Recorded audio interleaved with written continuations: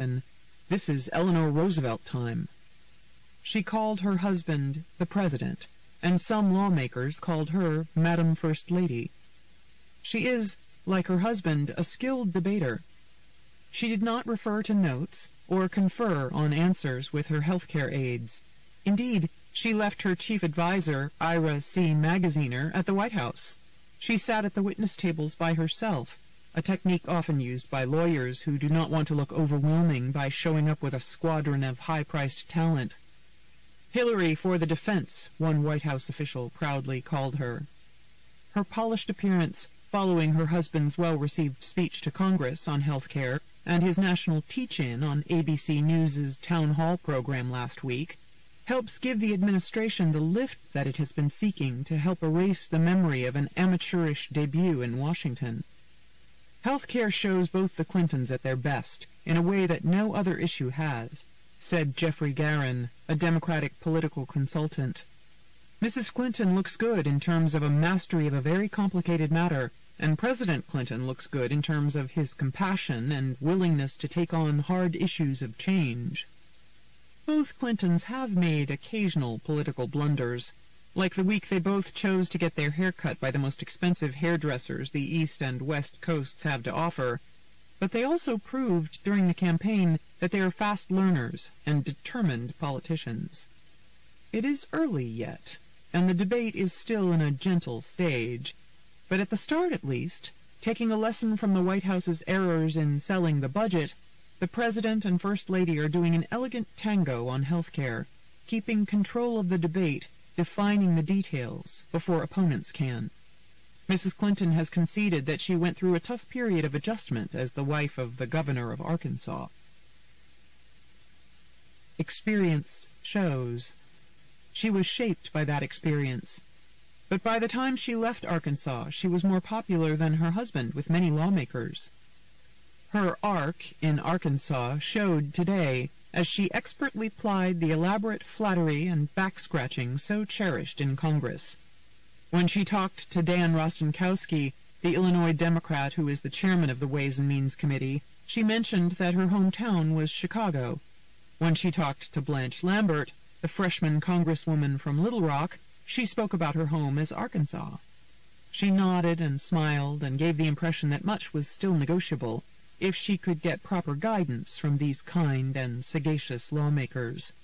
And she filigreed her answers with those ingratiating clauses that members of Congress hold dear, which you know better than I, she would say, or as you have pointed out. Her true talent and thorough preparation could be seen in an answer to Representative Bill Brewster, an Oklahoma Democrat who, in a rare show of congressional modesty, had neglected to mention that he was a pharmacist. "As a pharmacist," she said to him, "you know that one of the problems is getting affordable drugs to everybody." When she spoke in the afternoon to the Energy and Commerce Committee, she began with a paean to the father of Representative John D. Dingell, who, as a member of Congress in 1943, was an author of the first attempt to pass national health care legislation.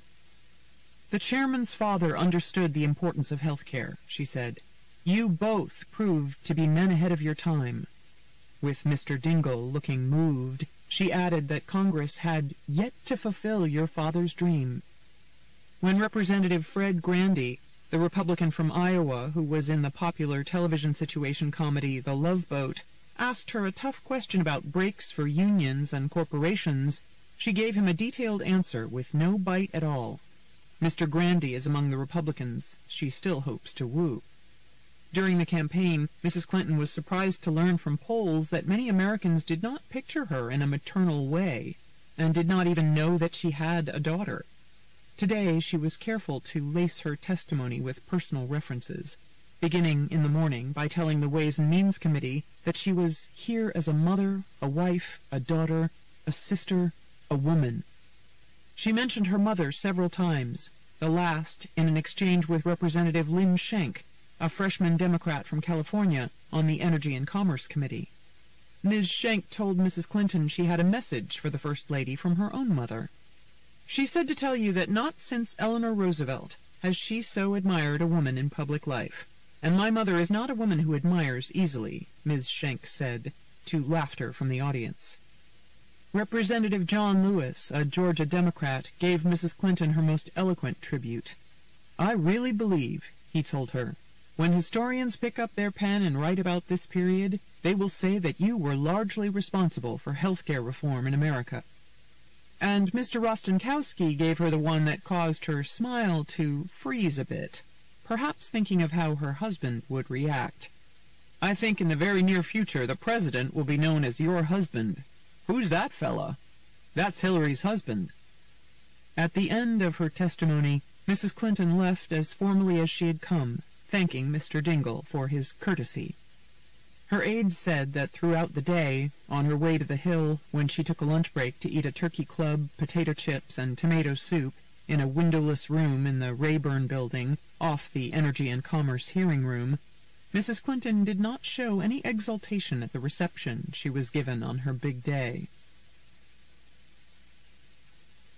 December 24th, 2000. Hillary's stocking stuffer.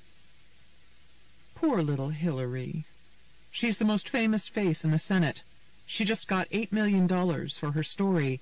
She has a huge house in Chappaqua and is shopping for another huge house in D.C. Her husband is set to make a fortune writing his own memoir and pocketing 6 figures a pop to do what he loves to do, talk. And yet, something is missing. A $2,340 Spode soup tureen, with stand, for starters. Some of the First Lady's wealthy friends and contributors have been fretting that Hillary has never had a chance to accumulate the sort of elegant appurtenances that they have, that the poor girl is starting her grand new life with nothing. So they decided it would be nice to treat her like a bride, building a nest from scratch, and send her housewarming presents from one of her favorite stores, Borsheim's Fine Jewelry and Gifts, the Omaha emporium and subsidiary of Berkshire Hathaway, owned by Hillary admirer and donor Warren Buffett. Attention, Hillary shoppers! Only 9 more days before that pesky Senate gift ban goes into effect. The Clintons have spent most of their adult lives enjoying affordable public housing. They had scant furniture stored to decorate the Chappaqua manse, probably period pieces such as Marimekko wall hangings and bookcases made of cinder blocks and plywood, much less a Washington manse. Sure, Bill wouldn't care. He looks as if he'd be completely at home with shag rugs, lava lamps, and styrofoam coffee cups. Some lawmakers think of their Washington digs as temporary and live like college students. 2 years ago, millionaire Senator Sam Brownback of Kansas rented the cramped 2-bedroom Capitol Hill apartment that Mark Santora, my 26-year-old assistant, was leaving. Mr. Brownback bunked in with Representative Jim DeMint of South Carolina, keeping Mark's exquisite white plastic trash can, bamboo shades, and wiffle bat, until the property was condemned a year later. But Mrs. Clinton is no longer a crate-and-barrel liberal. She's a populist with a sweet tooth for the perquisites of arriviste life. She'll need something to suit her new station and her new heirs. Lissa Muscatine, Mrs. Clinton's spokeswoman, says that the First Lady's silver and china patterns can be found at Borsheim's. Hillary shopped there when she was in Omaha last March to raise campaign money with Mr. Buffett's help. I clicked onto Borsheim's bridal registry on the web to sample the merchandise. What would Mrs. Clinton like? Just some basics to get her started. Place settings for 40, including oyster forks and marmalade spoons. Supporters have suggested the Fabergé Sterling Imperial Court silverware for the former Tsarina of healthcare. The website describes this as a magnificent neoclassical style pattern that was originally produced for the Grand Palace, Peterhof. Intricate detailing with a laurel wreath on the tip. The vegetable serving spoon is a bargain at $510, and an iced tea spoon goes for only $240. Asparagus tongs are a mere $535. For china, some of her friends give the nod to the Spode Stafford Flowers china pattern, described on the website as a breathtaking pattern. Stafford Flowers has a scalloped shape with generous gold trim and a raised design. 22 different flowers in vivid purples, pinks, blues, and yellows are featured. It's easy to picture Bill tossing leftover pizza onto a $980 vegetable dish, or spearing some fries with a $284 lobster fork. But Hillary will need the booty, the $716 teapot, the $476 sauce boat, the $792 punch ladle, to entertain a parade of possible contributors for her next political adventure. As a senator, Mrs. Clinton won't be able to accept gifts worth more than $100. But as First Lady, she can take gifts as long as she discloses those over $250. So we have a nice window of opportunity before January 3rd. Ms. Muscatine said of the first couple that people have routinely gotten them gifts, especially around the holidays. This year, because of the holidays and because it is their last year in the White House, there have been more inquiries. So don't miss your chance to influence a future senator or president. Call 1-800-642-GIFT to be part of Hillary's holiday haul. Fork over a fork today. February 25th, 2001. Weird psychic lock. First, there was that woman. Now, there is that person. As in Hillary telling a group of us huddled around her in the Russell Senate office building on Thursday that we should go hunt down the person or people who issued those sulphurous pardons, because she was plumb shocked about the whole thing. With respect to any of these decisions, you'll have to talk with people who were involved in making them, she said, and that leaves me out. Again and again, she alluded to her husband without using his name. No matter what bad thing her bad boy did in the past, Hillary never before shoved him into traffic, saying, "You'll have to ask him." It was the first shot in the War of the Roses. The dame has decided to ice the dude. Bill has been chained in Chappaqua, while Hillary reigns on Embassy Row. But they know they're bad for each other, so they won't be able to stay apart.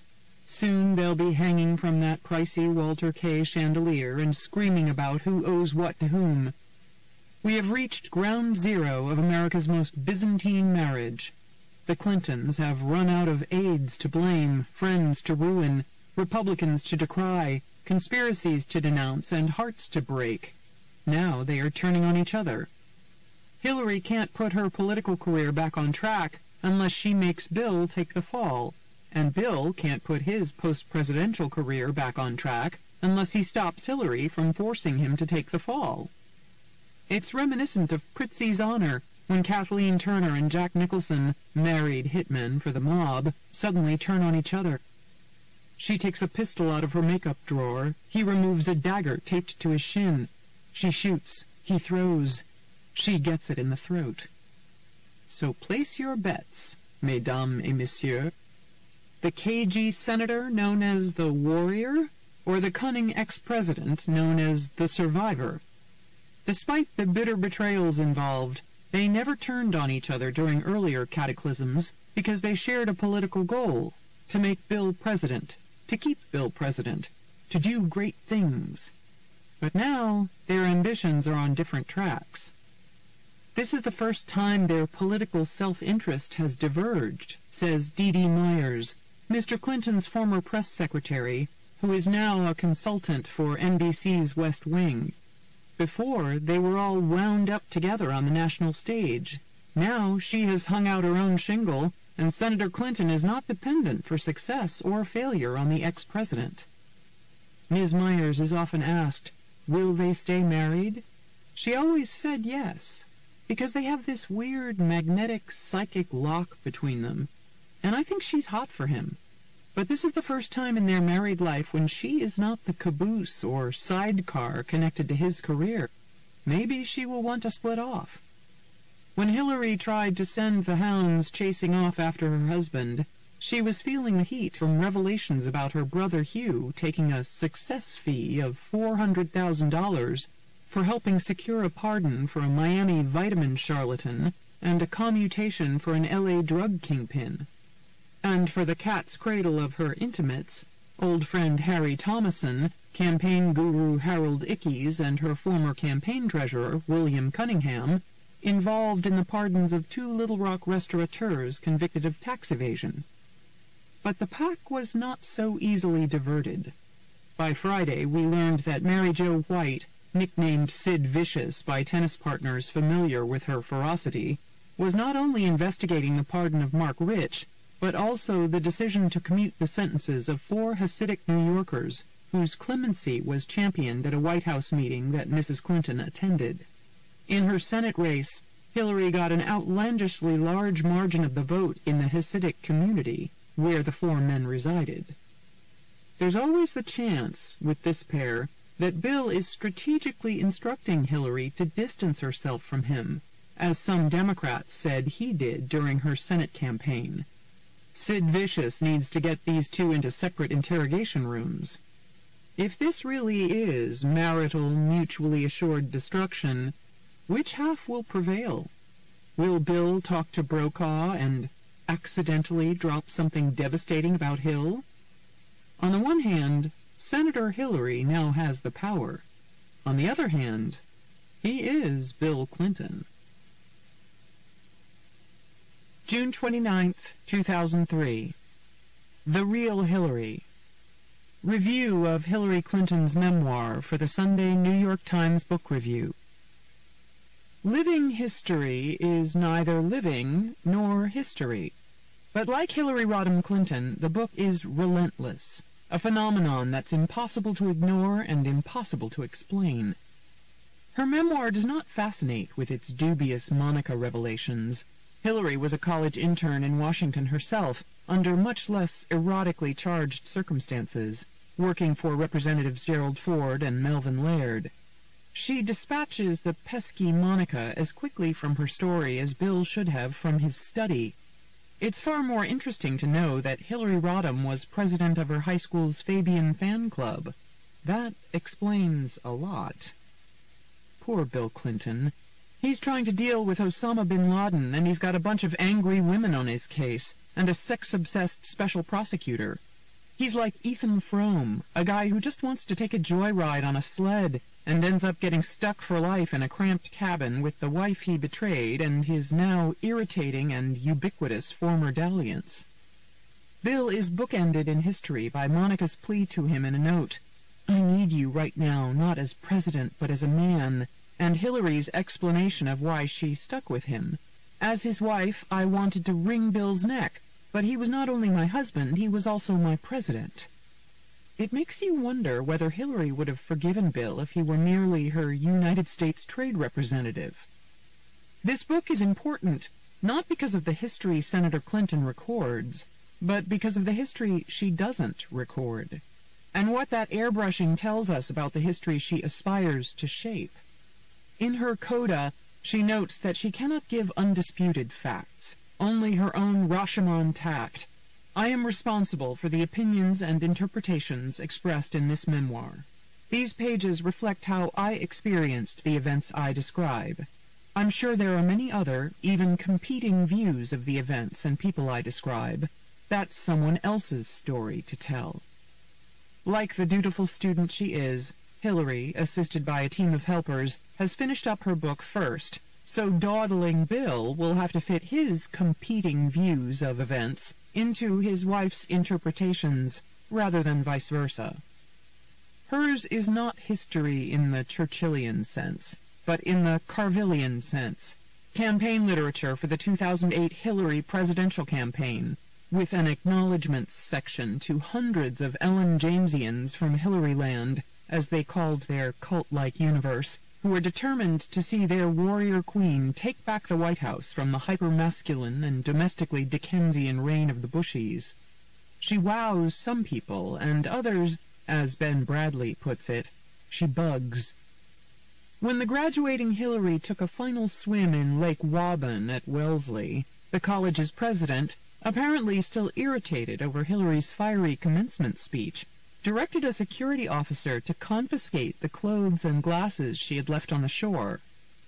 As a successful alpha female in an era when women are doing a lot of retro cooing and clawing on The Bachelor, and when rampant Blondenfreude, as the New York Times' Alessandra Stanley calls it, makes it treacherous for brainy, blonde, controlling women to fly Icarus high, Hillary followed a trajectory from being tormented by Al D'Amato to becoming Al D'Amato that is compelling. But anyone who had hoped to gain greater insight into the weird, codependent Clinton marriage or the Sphinx-like senator may be disappointed. The language of the book is more dead than living, press release soul-searching, not matching the poignant and painfully candid Katharine Graham memoir Senator Clinton said she was using as her model. Much of it is a travel log, ranging from the puckish, when Boris Yeltsin serves Hillary soup with gelatinous moose lips floating on top, to the pedantic, Bangladesh, the most densely populated country on earth, presented the starkest contrast of wealth and poverty I saw in South Asia. Living history aims to bury questions, not raise hackles. Unlike Dan Quayle, Nancy Reagan, and Barbara Bush in their memoirs, Hillary Clinton does not emphasize tartly settling scores with rivals or the press, except for smacking Kenneth Starr, the Wall Street Journal, over its spiteful editorials on Vince Foster that preceded his suicide, and William Rehnquist for not curbing his ideological partisan zeal with the Clintons, and in the case of Bush v. Gore. Her frictions with the Secret Service and the chief White House usher are glancingly mentioned. She notes that she knew she was not in totally friendly territory the night of the inaugural, when her pals, the Thomasons, found a black humor note tucked under a pillow in the Lincoln bedroom. "Dear Linda, I was here first, and I'll be back," the note said, and was signed Rush Limbaugh. When the First Lady came home after her father's funeral to find items in the bedroom askew, the chief usher informed her that a security team had searched all of our possessions to check for bugging devices and other breaches of security. That's scary, but it's scarier when the Little Rock decorator Khaki Hawkersmith or the television guru Tony Robbins show up as advisors. The revelations are so calculated and calibrated they might have been vetted by the pollster Dick Morris. She leaves out almost all mention of her husband's history of messing about, which, as David Marinus writes in his biography of Bill Clinton, she worried about even before they were married, sending her father and brother to Arkansas to check up on him, so that her scene of being stunned over Monica plays more convincingly. By ignoring the trail of infidelities, she can ignore the marital dynamic caused by those infidelities, which ended up having seismic consequences for the Democrats in the 1994 election and the country. Bill Clinton handed over huge chunks of responsibility to his wife on policy and appointments, not only because he thought she was brilliant, but because he felt he owed her. For giving up the career she could have had to become a lady lawyer in a place she didn't want to go, Arkansas. For taking a name she didn't want to take, Clinton. For assuming a title she didn't like, First Lady. And for putting up with humiliation she didn't deserve, Jennifer, Paula, et al.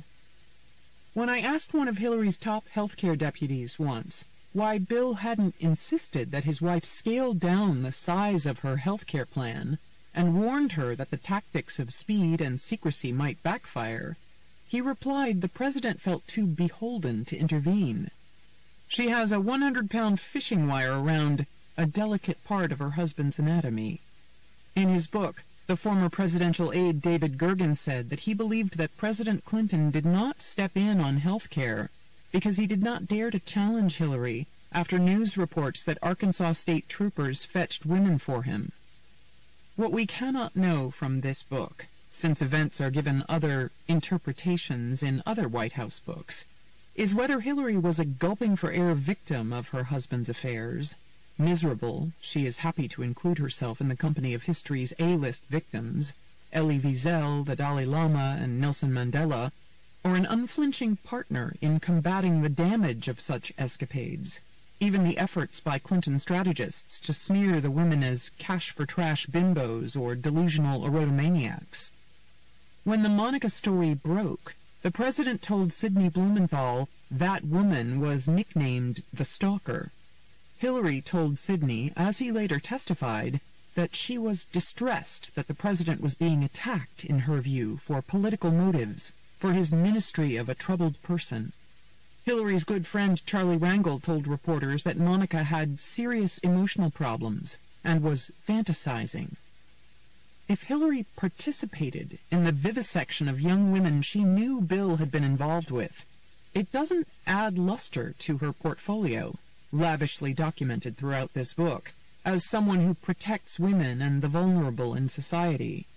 It would mean she cares about women unless they get in the way of the Clintons' mission to help humanity, in which case they're expendable. Hillary chafed at what she calls derivative power. During her husband's first presidential campaign, the uneasy realization hit her when she got some stationery delivered with the Rodham dropped out of her name. Now I was solely the wife of. An odd experience for me. She sent the stationery back. Stat. She acts willfully naive about her outsized influence over the president, as though she were just another West Wing official on the domestic side. She dismisses her role in the destruction of the Veteran Travel Office staff members as an example of people trying too hard to please her after an offhand comment, like the time she said she liked Diet Dr. Pepper and was deluged with it for years.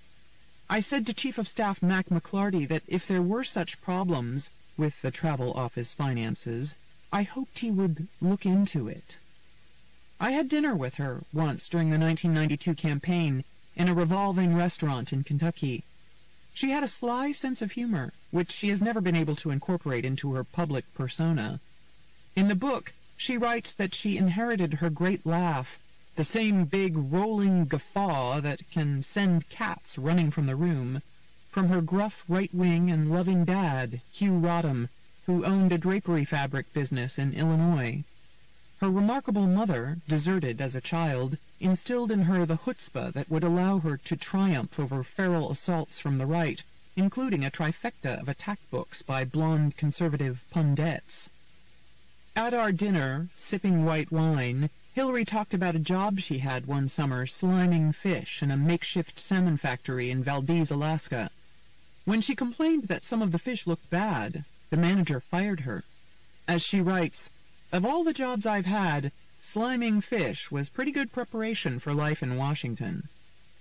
In her book, she drolly describes technicians setting up an interview at the White House with Barbara Walters. They bathed the room in a golden light so gentle and flattering that even the powdered wig portrait of Benjamin Franklin above the fireplace seemed to glow with youth. At her best, she seems like Sarah Brown, the mission doll in Guys and Dolls, taken with a charming rake and trying to save the world, but fun if you'd get her out for a night in Cuba. She tells a hilarious story about the State Department warning her to hide from Castro, who wanted to meet her, at Nelson Mandela's inauguration. I'd suddenly spot Castro moving toward me, and I'd hightail it to a far corner of the room, she writes. But Senator Clinton is also maddening. She will say she learned lessons from bad decisions, but then often circle back to insist she was right all along. She resents the Saint Hillary image, even as she talks often about the importance of prayer and scripture in her life. But she can't confess to having a materialistic side that sometimes led her into inexplicably tacky choices. From her dealings with a dubious savings and loan operator in Arkansas, to her $100,000 windfall in commodities, to her attempts to avoid Senate ethics rules by negotiating an $8 million book advance, and her agreeing at the end of her first ladydom to accept largesse from wealthy benefactors so she could buy china and silver for her post-White House life in an Embassy Row home. Hillary, though a Methodist, a top Clinton aide once explained to me, thinks of herself like an Episcopal bishop who deserves to live at the level of her wealthy parishioners in return for devoting her life to God and good works. February 21st, 2007. Obama's Big Screen Test. Hillary is not David Geffen's dream girl. Whoever is the nominee is going to win, so the stakes are very high, says Mr. Geffen, the Hollywood mogul and sultan of dream girls, as he sits by a crackling fire beneath a Jasper Johns flag and a matched pair of de Koonings in the Beverly Hills house that Jack Warner built, which old-time Hollywood stars joked was the house that God would have built. Not since the Vietnam War has there been this level of disappointment in the behavior of America throughout the world, and I don't think that another incredibly polarizing figure, no matter how smart she is, and no matter how ambitious she is, and God knows, is there anybody more ambitious than Hillary Clinton, can bring the country together. Obama is inspirational, and he's not from the Bush royal family or the Clinton royal family. Americans are dying every day in Iraq, and I'm tired of hearing James Carville on television. Barack Obama has made an entrance in Hollywood unmatched since Scarlett O'Hara swept into the 12 Oaks barbecue. Instead of the Tarleton twins, the Illinois senator is flirting with the DreamWorks trio, Mr. Geffen, Steven Spielberg, and Jeffrey Katzenberg, who gave him a party last night that raised $1.3 million and Hillary's hackles. She didn't stand outside the gates to the Geffen mansion, where glitterati wolfed down Wolfgang Puck savories, singing the Jennifer Hudson protest anthem, "And I am telling you I'm not going." But she's not exactly Little Miss Sunshine either. Hillary loyalists have hissed at defecting donors to remember the good old days of jumping on the Lincoln bedroom bed. Hillary is livid that Obama's getting the first big fundraiser here, one friend of hers said. Who can pay attention to the Oscar battle between the Queen and Dreamgirls when you've got a political battle between a Queen and a Dream Boy? Terry McAuliffe and first groupie Bill have tried to hoard the best ATM machine in politics for the misses, but there's some Clinton fatigue among fatigued Clinton donors who fret that Bill will pull the focus and shelve his wife's campaign. I don't think anybody believes that in the last 6 years, all of a sudden Bill Clinton has become a different person, Mr. Geffen says, adding that if Republicans are digging up dirt, they'll wait until Hillary's the nominee to use it. I think they believe she's the easiest to defeat. She is overproduced and overscripted. It's not a very big thing to say, I made a mistake on the war, and typical of Hillary Clinton that she can't, Mr. Geffen says. She's so advised by so many smart advisors who are covering every base. I think that America was better served when the candidates were chosen in smoke-filled rooms. The babble here is not about babble. It's about the battle of the billionaires. Not only have Ron Burkle and David Geffen been vying to buy the Los Angeles Times, they have been vying to raise money for competing candidates. Mr. Burkle, a supermarket magnate, is close to the Clintons and is helping Hillary parry Barry Obama by arranging a fundraiser for her in March with a contribution from Mr. Spielberg. Did Mr. Spielberg get in trouble with the Clintons for helping Senator Obama? Yes, Mr. Geffen replies, slyly. Can Obambi stand up to Clinton Inc.? I hope so, he says, because that machine is going to be very unpleasant and unattractive and effective. Once, David Geffen and Bill Clinton were tight as ticks. Mr. Geffen helped raise some $18 million for Bill and slept in the Lincoln bedroom twice. Bill chilled at Chateau Geffen. Now, the DreamWorks co-chairman calls the former president a reckless guy who gave his enemies a lot of ammunition to hurt him and to distract the country. They fell out in 2001 when Mr. Clinton gave a pardon to Mark Rich after rebuffing Mr. Geffen's request for one for Leonard Peltier. Mark Rich getting pardoned? An oil profiteer expatriate who left the country rather than pay taxes or face justice? Mr. Geffen says. Yet another time when the Clintons were unwilling to stand for the things that they genuinely believe in. Everybody in politics lies, but they do it with such ease. It's troubling. The mogul knows it's easy to mock Hollywood, people with Priuses and private planes, and agrees with George Clooney that it's probably not helpful for stars to campaign for candidates, given the caricatures of Hollywood. I ask what he will say if he ever runs into Bill Clinton again. Hi, he replies. And will he be upset if Hillary wins and he never gets to sleep in the Lincoln bedroom again? No, he says with a puckish smile. It's not as nice as my bedroom. November 4th, 2007. Gift of Gall. Girlfriend had a rough week. First, Hillary got brushed back by the boys in the debate. Then some women bemoaned Hillaryland's "don't hit me, I'm a girl" strategy. The Washington Post's Ruth Marcus deplored the anti-feminist subtext of Hillary's campaign playing the woman as victim card. "Using gender this way," she said, "is a setback." I must rush to a sister's defense. Women need to rally to support Hillary and send her money because there are men like Tim Russert, who have the temerity to ask her questions during a debate. If there are 6 male rivals on stage and 2 male moderators and heaven knows how many men manning lights and boom mics, the one woman should have the right to have it 2 ways. It's simple math, really, an estrogen equation. If she wants to run on her record as First Lady, while keeping the lid on her First Lady record, that's only fair for the fairer sex. And if she wants to have it both ways on illegal immigrants getting driver's licenses, then she should, especially if those illegal immigrants are men, or if Lou Dobbs is ranting on the issue, because he's not only a man, he's a grumpy, cranky, border-crazed man. She should certainly be allowed to play the gender card 2 ways, or even triangulate it. As her campaign manager, Patty Solis Doyle, said after the debate, she is one strong woman who has dwarfed male rivals and shown she's tough enough to deal with terrorism and play on the world stage. But she can break, just like a little girl, when male chauvinists are rude enough to catch her red-handed being slippery and opportunistic. If the gender game worked when Rick Lazio muscled into her space, why shouldn't it work when Obama and Edwards muster some mettle? If she could become a senator by playing the victim after Monica, surely she can become president by playing the victim now. Sometimes when Hillary takes heat, she gets paranoid and controlling, but this time she took the heat by getting into the kitchen. After trying to have it both ways during the debate, she tried to have it both ways after the debate.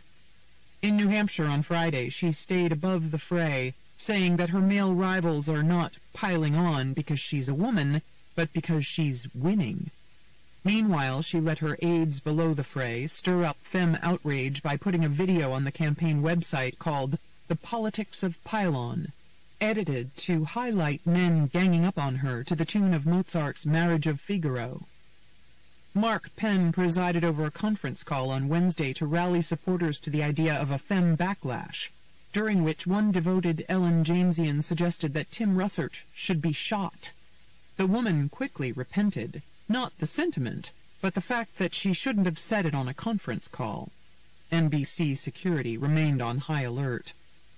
Nothing should be sacred when it comes to rousing the women's vote, especially the working-class women Hillary needs to carry her back to the White House.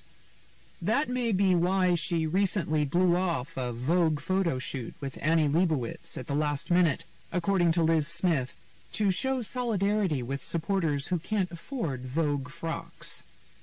And remember the time Hillville used a Washington Post story about a sighting of the senator's cleavage in the Senate to spearhead a fundraising drive with women? Dollars for décolletage. Genius. When pundits tut-tut that playing the victim is not what a feminist should do, they forget that Hillary is not a feminist. If she were merely some cliched version of a women's rights advocate, she never could have so effortlessly blown off Marion Wright Edelman and Lonnie Guinier when Bill first got in, or played the Fury with Bill's cupcakes during the campaign. She was always kind enough to let Bill hide behind her skirts when he got in trouble with women. Now she deserves to hide behind her own pantsuits when men cause her trouble. We underestimate Hillary if we cast her as Eleanor Roosevelt. She's really Alphonse D'Amato, not just the Senator Pothole role, but the talent for playing the aggrieved victim. D'Amato pulled off a dramatic upset in '92 against Robert Abrams, the New York Attorney General, by pouncing when Abrams slipped one night and called D'Amato a fascist. Though never a sensitive soul about insulting other ethnic groups, D'Amato quickly cast fascist as an insult to Italian Americans, producing an ad with scenes of Mussolini. It was sheer gall, Anthony Marsh, D'Amato's media consultant, proudly told the Times' Alessandra Stanley. Like Alphonse, Hillary has the gift of gall. She can be righteous while playing brass-knuckle politics. She will cozy up to former enemies she can use, like Matt Drudge and David Brock, and back W's bellicosity if it helps banish her old image as anti-military. There is nowhere she won't go, so long as it gets her where she wants to be. That's the beauty of Hillary. January 9th, 2008. Can Hillary cry her way back to the White House? When I walked into the office Monday, people were clustering around a computer to watch what they thought they would never see. Hillary Clinton, with the unmistakable look of tears in her eyes. A woman gazing at the screen was grimacing, saying it was bad. 3 guys watched it over and over, drawn to the humanized Hillary. One reporter who covers security issues cringed. "We are at war," he said. "Is this how she'll talk to Kim Jong-il?" Another reporter joked. "That crying really seemed genuine. I'll bet she spent hours thinking about it beforehand." He added dryly, "Crying doesn't usually work in campaigns, only in relationships." Bill Clinton was known for biting his lip, but here was Hillary doing the muskie. Certainly it was impressive that she could choke up and stay on message. She won her Senate seat after being embarrassed by a man. She pulled out New Hampshire and saved her presidential campaign after being embarrassed by another man. She was seen as so controlling when she ran for the Senate that she had to be seen as losing control, as she did during the Monica scandal, before she seemed soft enough to attract many New York voters.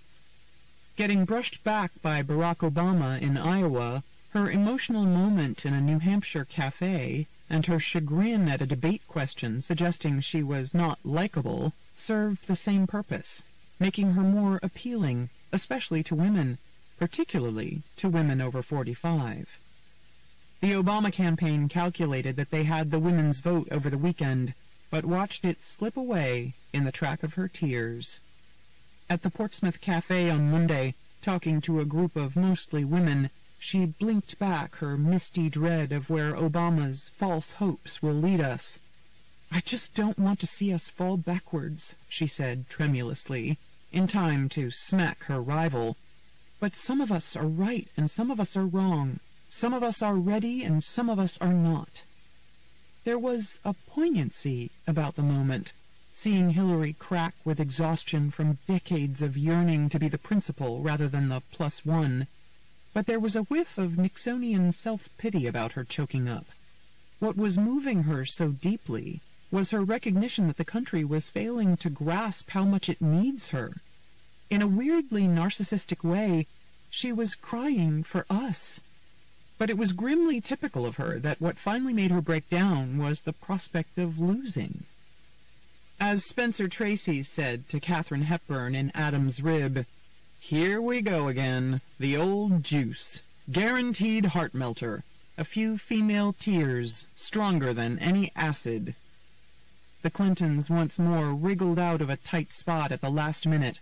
Bill churlishly dismissed the Obama phenom as the biggest fairy tale I've ever seen.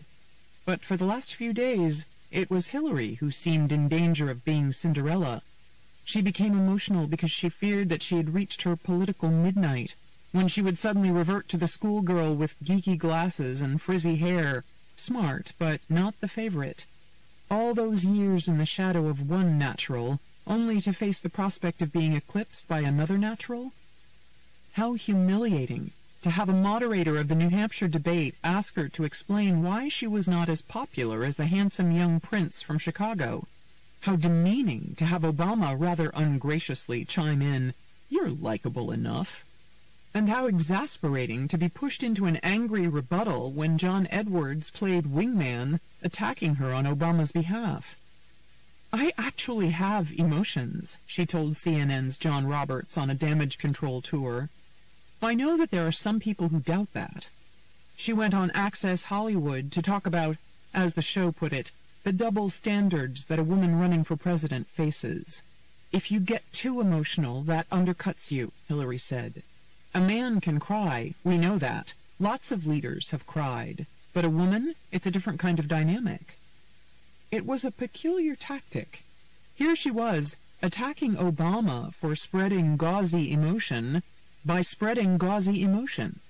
When Hillary hecklers yelled, "Iron my shirt," at her in Salem on Monday, it stirred sisterhood.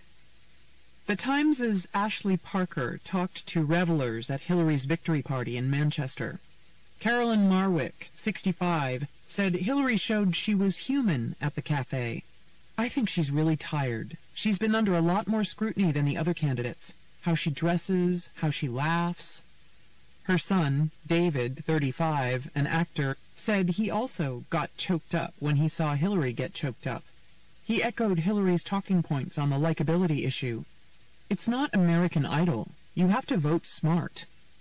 Olivia Cooper, 41, of Concord, said, "When you think you're not going to make it, it's heart-wrenching when you want something so much."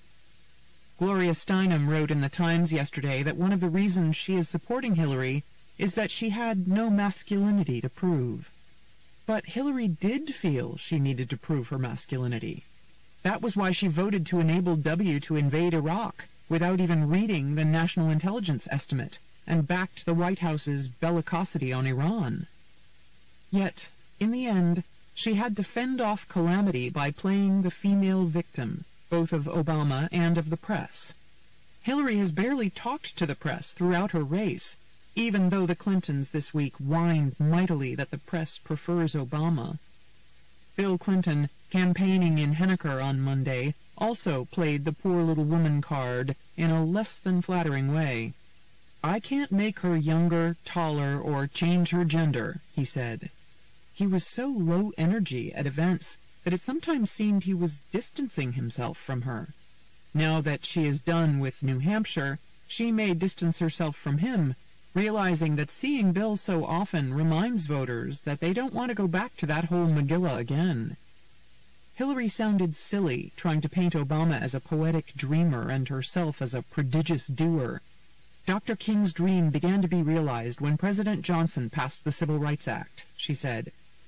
Did any living Democrat ever imagine that any other living Democrat would try to win a presidential primary in New Hampshire by comparing herself to LBJ, who was driven out of politics by Gene McCarthy in New Hampshire? Her argument against Obama now boils down to an argument against idealism, which is probably the lowest and most unlikely point to which any Clinton could sink. The people from Hope are arguing against hope. At her victory party, Hillary was like the heroine of a Lifetime movie, a woman in peril who manages to triumph. Saying that her heart was full, she sounded the feminist anthem, "I found my own voice." March 5th, 2008. Duel of Historical Guilts. Some women in their 30s, 40s, and early 50s who favor Barack Obama have a phrase to describe what they don't like about Hillary Clinton: shoulder pad feminism. They feel that women have moved past that men are pigs, woe is me, sisters must stick together, pantsuits are powerful era that Hillary's campaign has lately revived with a vengeance. And they don't like Gloria Steinem and other old-school feminists trying to impose gender discipline and a call to order on the sisters. As a woman I know put it, Hillary doesn't make it look like fun to be a woman, and her "I've been victimized" campaign is depressing. But Hillary, carried on the padded shoulders of the older women in Texas, Ohio, and Rhode Island, who loved her "I will survive" rallying cry that "I am a little older and I have earned every wrinkle on my face," has been saved to fight another day. Exit polls have showed that fans of Hillary, who once said they would be happy with Obama if Hillary dropped out, were hardening in their opposition to him, while Obama voters were not so harsh about her. 3 Hillary volunteers from Boston approached a New York Times reporter in an Austin, Texas parking lot on Tuesday to vent that Hillary hasn't gotten a fair shake from the press. They said that they used to like Obama, but now can't stand him because they think he has been cocky and disrespectful to Hillary. As Hillary, remarkably and cleverly, put Obama on the defensive about a real estate deal, health care, and NAFTA, her campaign ratcheted up the retro battle of the sexes when they sent Dianne Feinstein onto the Fox News Sunday morning talk show to promote the idea that Hillary should not be forced out, regardless of the results of Tuesday's primaries, simply because she's a woman. For those of us that are part of a woman need not apply generation that goes back to the time I went out to get my first job following college and a year of graduate work, this is an extraordinarily critical race, the senator said. With Obama saying the hour is upon us to elect a black man, and Hillary saying the hour is upon us to elect a woman, the Democratic primary has become the ultimate nightmare of liberal identity politics. All the victimizations go tripping over each other and colliding, a competition of historical guilts. People will have to choose which of America's sins are greater, and which stain will have to be removed first. Is misogyny worse than racism, or is racism worse than misogyny? As it turns out, making history is actually a way of being imprisoned by history. It's all about the past. Will America's racial past be expunged, or America's sexist past be expunged? As Ali Gallagher, a white Hillary volunteer in Austin, told the Washington Post's Chrissa Williams, "A friend of mine, a black man, said to me, 'My ancestors came to this country in chains. I'm voting for Barack.' I told him, 'Well, my sisters came here in chains and on their periods. I'm voting for Hillary.' And meanwhile, the conventional white man sits on the Republican side and enjoys the spectacle of the Democrats' identity pileup and victim lock. Just as Michelle Obama urged blacks to support her husband, many shoulder-pad feminists are growing more fierce in charging that women who let Obama leapfrog over Hillary are traitors. Julie Acevedo, a precinct captain for Obama in Austin, noticed that things were getting uglier on Friday during the early voting, when she saw some very angry women just stomping by us to go vote for Hillary. They cut us off when we tried to talk about Barack.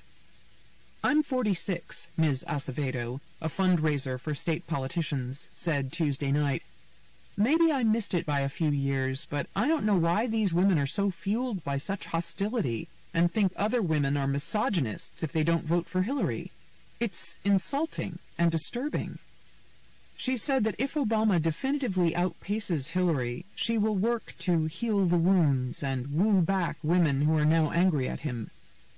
Watching Bill Clinton greet but not address, the big dog has been muzzled, an excited group of students at Texas State University in San Marcos on Tuesday, 19-year-old Allison Krolczyk said she was leaning toward Obama and felt no gender guilt about voting for him. Not at all, she said. I think they're both pretty amazing. The crowd held up their camera phones to capture the former president in his bright orange tie and orange-brown ostrich cowboy boots. "We love you, Bill," yelled one boy. "You did a good job, except for Monica." May 7th, 2008. Butterflies aren't free. In his memoir, the legendary Elia Kazan wrote about directing Vivien Leigh in A Streetcar Named Desire. While he did not think that Leigh was a great natural actress, he was impressed that she would crawl through glass to get the role right. Hillary Clinton may not be a great natural politician, but traveling across the country on her own bus named Desire, she has crawled through glass to get the role right. She showed again with her squeaker win in Indiana that for many white working-class men, she is the man, more tenacious and less concerned with the judgments of the Tony set, economists and editorial writers. Talking up guns, going to the Auto Racing Hall of Fame, speaking from the back of pickup trucks and doing shots of populism with a cynicism chaser, Hillary emerged from a lifetime of government limos to bask as queen of the blue-collar prom. Nobility is for losers. Just as Obama spent his youth trying not to be threatening so as not to unnerve whites, Hillary spent her life learning to be threatening so she could beat back challenges to her and her husband. From Republicans and from bimbo eruptions, and now from a charmed younger rival. As Obama learned to accommodate, the accommodating Hillary learned to triangulate and lacerate. As he learned that following the rules could get you far with adoring mentors, She learned from Bill and Dick Morris and Mark Penn that following the rules was for saps. Hillary is less Blanche than Scarlet. "Heaven help the Yankees if they capture you," Rhett told the willful Belle at the start of her rugged odyssey, and heaven help the Democrats as they try to shake off Hillary. On top of her inane vows to obliterate Iran, OPEC, and the summer gas tax, she plans a nuclear option during her Sherman-esque march to Denver. Tom Edsall reported in the Huffington Post that the Hillaryites will try, at a May 31st meeting of the Democratic Rules and Bylaws Committee, to renege on their word and get the Michigan and Florida delegations seated. As she addressed supporters here, in Indianapolis, she urged the counting of the Florida and Michigan votes, noting, "It would be a little strange to have a nominee chosen by 48 states." "It's full speed on to the White House," she said. Fox News reports that the Clintons are planning a summer campaign with TV appearances, flyers, and rallies between the end of the primary and the convention to drag back superdelegates trying to flock to Obama. The Democratic race has been a scorpion and a butterfly in a bottle. Hillary tore Barry's wings off and so psyched him out with her silly goading. "Enough about the speeches and the big rallies," she cried, that he gave up his magical trump cards. Wandering around Indiana, appearing in neighborhoods and at diners without any advance notice, talking to handfuls of people, Obama strived to seem less lofty and more mortal. Hounded by Hillary, Bill, and Reverend Wright, he just looked sort of numb. When Obama went to an 11:30 p.m. shift change at an auto components plant here in Indianapolis, a Newsday reporter on the scene noted that many of the white men were less likely to smile or look him in the eye or seem impressed with him. In a restaurant in Greenwood on Tuesday, Obama approached an older white guy who waved him off, muttering afterward to a reporter, "I can't stand him. He's a Muslim. He's not even pro-American as far as I'm concerned." Even though people at diners kept trying to fatten up Obama, he drew the line at gravy. He looked increasingly diaphanous, like antimatter to Hillary's matter. She's more appealing when she's beaten down. He's less imposing. Even his strategists admit that he will now need to step it up, as one said. And he did that with his victory speech in Raleigh, North Carolina, with a vivid paean to patriotism and telling the truth forcefully, repeatedly, confidently. As one aide crowed, "He's back!" It's hard to believe that this Hillary is the same Wellesley girl who said she yearned for a more ecstatic and penetrating mode of living. What would that young Hillary, who volunteered on Gene McCarthy's anti-war campaign, who cried the day Martin Luther King Jr. was killed, who referred to some of her smorgasbord of personalities in a 1967 letter to a friend as an alienated academic and an involved pseudo-hippie, who once returned a bottle of perfume after feeling guilty about the poverty around her. Think of this shape-shifting, cynical Hillary. She's so at odds with who she used to be, even in the Senate, that if she were to get elected, who would voters be electing?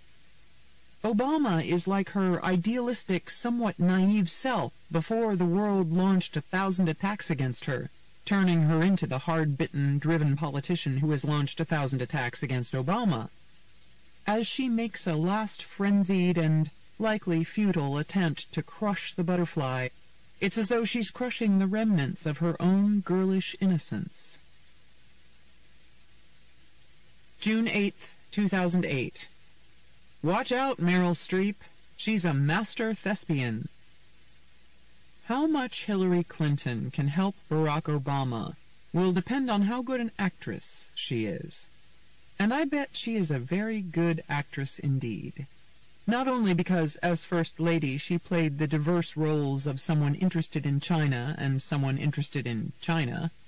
Not only because, as a presidential candidate, she morphed from Queen Elizabeth I to Norma Ray, as Newsweek put it, but because, through humiliation and pain, she has shown herself to be a skilled survivor. She said she embraces the old saying, "Fake it till you make it." After the roiling rollout of the Clinton administration, A sad and unnerved Hillary sought answers from self-help gurus like Jean Houston.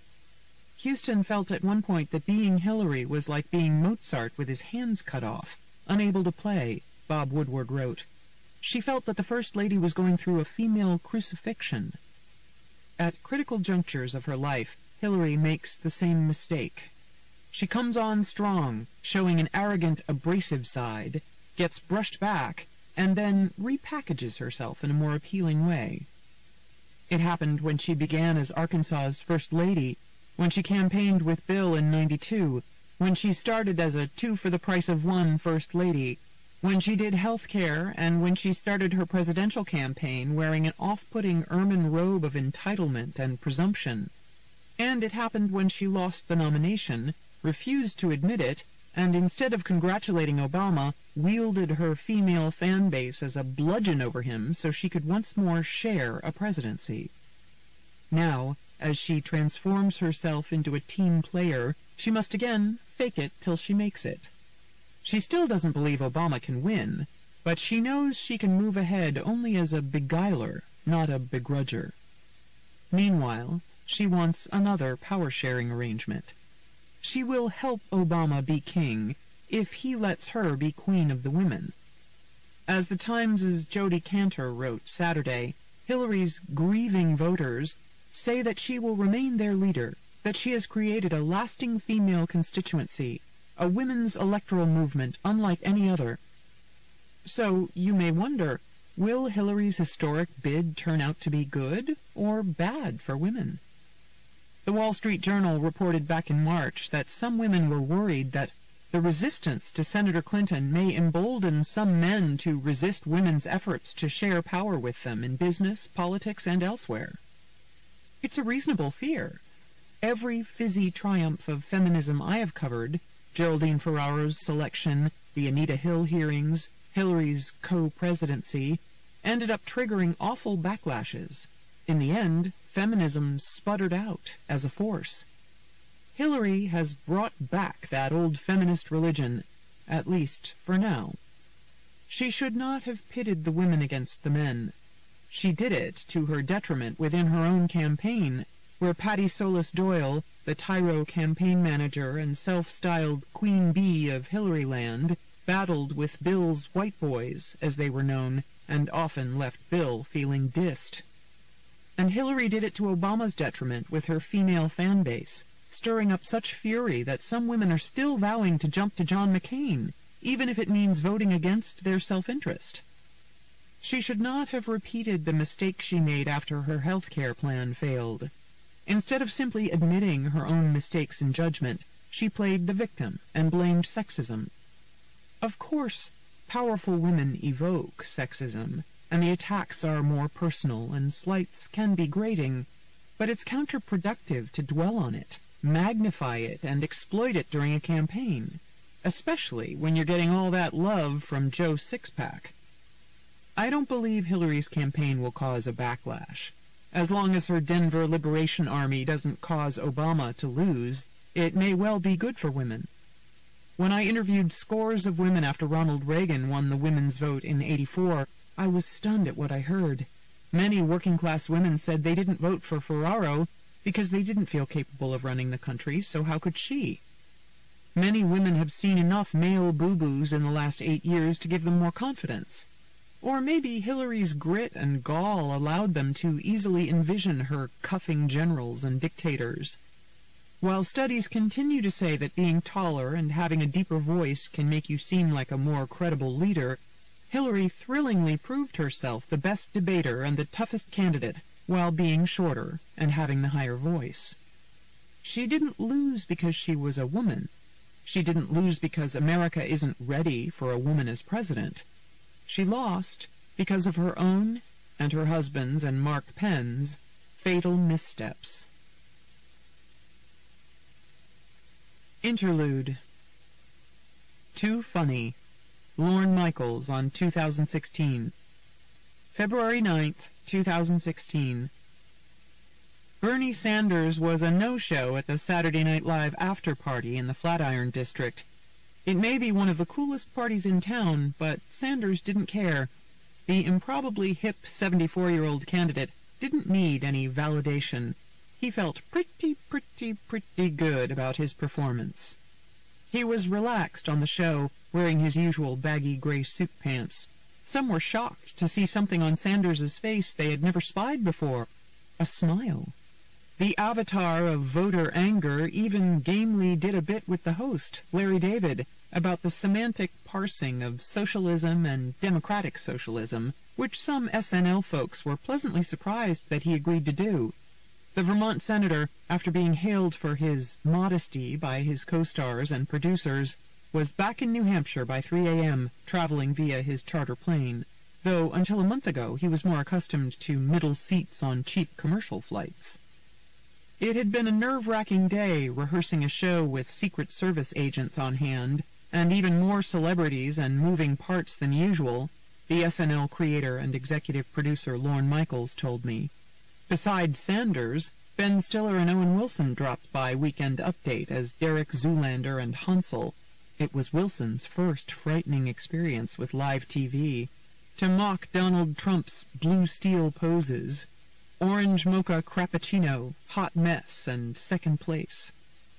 Just as in 2008, when Michaels woke up one day and was told by everyone, including his doorman, that John McCain's surprise vice presidential pick was a dead ringer for one of the brightest graduates of SNL, this winter he again woke up one day and realized that the cranky senator giving Hillary a Larry David and Goliath fight in the Democratic primary was a dead ringer for the cranky comedian who had started his career, haltingly and briefly, at SNL in 1984, under a different producer, Dick Ebersol.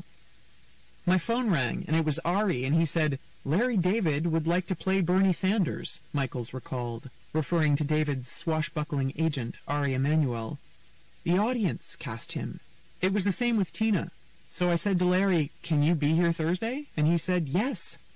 Karmic revenge for 84, when David's sketches failed to get on air. The 2016 presidential election has been so surreal that it sometimes seems beyond parody, but SNL is up for the challenge. Donald Trump hosted in November to huge ratings. Hillary Clinton did a zesty turn as a bartender named Val in a scene with Kate McKinnon playing the beleaguered candidate. And Saturday, Sanders and David did their abrasively and bracingly honest twin act, including a hilarious merger of life and art called Burn Your Enthusiasm. Bernie was here because of Larry, Michaels said, and he embraced Larry's impression from the very beginning. McKinnon likes Bernie too, but she already has her Hillary horse in the race. David said he enjoyed working with Sanders, and he praised his long record of authenticity as a politician, but he had some doubts about what a President Sanders defense policy would look like. "Like Bernie, I'm from Brooklyn, and unlike Israeli Jews, we do not care for fighting," he said dryly. "We run for the hills. On the other hand, if I had some football players backing me up, or in this case the U.S. military, I probably would have instigated fights." Asked if he's surprised that Bernie has turned out to be such a chick magnet, David replied, grinning, "Women like old Jewish men." After the show, I sat down with Michaels at a back table at Dos Caminos, where he nursed a cranberry and vodka. At one point, the chairman of NBC Entertainment, Ted Harbert, rushed over from another table, waving a list of 55 presidential candidates running in New Hampshire who could complain to the FCC about equal time. His favorite was Vermin Supreme, a perennial candidate promoting zombie apocalypse awareness, a zombie-based energy plan, and time travel research. As though that weren't enough, he's also promising a free pony for every American and pledging to pass a law requiring people to brush their teeth. I talked to Michaels about whether reality in politics is now too much like satire to satirize, and whether, with Palin back in a transcendently nutty mix, 2016 is on track to trump the mind-boggling SNL run in 2008.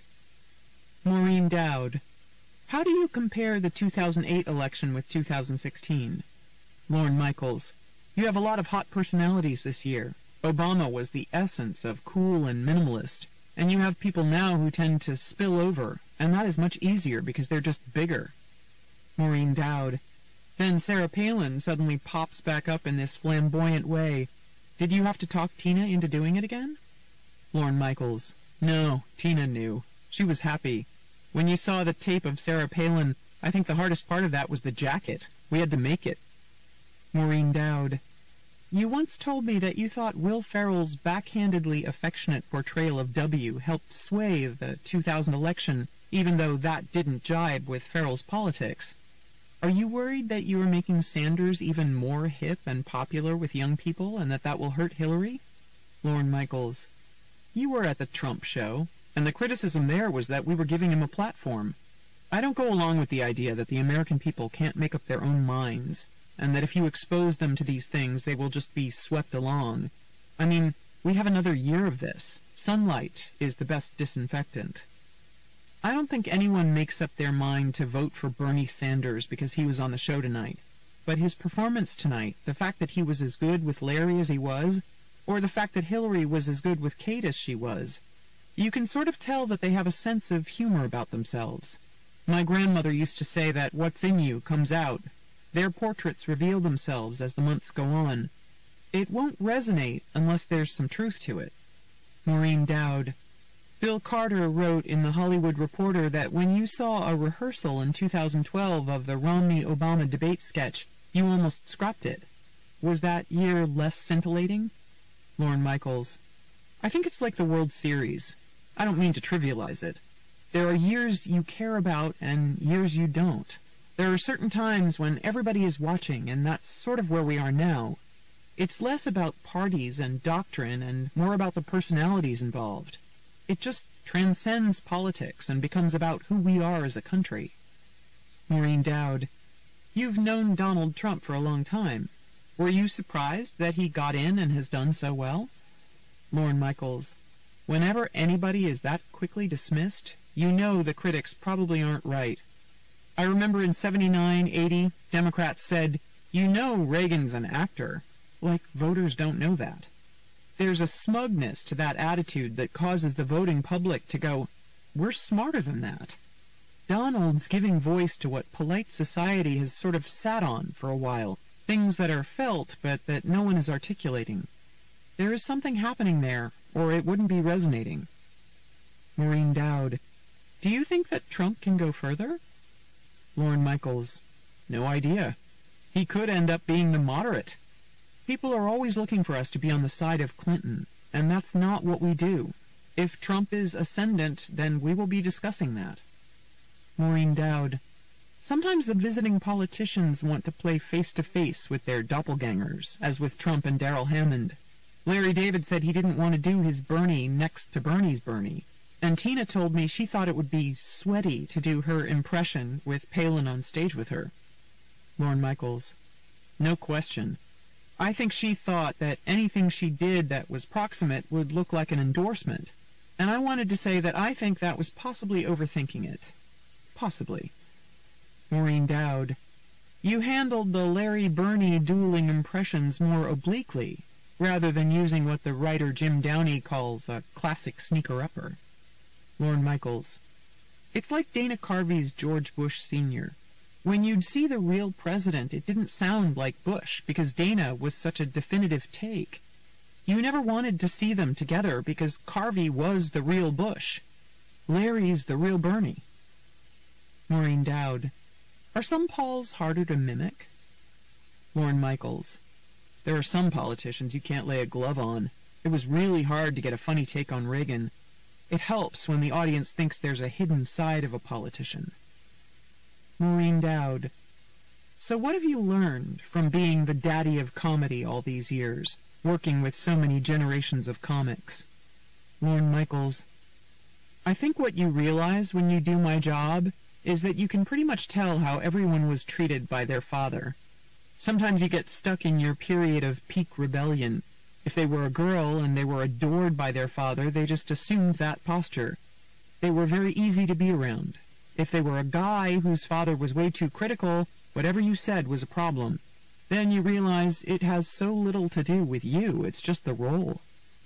Maureen Dowd.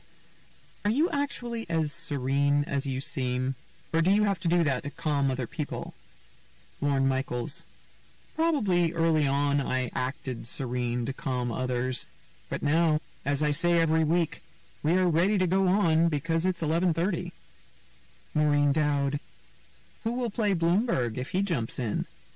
He offered his trademark Lorne Michaels poker face.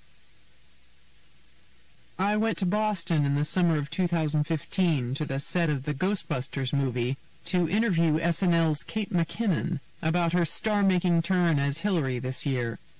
In addition to her roles as Angela Merkel and Justin Bieber, she plays a character called the Crazy Cat Lady.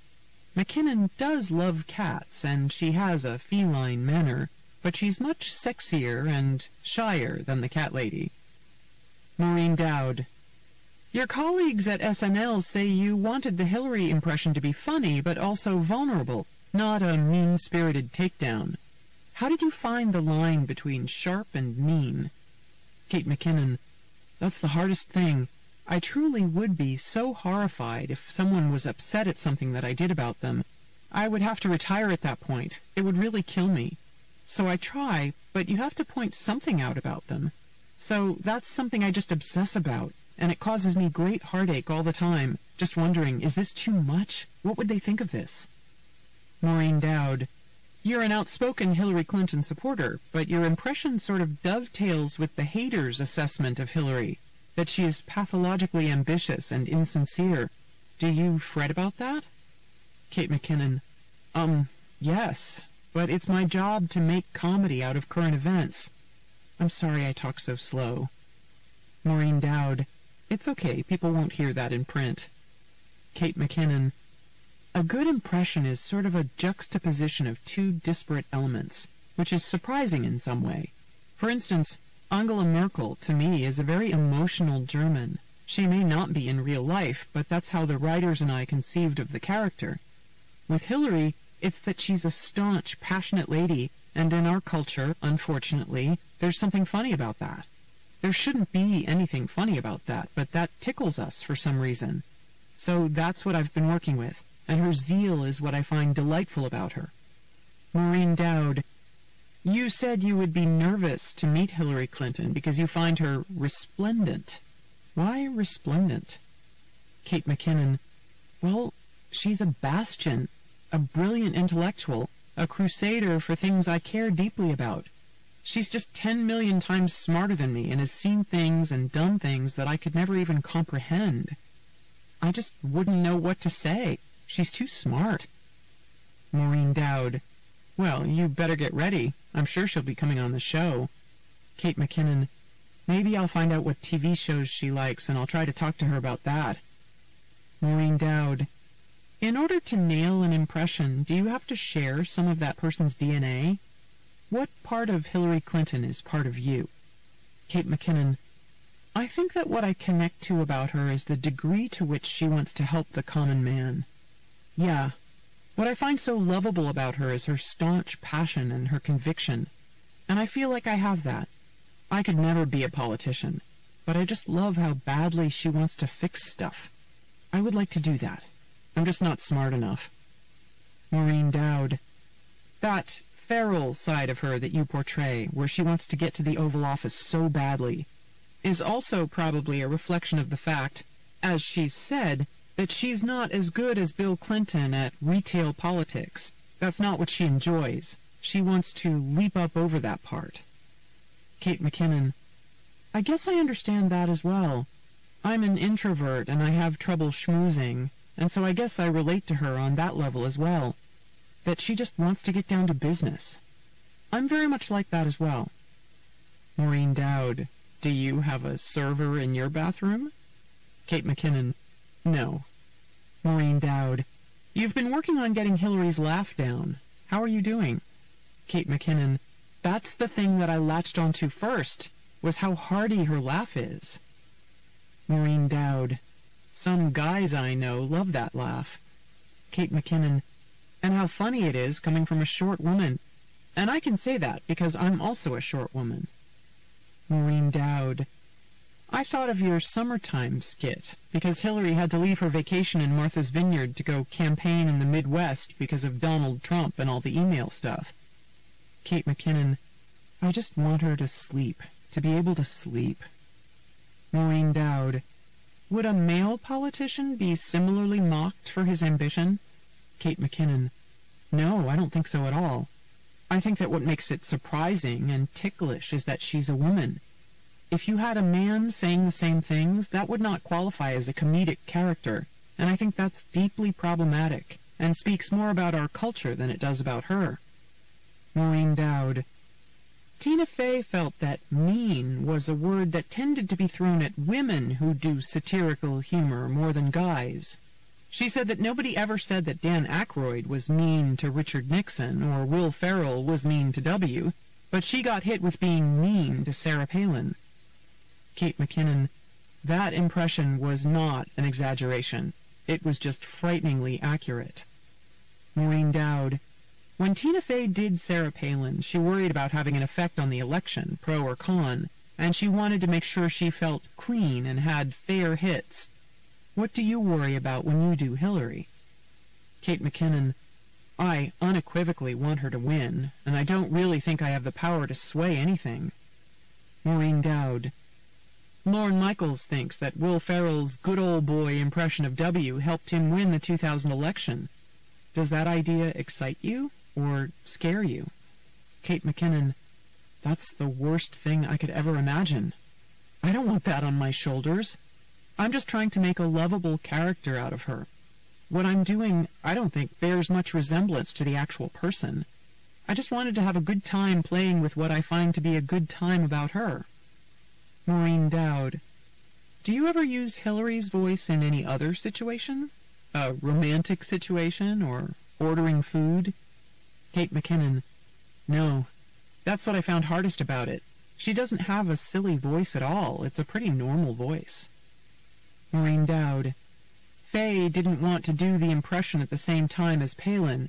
She felt it would be sweaty. If the real Hillary is on SNL this season, would you want to do it at the same time? Kate McKinnon. I'm nervous. I don't feel like I have the right to be in the same room as her, frankly. I don't know what it would be like. We will see. Maureen Dowd. Do you study a lot of videos? Kate McKinnon. Yes. I don't know how people did a sketch show without YouTube. I just look at YouTube clips all day. Her blouse slips a bit. God, my boobs are out. Maureen Dowd. Do you go back to the 90s, Hillary as First Lady, or do you stay with the post-Monica Hillary? Kate McKinnon. I've watched mostly recent clips. Maureen Dowd.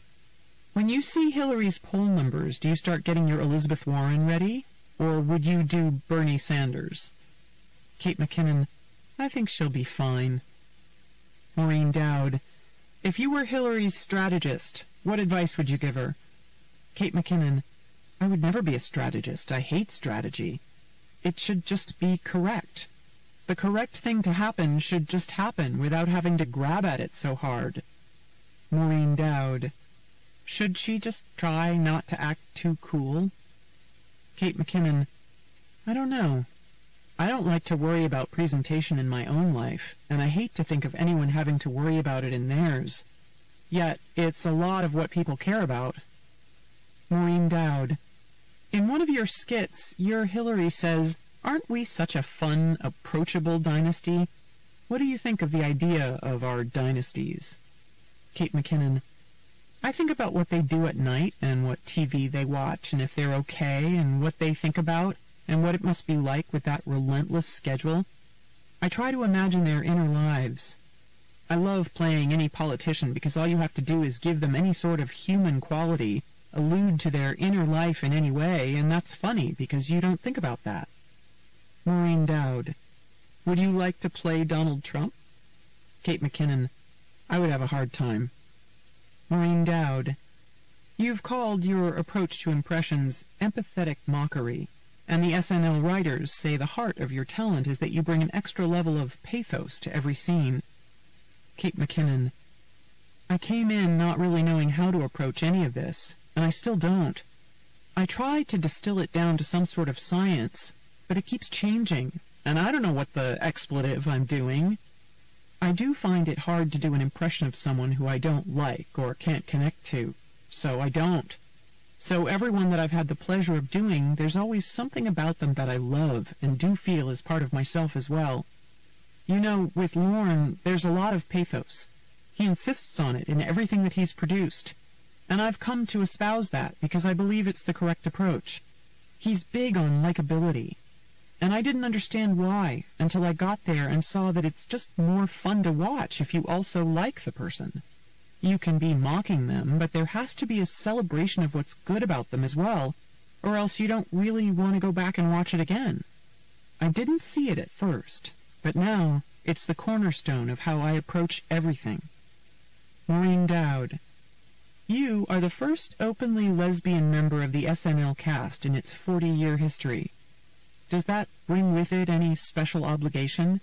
Colleagues said that you were sensitive about using the word dyke in Dyke and Fats, the 70s Chicago Cops skit you were doing with Adie Bryant, where you play Les Dykowitz and Adie plays Chabina Fazzarelli. Or does it feel good to be at a time in our history where it's not a big deal? Kate McKinnon. I hope that.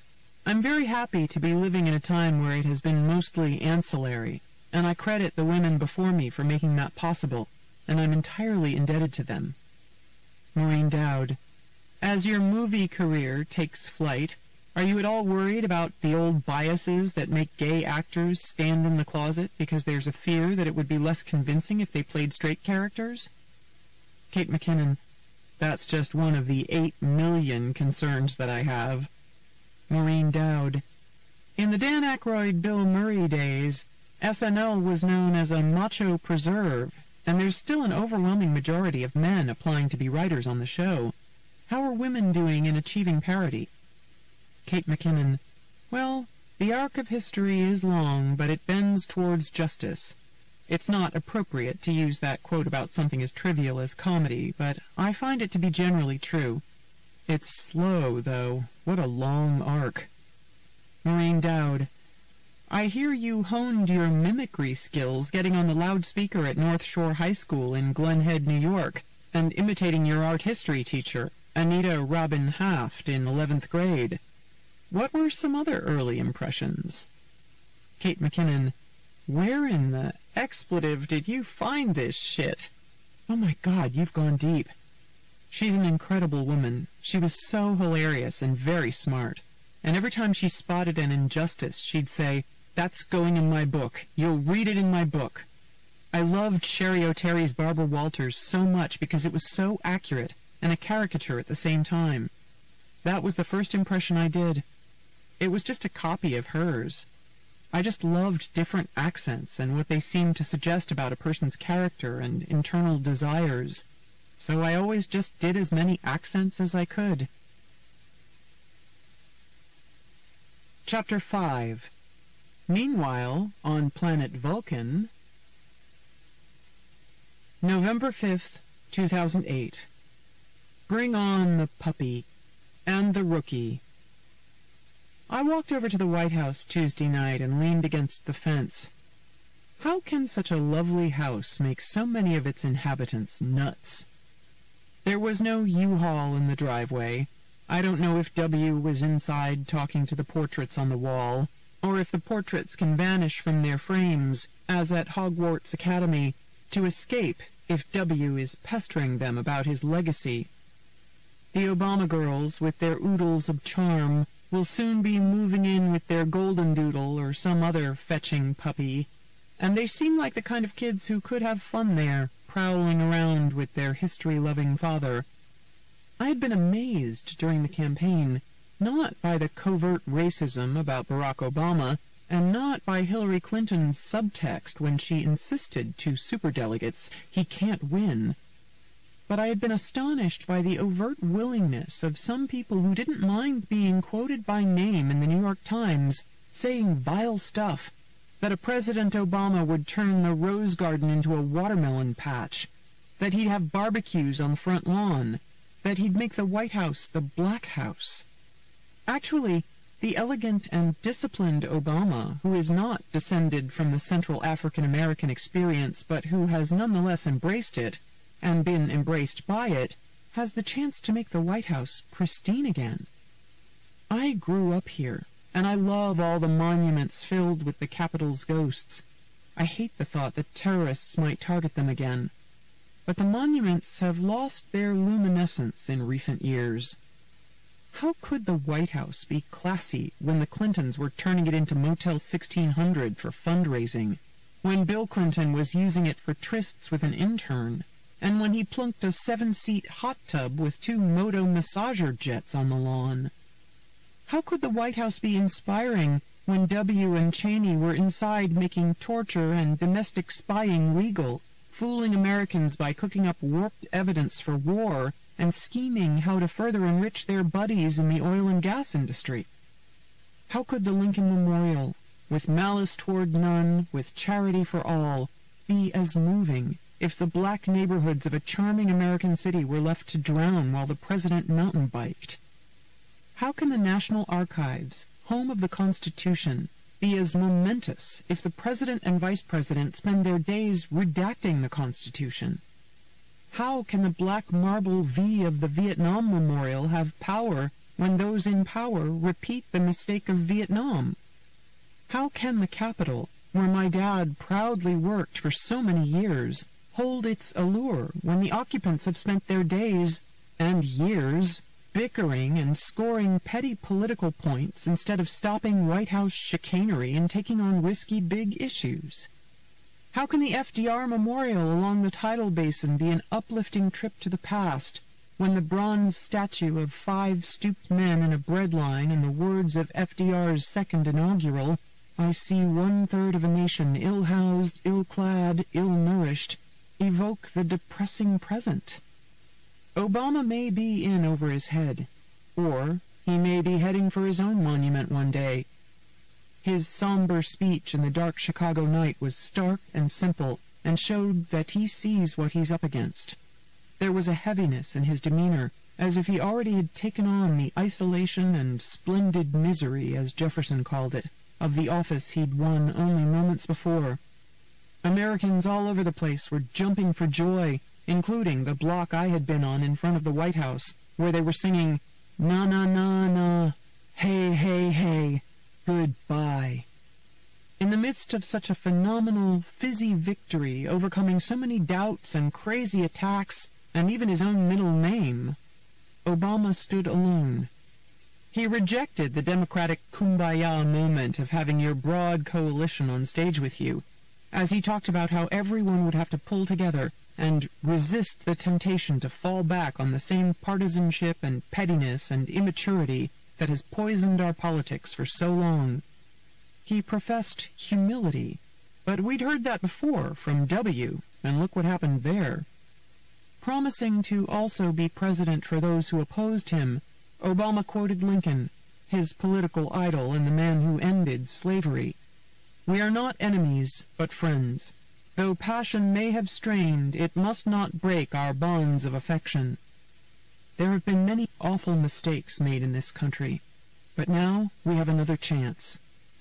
As we start fresh with a constitutional law professor and senator from the land of Lincoln, the Lincoln Memorial might be getting its gleam back. I may have to celebrate by going over there and climbing up into Abe's lap. It's a $50 fine, but it'd be worth it. January 20th, 2009. Exit the Boy King. It was the instant the earth stood still. Not since Klaatu landed in a flying saucer on the ellipse has Washington been so mesmerized by an object whirring through the sky. But this one was departing, not arriving. As W ceased to be president, he flew off over the Capitol and across the mall en route to Andrews Air Force Base, and then back to Texas. I've seen many presidents come and go, but I've never watched a tableau like the one Tuesday, when 4 million eyes turned heavenward, following the helicopter's path out of town. Everyone, it seemed, was waving goodbye with one or two hands, a wave that moved westward down the mall toward the Lincoln Memorial, and keeping their eyes fixed unwaveringly on that green bird. They wanted to make absolutely, positively certain that W was gone. It was like a physical burden being lifted, like a sigh went up of, "Thank God." Has Cheney's wheelchair left the building, too? The crowd was exuberant that George Bush was now an ex-president, and 43 himself was jovial, the way he always is, according to his last press secretary, Dana Perino. It was like a catharsis in Greek drama, with the antagonist plucked out of the scene into the sky, and the protagonist dropping into the scene to magically fix all the problems. Except Barack Obama's somber mien and restrained oratory conveyed that he's no divinity, and there will be no easy resolution to this plot. It was a morning of such enormous emotion and portent, jaw-dropping, Dow-dropping, and barrier-dropping, that even the cool new president had to feel daunted to see his blocks-long motorcade and 2 million hope-besotted faces beaming up at him, dreaming that he can save their shirts. The optimism was tempered by pessimism, a vibe of, maybe this once-in-a-lifetime guy can do it, but boy, there are a lot of never-in-our-lifetime problems here. Unlike W., Obama is a realist. He knows there is the potential of letting all these blissed-out people down. The day had its jittery moments, Teddy Kennedy's collapse and Robert Byrd's distraught reaction. There was also that match of the Titan smarty pants, the new Democratic president, face-to-face with the conservative Chief Justice he voted against. First, John Roberts had to say, "Easy, cowboy," after Mr. Obama jumped the gun on I at the start of the oath of office. Then the president, who had obviously been looking over his lines, graciously offered the Chief Justice a chance to correct his negligent syntax when he put the "faithfully" and other words out of place. Under the platform, near where I sat, Denzel Washington, Beyoncé, Jay-Z, and P. Diddy looked on proudly as the new commander-in-chief showed he was in command of the script and the country. After thanking President Bush for his service to our nation, Mr. Obama executed a high-level version of Stephen Colbert's share-the-stage smackdown of W at the White House Correspondents' Dinner in 2006. With W looking on, and probably gradually realizing with irritation, as he did with Colbert, who Mr. Obama's target was. Is he talking about me? Is 44 saying I messed everything up? The newly minted president let him have it. As for our common defense, we reject as false the choice between our safety and our ideals, he said to wild applause, and to Bartlett's, adding, "Those ideals still light the world, and we will not give them up for expedience's sake." He said America is choosing hope over fear, unity over discord, setting aside false promises and childish things. Letting a little air out of the highest hopes about what one man, even the one, can do, he emphasized the word our. He stressed that rebuilding after the wreckage of W and Cheney will be a shared burden, and that giving our all to a difficult task isn't as bad as it sounds. I grew up here, and it was the first time I've ever seen the city wholly, happily integrated, with a mood redolent of New York in the weeks after 9/11. The Obamas have made an unprecedented pledge to get involved in the real city that lies beyond the political Oz, and have already started doing so in many ways, including starting the night out at the D.C. neighborhood inaugural ball. Downtown was a euphoric pedestrian mall of commerce and communal kindness.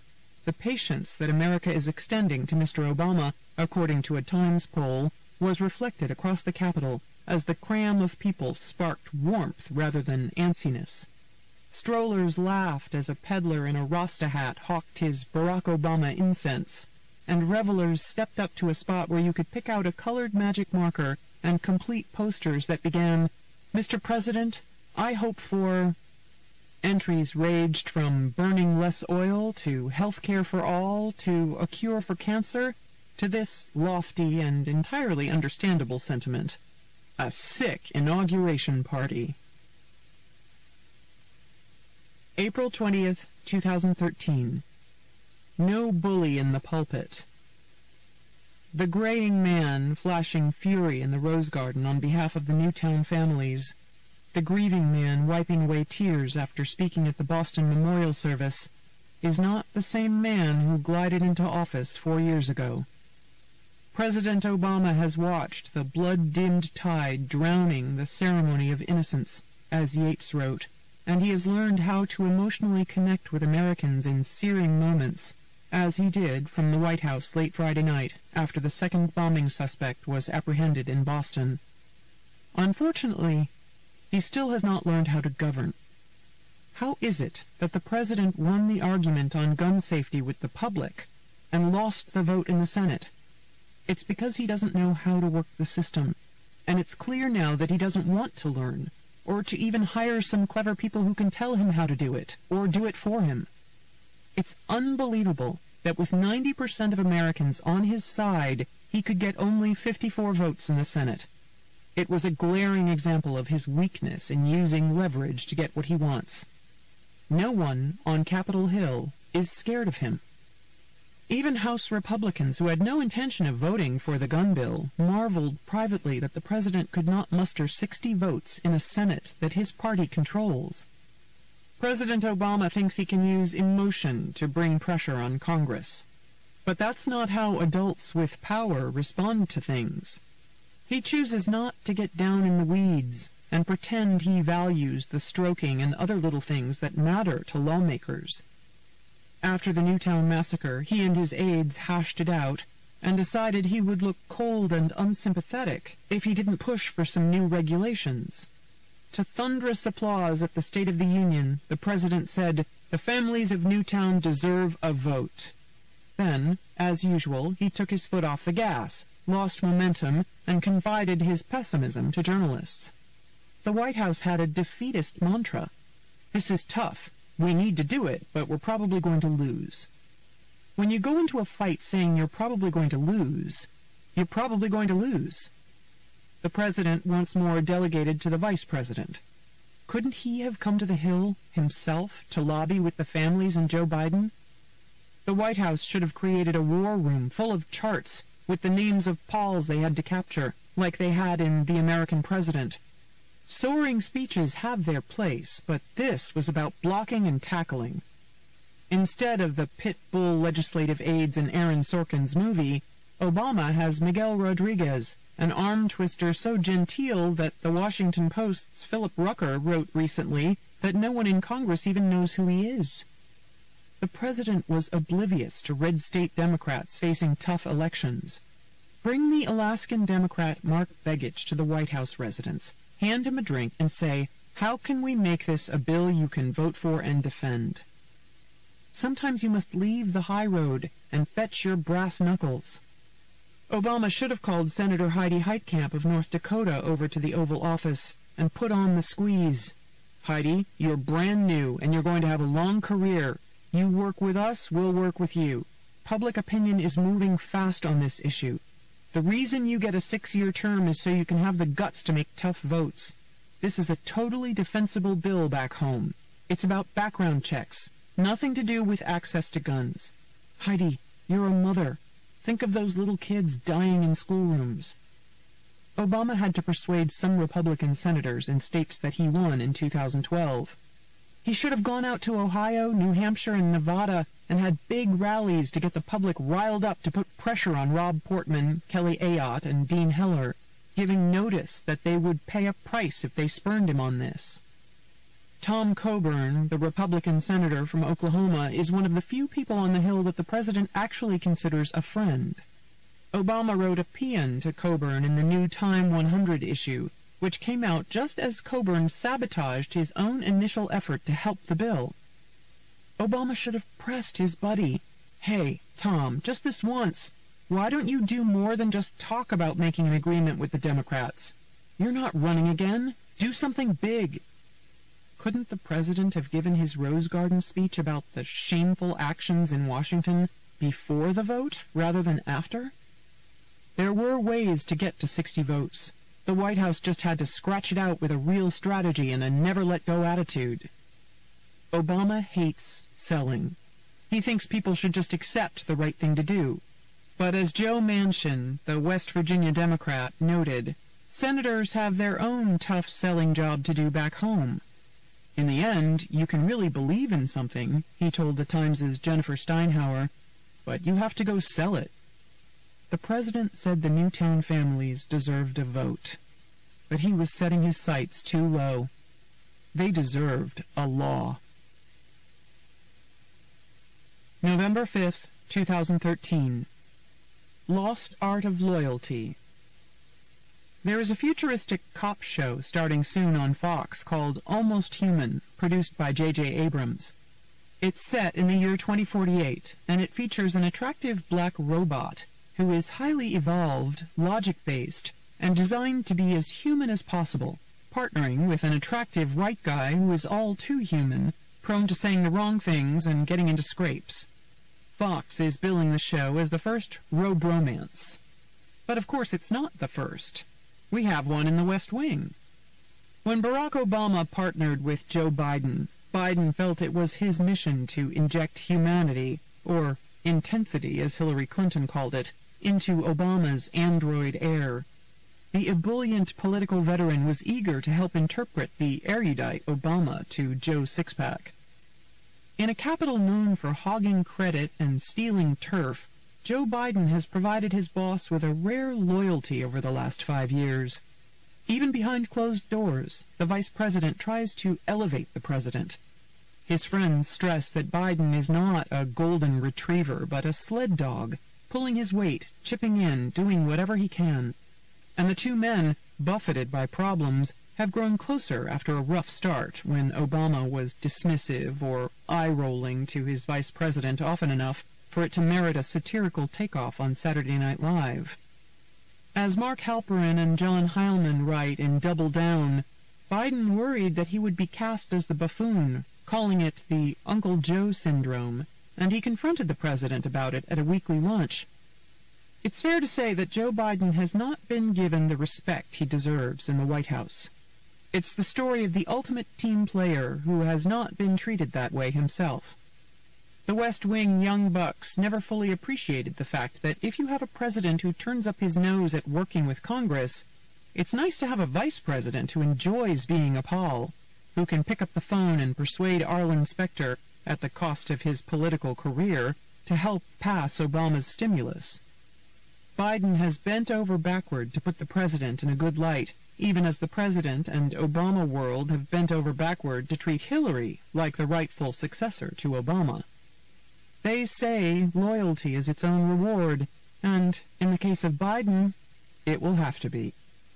On the CBS morning show last week, Bill Daley, Obama's former chief of staff, who is now a CBS News contributor, acknowledged the story in Double Down that he had pushed to poll to see if Biden should be dumped from the 2012 ticket and replaced with Hillary, something he never told Biden. This, even though the vice president was the best friend and one of the few defenders the unpopular chief of staff had in the White House. Daley had been Biden's national political director in his '88 presidential bid. The chief of staff and the vice president were a pair of plump green peas in a pod, both Irish Catholic sexagenarians with old-school tastes, old-school tendencies, and old-school values, write the Double Down authors. In the hyper-modern Obama White House, they write, Biden and Daley were like the gray-haired hecklers in the balcony on The Muppet Show, the Statler and Waldorf of the White House. Except, in this version, Waldorf considers pushing Statler off the balcony. Daley defended himself to the Times' Jonathan Martin this way. You have to remember, at that point the president was in awful shape, so we were like, holy Christ, what do we do? You scapegoat Uncle Joe, of course, even though he had nothing to do with the president's low standing. When Biden blurted out his support for gay marriage after the poll-driven Obama had dithered about revealing his position in favor of it for 8 years, controlling Obama staffers punished the vice president with friendly fire, anonymously trashing him. Double Down reports other slights to Biden. Obama, fearing leaks, cuts the size of his re-election strategy meetings, excluding Biden, even though, as a 40-year veteran of politics, he would have had plenty of insights. And David Plouffe dresses down Biden, who was going on a 2012 campaign fundraising swing in California for wanting to meet with Hollywood and Silicon Valley big shots who could help if he ran in 2016. "We can't have side deals," Pluff tells him. That's rich, given the fact that Obama let Hillary move her team of image buffers and political aides into the State Department. She was allowed to do side deals, like the time she had a political aide at State send invitations to prominent Irish Democrats who had raised millions for her past campaigns to accompany her on a diplomatic trip to Dublin and Belfast. Biden loyalists believe Daley added insult to injury by dishing to the Double Down authors, noting with dark humor that in the Boardwalk Empire days, such disloyalty in the Irish tribe would have been met with a kneecapping in a dark alley. One asked, "How does Bill Daley get out of bed every morning?" April 29th, 2014. Is Barry whiffing? Stop whining, Mr. President, and stop whiffing. Don't whinge off the record with columnists, and definitely don't do it at a press conference with another world leader. It is disorienting to everybody, here at home and around the world. I empathize with you about being thin-skinned. When you hate being criticized, it's hard to take a giant steaming plate of "you stink" every day, coming from all sides. But you convey the sense that any difference on substance is lèse-majesté. You simply proclaim what you believe as though you know it to be absolutely true, hoping we recognize the truth of it, and if we don't, then we've disappointed you again.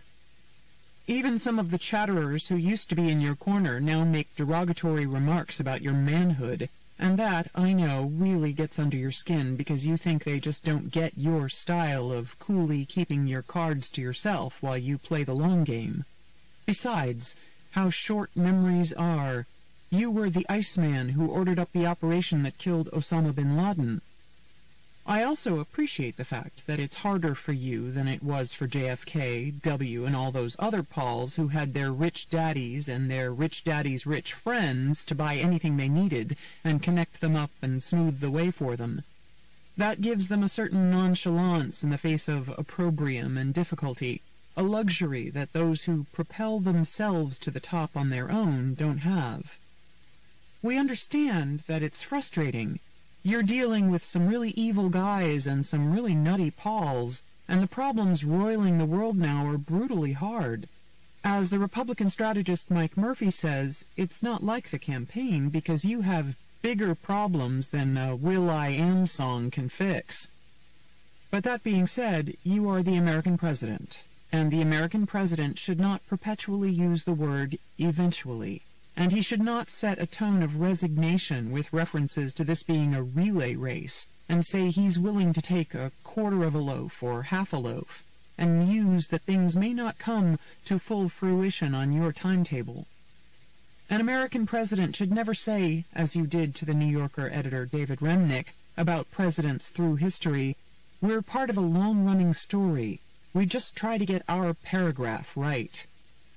Mr. President, I am just trying to get my paragraph right. You need to think bigger. An American president should never say, as you did Monday in Manila when you got frustrated in a press conference with the Philippine president, "You hit singles, you hit doubles. Every once in a while, we may be able to hit a home run." Especially now that we have this scary World War III vibe with the Russians, we expect the president, especially one who ran as Babe Ruth, to hit home runs.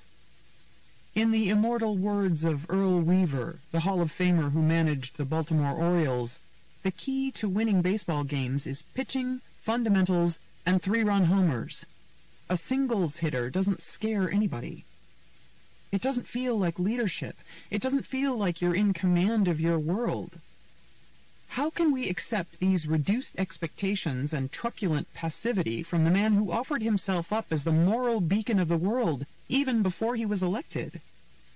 As Leon Wieseltier wrote in the latest New Republic, oppressed and threatened swaths of the world are jittery and despairing because the United States seems no longer reliable in emergencies, which it prefers to meet with meals ready to eat. The The Times' Mark Landler, who traveled with the president on his Asia trip, reported that Obama will try to regain the offensive, including a graduation address at West Point, putting his foreign policy in context. Mr. President, don't you know that we're speeched out? It's not what we need right now. You should take a lesson from Adam Silver, a nerdy technocrat who, in his first big encounter with a crazed tyrant, managed to make the job of NBA commissioner seem much more powerful than that of President of the United States.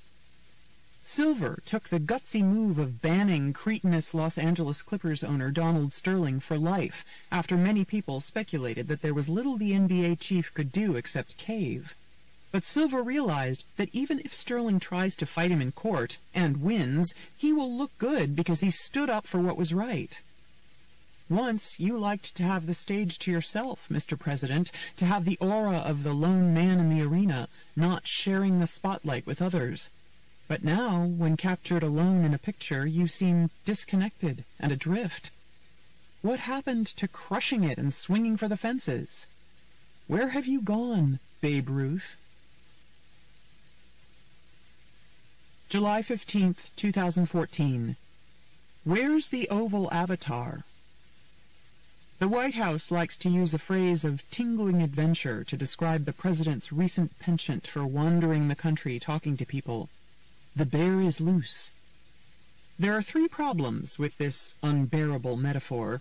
Barack Obama is not in captivity, he's not a bear, and he's not loose. As Voltaire said of the Holy Roman Empire, it was neither holy, nor Roman, nor an empire. When our whippet-like president travels on Air Force One from staged photo op to staged photo op, and then to coinciding fundraiser to coinciding fundraiser, encased by the White House travel behemoth and press centipede, that's kind of the opposite of breaking loose.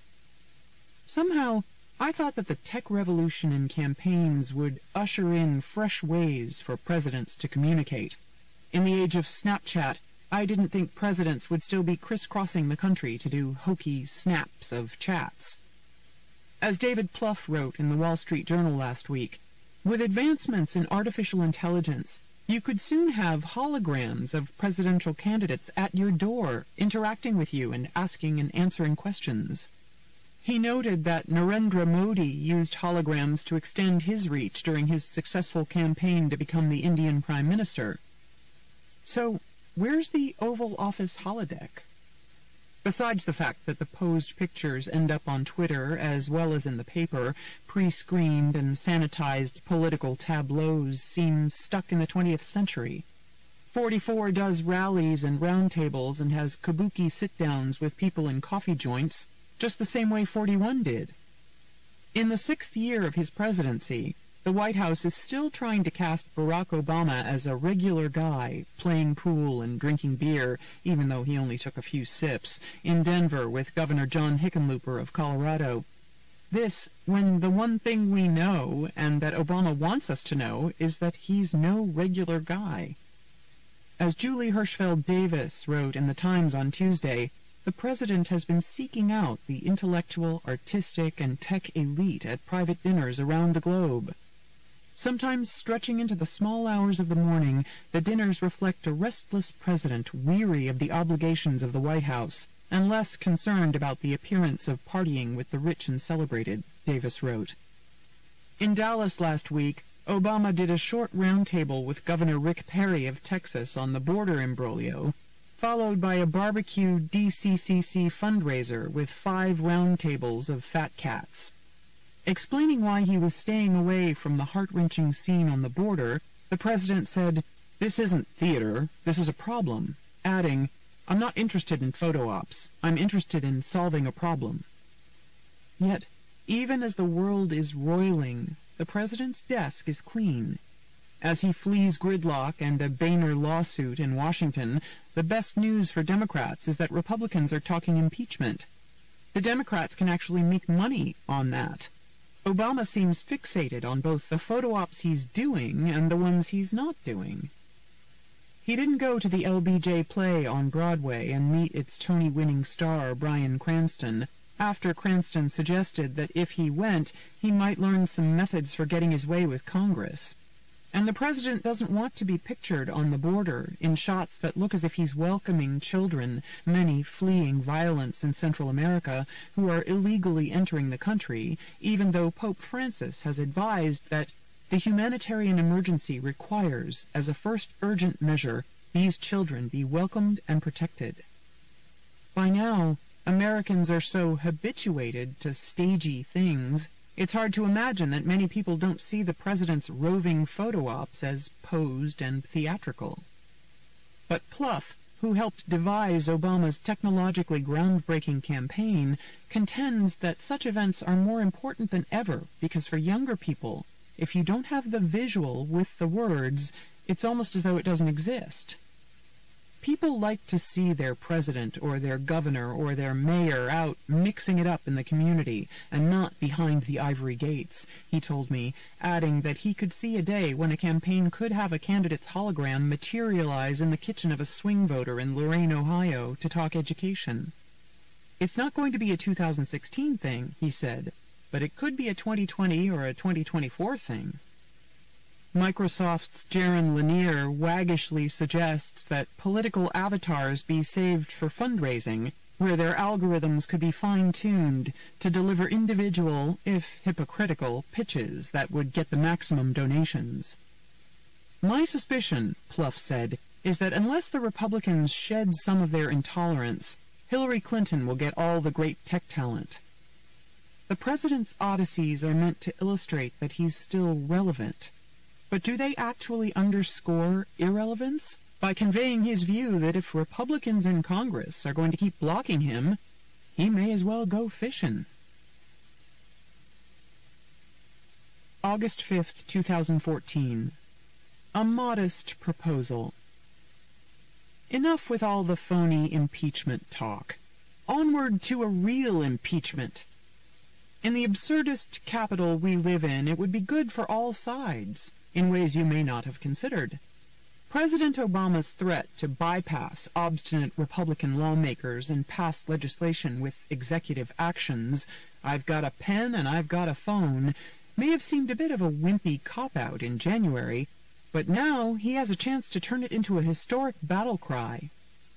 He gives a passionate address to the nation, channeling 2004 Obama, and asks, as the son of a foreigner who came to America to go to school, how our mosaic of immigrants soured into such a cruel place toward displaced children. He defies the Republicans and shoots the moon on an executive order giving backdoor amnesty to millions of undocumented Hispanic immigrants, as well as all those suffering kids on the border who are afraid to live in their own violent countries. The Republicans go absolutely nuts and realize that their lawsuit, the mini-me of impeachment, will not suffice. They hesitate to go as far as a Swiftian solution, selling the children to rich people as food, so they race back into session and try the president for the high crime and misdemeanor of abusing his power. It gives the party, which is ripping itself apart trying to figure out what it stands for, a clear identity. You can count on Republicans to always impeach Democratic presidents in their second terms. GOP will become short for gratuitously ousting presidents. They won't be able to win the White House ever again after alienating every Hispanic in the country, but they can bask in presidentus interruptus. Republicans could finally take on Obama to a degree that would make their crazed base happy, or as happy as this begrudging, seething crowd and their mindless, malcontent queen, Sarah Palin, are capable of being. Presidential candidates who support impeachment would thrive in the primaries because the rabid anti-Obama base would reward them. A recent CNN poll reported that 57% of Republicans support impeaching Obama, and that is before any bold executive action on immigration or preventing corporations from fleeing America to dodge taxes. Democratic candidates, struggling in this election season, wouldn't have to think of silly excuses not to appear on the trail with the president, while Republican candidates jockey to get a blessing from Mitt Romney. And if Democrats are having so much success raising millions by hyping a fake impeachment threat, think of what they could do with a real one. The biggest beneficiary, of course, would be President Obama. If Congress makes him the first ever president removed by impeachment, his popularity will soar from its current nadir, maybe even approaching Bill Clinton heights. It would validate the president's whinging that he could never work with the Republicans and cement their reputation as world-class thwarters. It would endear him to Democrats for years to come because he lost the highest office in the land going to bat for them. They would finally forgive Obama for running for president twice when he scorned politics. Fed-up Americans would decide to actually go vote this year for Democrats and save them from the losses they seem headed for. Best of all, President Obama could take an extra early slide out of the job he doesn't seem to enjoy. He and an ecstatic Michelle could move back to Chicago or up to New York, leaving the despised Washington in the dust. He could indulge in the speechifying, edifying, and modulating that he loves so much. As a master of narrative, the president knows that he lost control of his own. An impeachment would allow him to recast his story in a vivid new light. Right now, his story is the boring and bored president who can't get Congress to do anything and is just coasting into irrelevance. After taking big risks early in his presidency with health care and the bin Laden raid, he seemed to sink into disgust at the gnarled system, slacking off and playing golf. But if he got thrown out of office for taking an audacious risk, showing he was willing to fight for something and stand up to the nihilists, racists, and Tea Party loonies, his narrative would leap into high-noon drama. Oh, and there's a final person it would be really good for, and he's owed one. Joe Biden would get to be president, the shot that Obama and his strategists have been reluctant to give the loyal vice president, preferring to boost former rival Hillary Clinton. Unlike Obama, Biden enjoys schmoozing, jawboning, log-rolling, arm-twisting, and deal-making with lawmakers till the cows come home. And as we learned in the new Ronald Kessler book on the Secret Service, Biden likes to swim in the nude. So he'd certainly be a president who believes in transparency. August 19th, 2014. Alone again, naturally. Affectations can be dangerous, as Gertrude Stein said. When Barack Obama first ran for president, he theatrically cast himself as the man alone on the stage. From his address in Berlin to his acceptance speech in Chicago, he eschewed ornaments and other politicians, conveying the sense that he was above the grubby political scene, unearthly and apart. He began Dreams from My Father with a description of his time living on the Upper East Side while he was a student at Columbia, savoring his lone wolf existence. He was, he wrote, prone to see other people as unnecessary distractions. When neighbors began to cross the border into familiarity, I would soon find reason to excuse myself. I had grown too comfortable in my solitude, the safest place I knew. His only kindred spirit was a silent old man who lived alone in the apartment next door. Obama carried groceries for him, but never asked his name. When the old man died, Obama briefly regretted not knowing his name, then swiftly regretted his regret. But what started as an affectation has turned into an affliction. A front-page article in the Times by Carl Hulse, Jeremy Peters, and Michael Shear chronicled how the president's disdain for politics has alienated many of his most stalwart Democratic supporters on Capitol Hill. His bored bird in a gilded cage attitude, the article said, has left him with few loyalists to effectively manage the issues erupting abroad and at home, and could imperil his efforts to leave a legacy in his final stretch in office. Senator Claire McCaskill of Missouri, an early Obama backer, noted that, for him, eating his spinach is schmoozing with elected officials. First, the president couldn't work with Republicans because they were too obdurate. Then he tried to chase down reporters with subpoenas. Now he finds members of his own party an unnecessary distraction.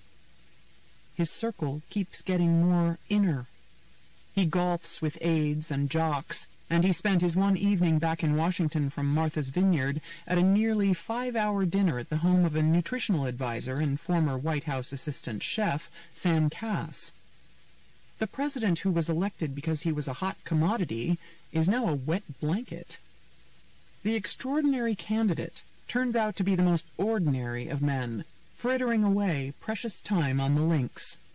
Unlike LBJ, who devoured problems as though he were being chased by demons, Obama's main galvanizing impulse was to get himself elected.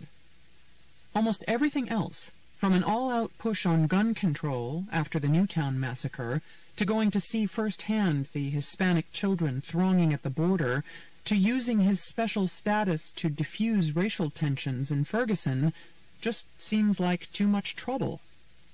The 2004 speech that vaulted Obama into the White House soon after he breezed into town turned out to be wrong. He misdescribed the country he wanted to lead. There is a liberal America and a conservative America, and the red-blue divide has only gotten worse in the last 6 years. The man whose singular qualification was as a uniter turns out to be singularly unequipped to operate in a polarized environment. His boosters argue that we spurned his gift of healing, so healing is the one thing that must not be expected of him. We ingrates won't let him be the redeemer he could have been. As Ezra Klein wrote in Vox, if Obama's speeches aren't as dramatic as they used to be, this is why. The White House believes a presidential speech on a politically charged topic is as likely to make things worse as to make things better. He concluded, there probably won't be another race speech because the White House doesn't believe there can be another race speech. For Obama, the cost of becoming president was sacrificing the unique gift that made him president. So the one who got elected as the most exciting politician in American history is the one from whom we must never again expect excitement? Do White House officials fear that Fox News could somehow get worse to them? Sure, the president has enemies. Sure, there are racists out there. Sure, he's going to get criticized for politicizing something. But as FDR said of his moneyed foes, I welcome their hatred. Why should the president neutralize himself? Why doesn't he do something bold and thrilling, get his hands dirty, stop going to Beverly Hills to raise money and go to St. Louis to raise consciousness? Talk to someone besides Valerie Jarrett. The Constitution was premised on a system full of factions and polarization. If you're a fastidious Paul who deigns to heal and deal only in a holistic, romantic, unified utopia, the Oval Office is the wrong job for you. The sad part is that this is an ugly, confusing, and frightening time at home and abroad, and the country needs its president to illuminate and lead, not sink into some petulant expression of his aloofness, where he regards himself as a party of his own and a victim of petty, needy, bickering egomaniacs. Once, Obama thought his isolation was splendid, but it turned out to be unsplendid. August 23, 2014. The Gulf Address. 4. Score? And 7 trillion rounds ago, our four-caddies brought forth on this continent a new playground, conceived by Robert Trent Jones, and dedicated to the proposition that all men are created equal when it comes to spending as much time on the links as possible, even when it seems totally inappropriate, like moments after making a solemn statement condemning the grisly murder of a 40-year-old American journalist beheaded by ISIL. I know reporters didn't get a chance to ask questions, but I had to bounce. I had a 1 p.m. tea time at Vineyard Golf Club with Alonzo Mourning, and a part owner of the Boston Celtics. Hillary and I agreed when we partied with Vernon Jordan up here, hanging out with celebrities and rich folks is fun. Now we are engaged in a great civil divide in Ferguson, which does not even have a golf course, and that's why I had a logistical issue with going there. We are testing whether that community, or any community so conceived and so dedicated, can long endure when the nation's leader wants nothing more than to sink a birdie putt.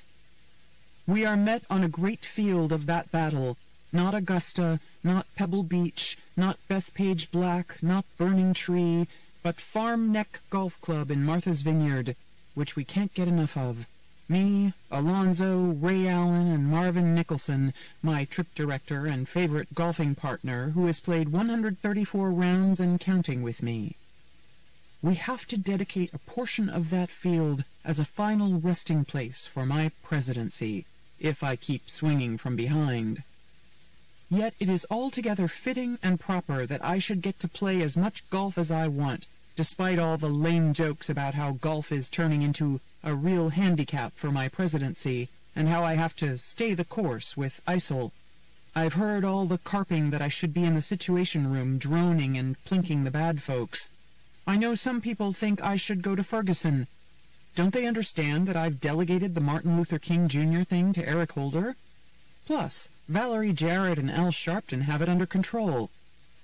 I know it doesn't look good to have pictures of me grinning in a golf cart, juxtaposed with ones of James Foley's parents crying, and a distraught David Cameron rushing back from his vacation after only one day, and the Pentagon news conference with Chuck Hagel and General Dempsey on the failed mission to rescue the hostages in Syria. We're stuck in the rough, going to war all over again in Iraq, and maybe striking Syria too. Every time Chuck says ISIL is beyond anything we've ever seen, I sprout 7 more gray hairs. But my cool golf caps cover them. If only I could just play through the rest of my presidency. ISIL brutally killing hostages because we won't pay ransoms, rumbles of coups with our puppets in Iraq and Afghanistan, the racial cauldron in Ferguson, the Ebola outbreak, the Putin freakout. There's enough awful stuff going on to give anyone the yips. So how can you blame me for wanting to unwind on the course, or for 5 hours at dinner with my former assistant chef? He's a great organic cook, and he's got a gluten-free backyard putting green. But in a larger sense, we can dedicate, we can consecrate, we can hallow this ground where I can get away from my wife, my mother-in-law, Uncle Joe, Congress, and all the other hazards in my life. The brave foursomes, living and dead, who struggled here in the sand, in the trees, in the water, have consecrated it, far above our poor power to add or subtract a few strokes to improve our score. Bill Clinton was Mr. Mulligan, and he is twice as popular as I am. The world will little note, nor long remember what we shot here, or why I haven't invited a bunch of tiresome congressmen to tee it up. I'm trying to relax, guys, so I'd much rather stay in the bunker with my usual bros. Why don't you play 18 with Mitch McConnell? And John Boehner is a lot better than me, so I don't want to play with him.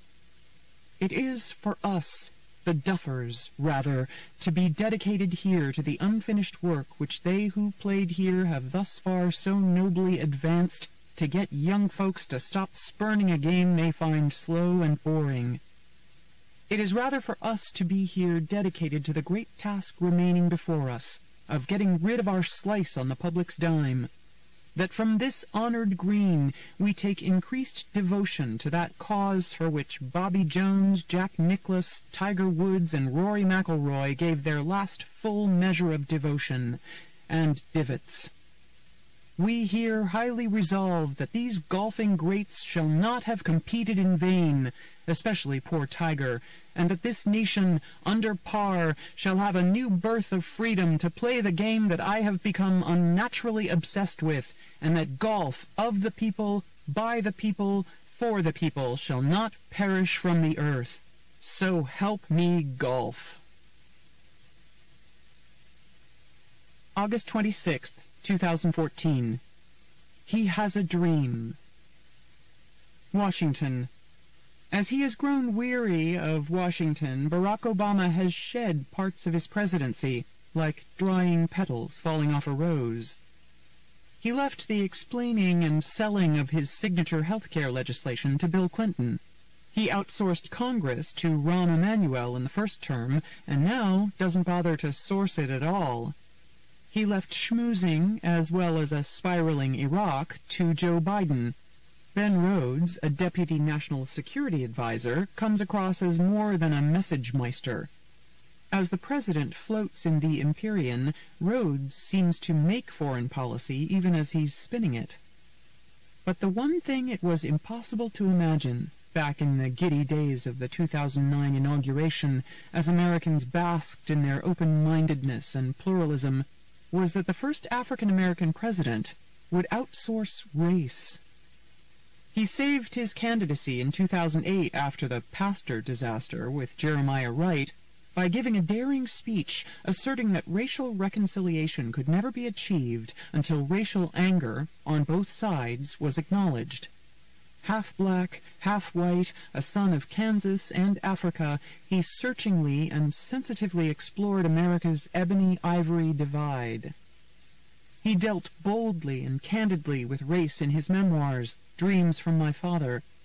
In many parts of the South, he wrote, my father could have been strung up from a tree for merely looking at my mother the wrong way.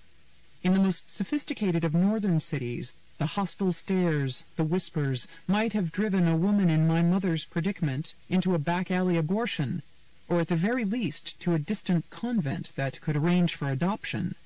Their very image together would have been considered lurid and perverse. Now the professor in the Oval Office has spurned a crucial, teachable moment.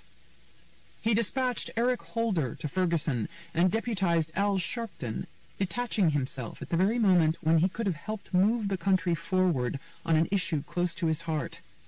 It's another perverse reflection of his ambivalent relationship to power.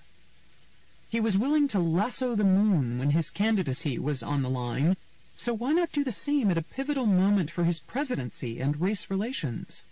Instead, he anoints a self-promoting TV pundit with an incendiary record as the White House's civil rights leader of choice, as the Times put it, vaulting Sharpton into the country's most prominent voice on race relations. It seems oddly retrogressive to make Sharpton the official go-between with Ferguson's black community, given that his history has been one of fomenting racial divides, while Obama's has been one of soothing them. The MSNBC host has gone from the bonfire of the vanities to White House Super Bowl parties. As a White House official told Politico's Glenn Thrush, who wrote on the 59-year-old provocateur's consultation with Valerie Jarrett on Ferguson, there's a trust factor with the Rev from the Oval Office on down. He gets it, and he's got credibility in the community that nobody else has got.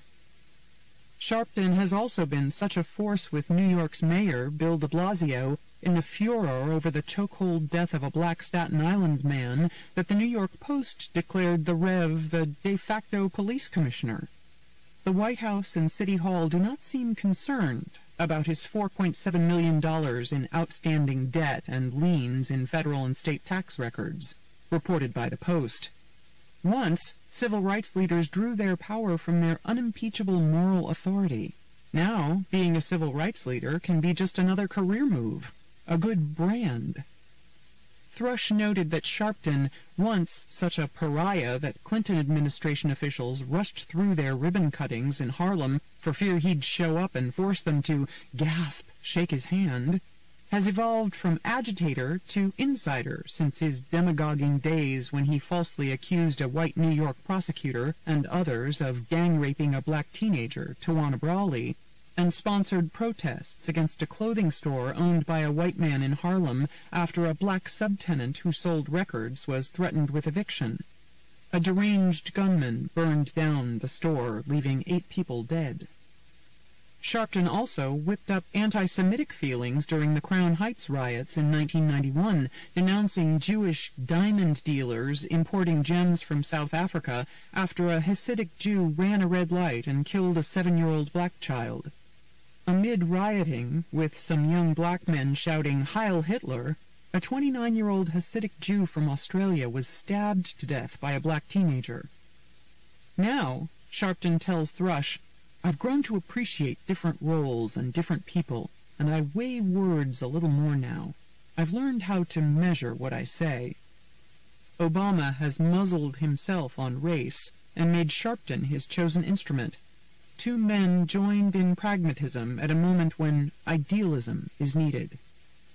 We can't expect the president to do everything, but we can expect him to do something. September 27th, 2014. From pen and phone to bombs and drones. The president was at the United Nations on Wednesday, urging young people across the Muslim world to reject benighted values, even as America clambers into bed with a bunch of Middle East potentates who espouse benighted values. President Obama has been working hard to get a coalition that includes Saudi Arabia, Qatar, Bahrain, Jordan, and the United Arab Emirates because they provide cover in the fight against the brutal, metastasizing threat of the Islamic State, a network of death known as ISIS that our blunders, both of action and inaction, helped create. He and Secretary of State John Kerry have cajoled this motley crew for the coalition. American warplanes are doing most of the airstrikes in Syria, even though in countries like Saudi Arabia and Qatar, powerful elements are financing some of the same terrorists that their governments have been enlisted to fight. At the UN on Tuesday, in a scene in a fancy old New York hotel that evoked Marlon Brando making the peace with the heads of the 5 families in The Godfather, President Obama offered a tableau of respect to the leaders of Saudi Arabia, Bahrain, Jordan, Qatar, and the United Arab Emirates. This represents partners and friends in which we have worked for very many years to make sure that security and prosperity exists in the region, he said. When American presidents rain down bombs on Muslim countries, they use the awful treatment of women in the Middle East as one of their justifications. In his speech at the United Nations, President Obama said he wanted to speak directly to young people across the Muslim world and urged them to create genuine civil societies. Where women are full participants in a country's politics or economy, societies are more likely to succeed, he said. And that's why we support the participation of women in parliaments and peace processes, schools, and the economy. Yet, because we need the regressive rulers in the Persian Gulf to sell us oil and buy our fighter jets and house our fleets and drones and give us cover in our war coalitions, we don't really speak out about their human rights violations and degradation of women as much as we should. The Obama administration was sparked to action by the videos of ISIS beheading 2 American journalists. Yet, Saudi Arabia, wooed to be in the coalition by Kerry with a personal visit this month, has been chopping off heads regularly, sometimes for non-lethal crimes such as drugs or sorcery. The president should just drop the flowery talk and cut to the chase. Americans get it. Let's not pretend we're fighting for any democratic principles here.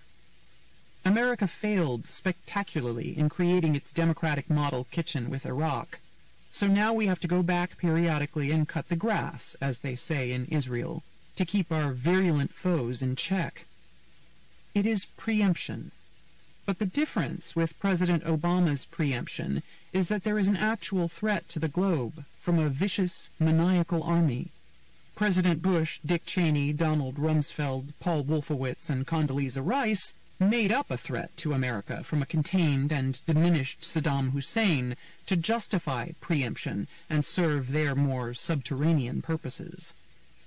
8 months ago, the president was reduced to threatening to act without Congress, warning, "I've got a pen and I've got a phone." Now he's brandishing bombs and drones on a scale he's never done before. The ex-community activist, elected on a peace platform, has grown accustomed to coldly ordering the killing of bad guys. It's hard to imagine that in his wildest dreams or nightmares he ever foresaw the inbox he has, says Richard Haas, the president of the Council on Foreign Relations. But as Harold Macmillan, the former British Prime Minister, said once, when asked what disrupted his best-laid plans, "Events, dear boy, events." As the U.S. woos the Arab coalition, Arab leaders are not speaking out against the atrocities of ISIS against women. It is the obligation and duty of Arab countries, where men always feel so possessive about their mother, their wife, their daughter, to condemn ISIS's violence against women, said Hala Esfandiari, the director of the Middle East program at the Wilson Center. Why don't they say a word? I've been working with women in the Middle East for 40 years, and I've never seen such brutality, such barbarism as that which ISIS is committing against women. It is unbelievable. We are so far from where the dunderheads of the Bush administration were in 2003, with George W. Bush bragging about his cakewalk of weakening dictators, forging democracies, and recognizing the rights of women. As it has rampaged like a flesh-eating virus through the region, ISIS has been targeting professional women. An Iraqi lawyer who worked to promote women's rights was grabbed from her home last week after she posted complaints on her Facebook page about ISIS's barbaric destruction of mosques and shrines in Mosul. Samira Salih Ali al-Naimi was tortured for days. Then a masked firing squad executed her on Monday, and then told her family she could not have a funeral.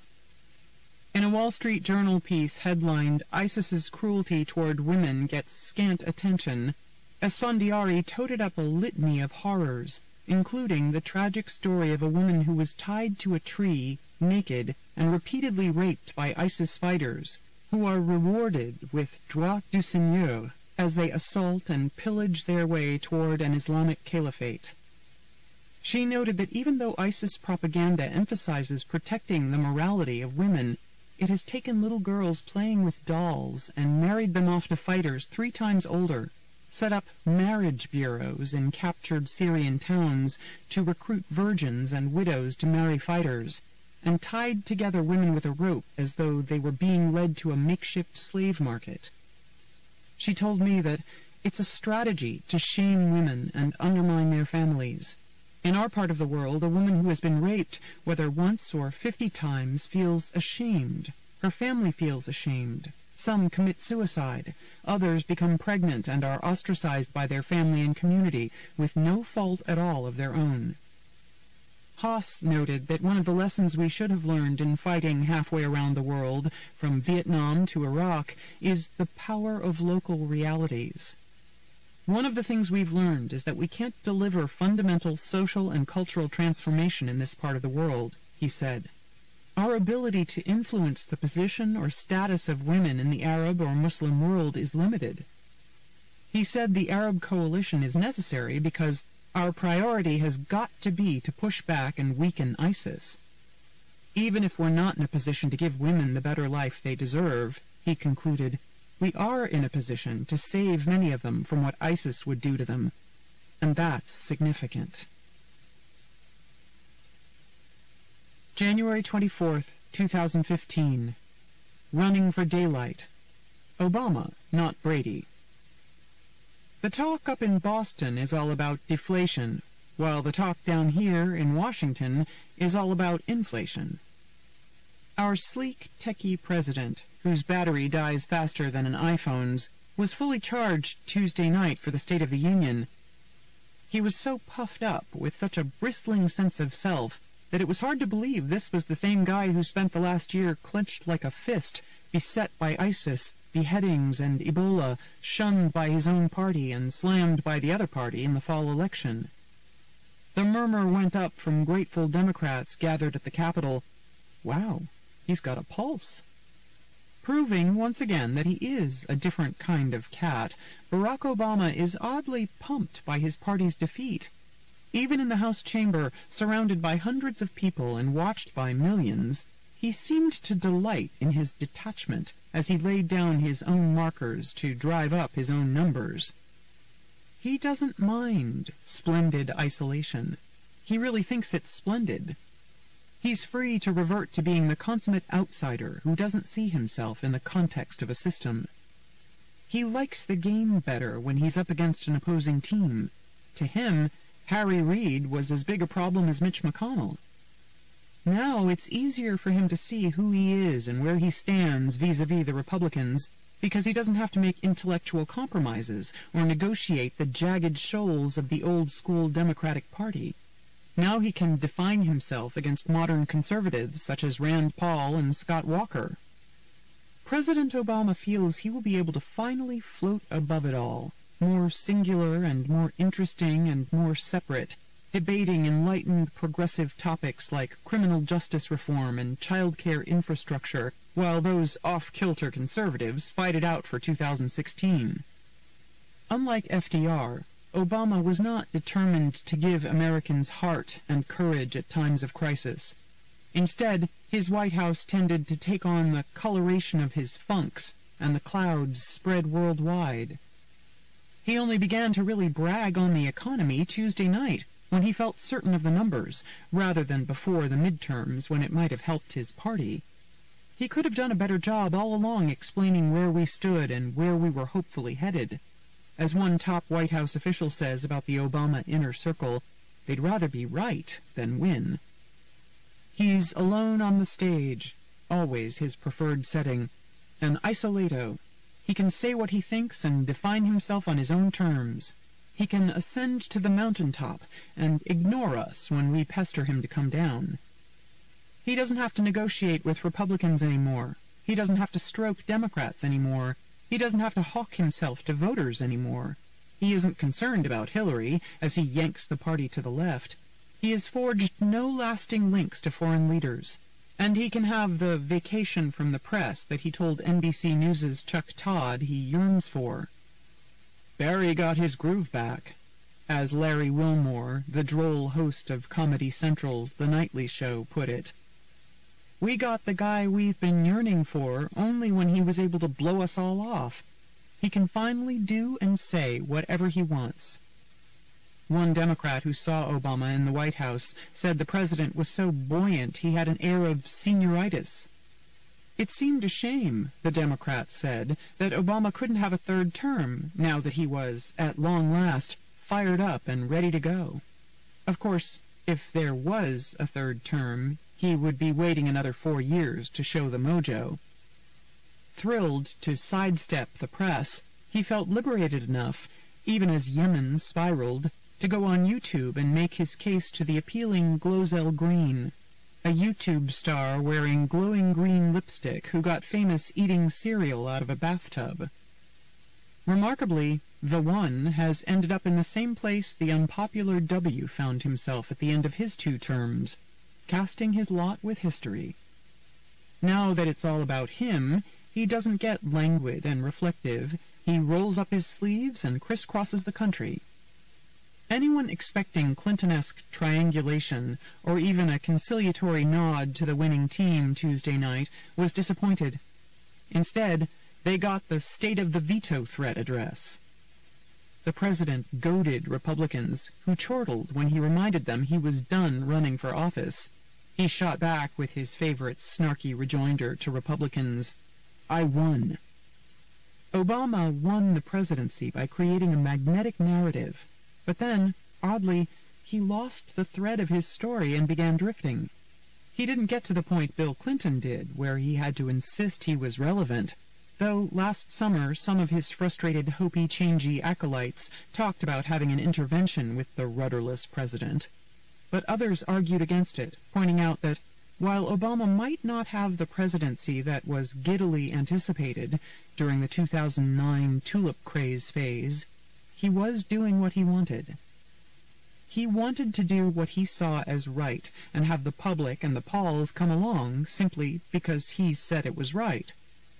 But when the Potomac didn't part when he was elected, he got grumpy and decided not to play the game.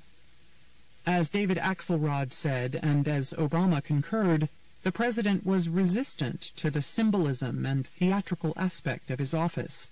He never got it that the emotional component of the presidency is real, whether it's wooing lawmakers or comforting the nation. When the public was jittery about ISIS, Ebola, and Ferguson, Obama responded like a law professor. He made a stunning speech on race to save his 2008 campaign, but he has stayed largely detached from the roiling race drama that stretched from St. Louis to New York. In year 7, when everyone else has started focusing on 2016, he suddenly popped up with a full-throated narrative and rationale for his presidency. It is time for the middle class to share the wealth, and the Republicans are still protecting the rich. The State of the Union was not so much too little too late as too much too late. Republicans said Obama was in fantasy land. While free community college educations, money for child care, new roads, new taxes on the rich, initiatives on climate change, and partying in Cuba are all feel-good ideas for Democrats, a lot of that isn't going to happen, and he knows it. Though President Obama's numbers are up, the results are likely to be pretty meager.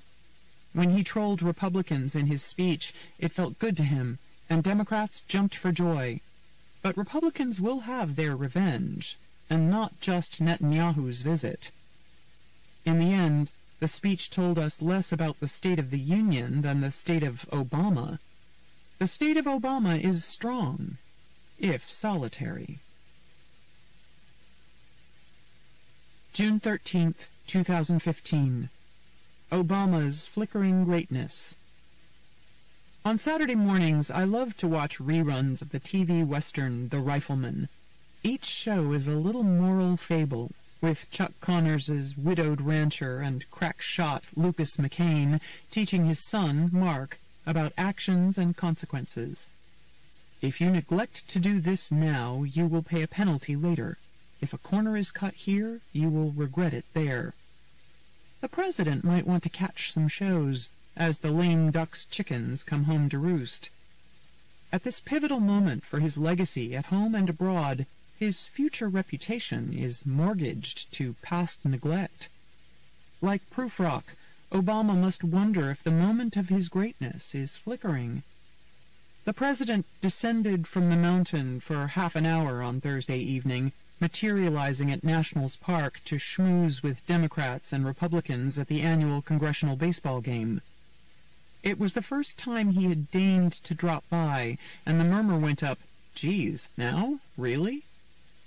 Obama has always resented the idea that it mattered for him to charm and knead and whip and hug and horse-trade his way to legislative victories, to lubricate the levers of government with personal loyalty.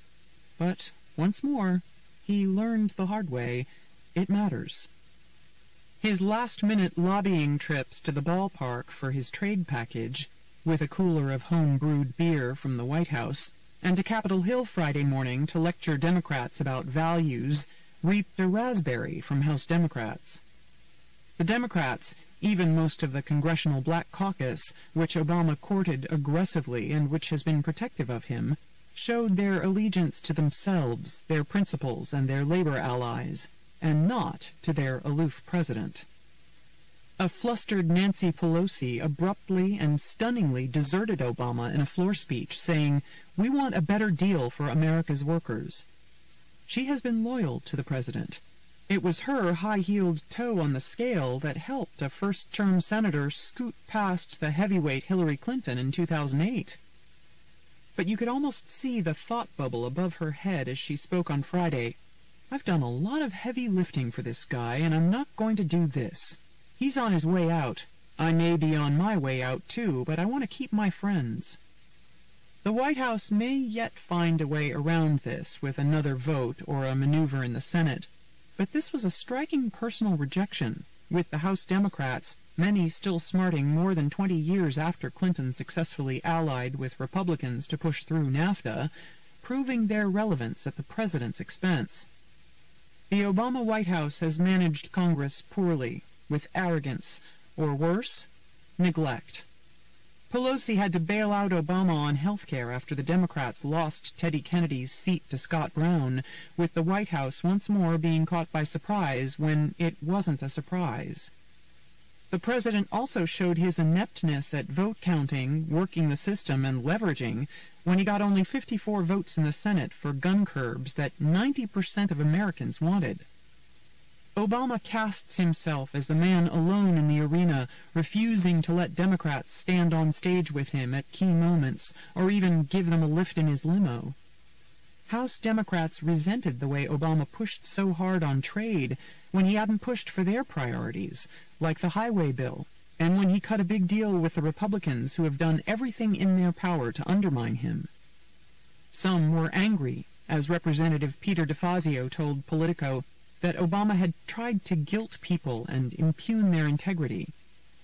The attitude of many was, okay, go have fun with your Republican friends.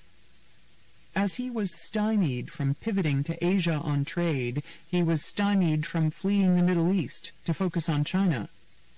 Because he was elected partly on his promise to pull American troops from Iraq, he had a distaste for unraveling the Gordian knot tied by W. Dick Cheney and Donald Rumsfeld, despite Rummy's attempts last week to weasel out of it. So Obama failed to keep his foot on the throat of our Shiite puppets, who balked at leaving an American troop presence there, with immunity, and who treated the Sunnis badly to punish them for the decades when Saddam treated the Shiites badly. Many Sunnis, including Saddam's former fighters put out of work by the American Viceroy Paul Bremer, felt exposed and unprotected, and joined up with al-Qaeda and ISIS. As the French ambassador to the United States, Yëär put it to me recently, why would a Sunni soldier want to die fighting Sunnis to defend a Shiite government? President Obama has vowed to degrade, destroy, and defeat ISIS, but it seems more like delay, so it won't look as though he lost Iraq on his watch. He's putting a bandage on the virulent gash, sending American advisors to work with Iraqi troops and tribesmen in lily-pad bases near the front lines. It appears to be a sad, symbolic move by a country and president fed up with endless war and at wit's end about how to combat the most murderous terrorists on the face of the earth. If we drowned in quicksand going full bore for a dozen years beside Iraqi soldiers who did not want to fight, what good will 450 more American trainers do? A lame duck sending sitting ducks to lily pads is not a pretty sight. August 1st, 2015. What would Bo do? A pattern of cutting corners, a patina of entitlement and inevitability has led to this. Destroying digital messages and thwarting official investigations while acting all innocent about wiping out sensitive material. Avoiding reporters after giving disingenuous explanations at uncomfortable news conferences. Claiming egregious transgressions are a private matter and faux controversy while sending out high-power lawyers and spin doctors to deflect and minimize.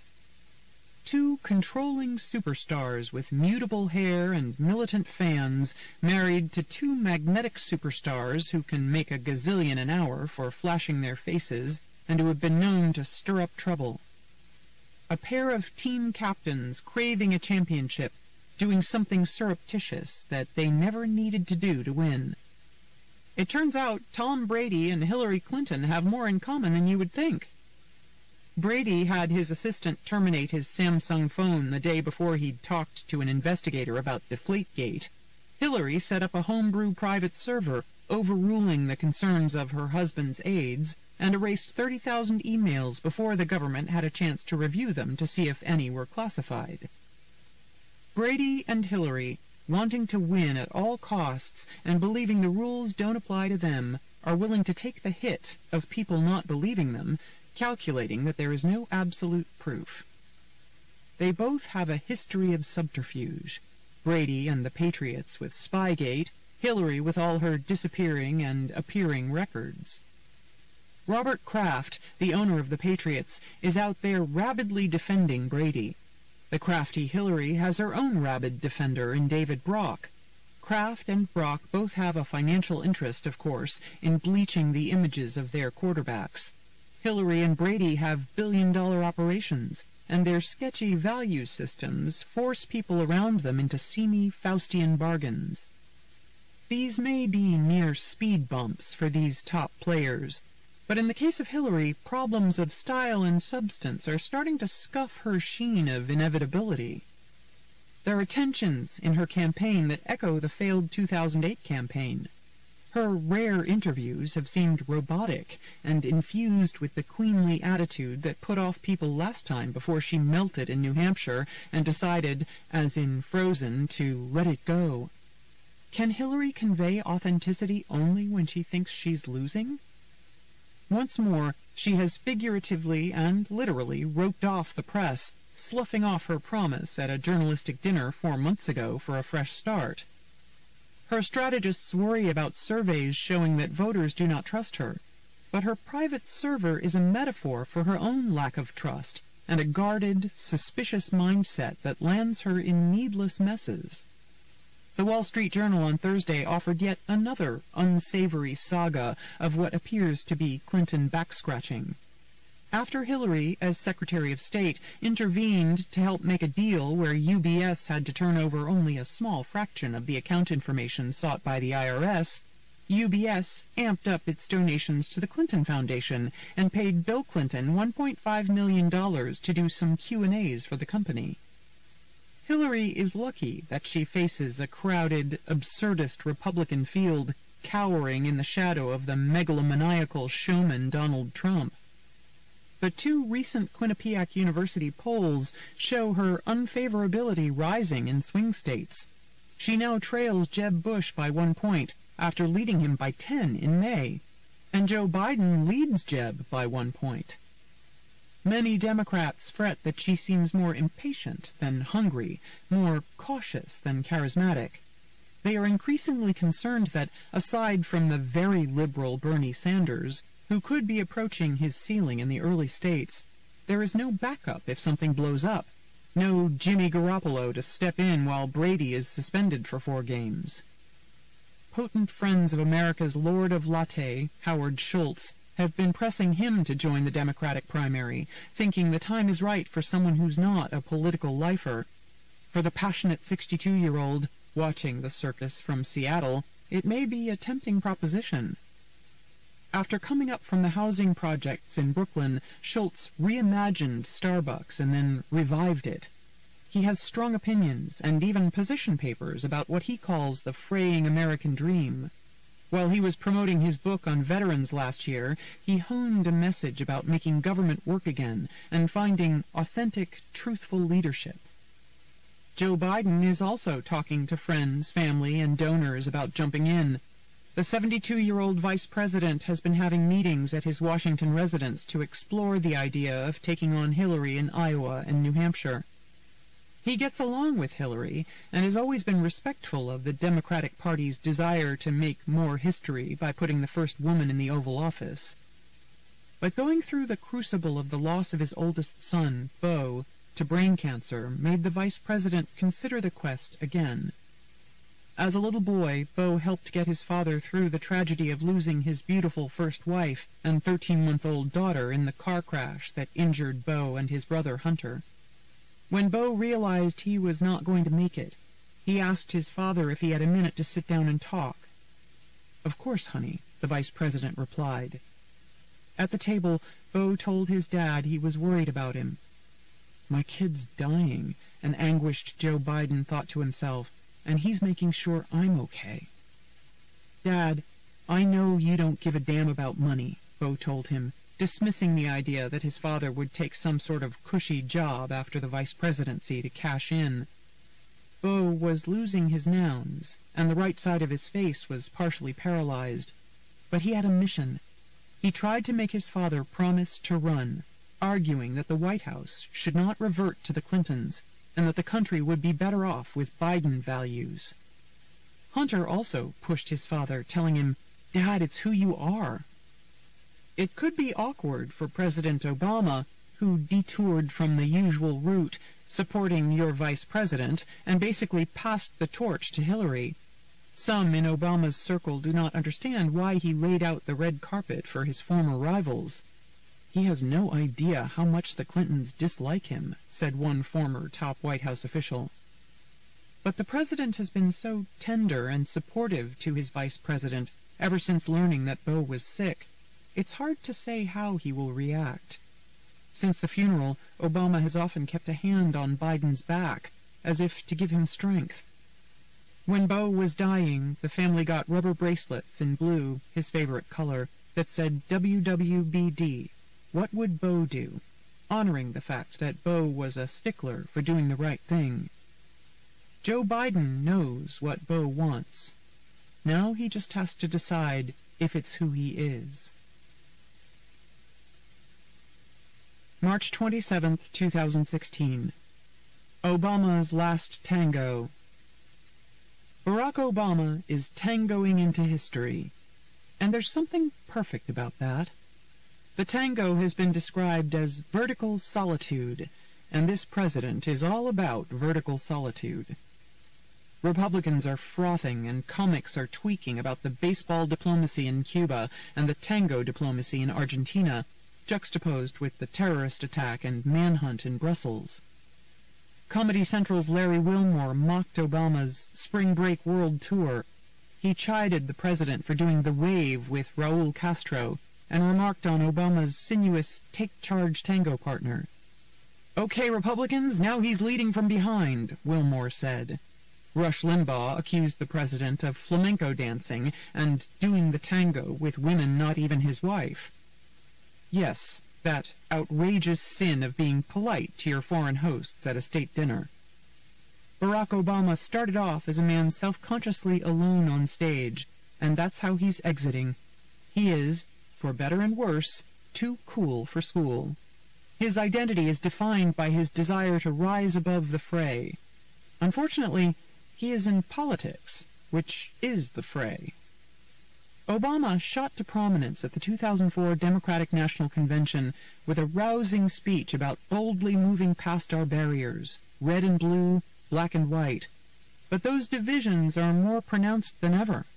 So now he brings people together and gets things done when he can, like importing modernity to Cuba and inveigling China on climate change. The president has a bristling resistance to what he sees as cheap emotion. See Flagpin, 2008. That has led him time after time to respond belatedly or bloodlessly in moments when Americans are alarmed, wanting solace and solutions. The Christmas bomber, the BP oil spill, James Foley beheaded by ISIS, the Paris attacks, the San Bernardino attacks, and now Brussels, which he discussed rationally and briefly with ESPN at the baseball game, wearing cool $485 Oliver Peoples sunglasses beside a cool Derek Jeter. He feels that fanatics who are not an existential threat to us want to disrupt our lives and we should not let them, that more people die slipping in their bathtubs than in terrorist attacks. That anthropological detachment, the failure to viscerally connect and vigorously persuade, the lip-curling at needy lawmakers, jittery Americans, or anyone else who does not see things as he does, may keep him from being a Mount Rushmore president. Obama went to a baseball game with Raul Castro just 15 months into their working relationship. It took him 6 years, with his trade bill, one of his top foreign policy initiatives, on the line, to go to the congressional baseball game, toting some White House homebrew. If he were up for re-election, the president probably would have forced himself to appear more emotionally responsive to the terrorist attacks, urged on by his staff.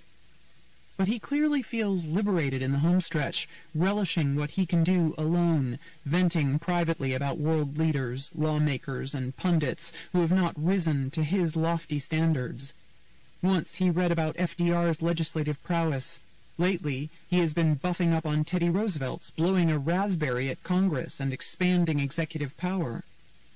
I traveled with the president to Havana to watch as he did the logical thing, bypassing the inane and antiquated congressional embargo to help move Cuba past its sepia-arrested development. There was a muted excitement in repressed Havana around the low-risk trip, a precursor to opening the Cuba wing in the Obama Presidential Library. Obama, with his elegant family along, deftly maneuvered in the chaos of communism, charming the 84-year-old Raul Castro, even though the White House did not know which bits of historic pageantry the Cuban would play along with. After months of intense negotiations, the dictator told the president at the last minute that he would do a news conference, the first anyone could remember in Cuba. But clearly, Castro had not been briefed that the two American journalists' multi-part questions would include tart ones for him. Standing at a lectern flanked by plush burgundy drapes with RP embossed in gold on them in the Revolutionary Palace, which sounds like an oxymoron, Castro bridled when Andrea Mitchell asked him about human rights. Afterward, Latin correspondents noted that if Mitchell were not American, she would be spending the afternoon in jail. When the Cubans bobbled a photo op at the José Martí Memorial in Revolutionary Square, President Obama took over and directed the group to its picture in front of a Che Guevara mural.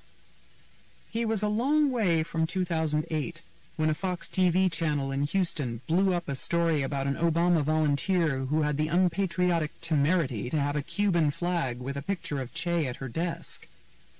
Conservatives then were trying to smear Obama as a socialist. Now, many Democratic voters, especially young ones, are disappointed that Obama wasn't liberal enough and are gravitating toward a real socialist rather than the president's preferred successor. Obama is trying to untangle the Gordian knots in a Middle East shattered by his predecessor. It was W's unwarranted invasion of Iraq that unwittingly created ISIS, as the veteran war correspondent Michael Ware points out in his new movie, Only the Dead. While Republicans who would succeed Obama talked loco last week, Ted Cruz vowed to carpet bomb ISIS, and Donald Trump refused to rule out nuclear strikes, Obama's military leaders announced that they had killed 2 top ISIS leaders. The president can go to a ball game and still keep his eye on the ball. Interlude by Kevin Döwd. Is Trump the hero or the enema?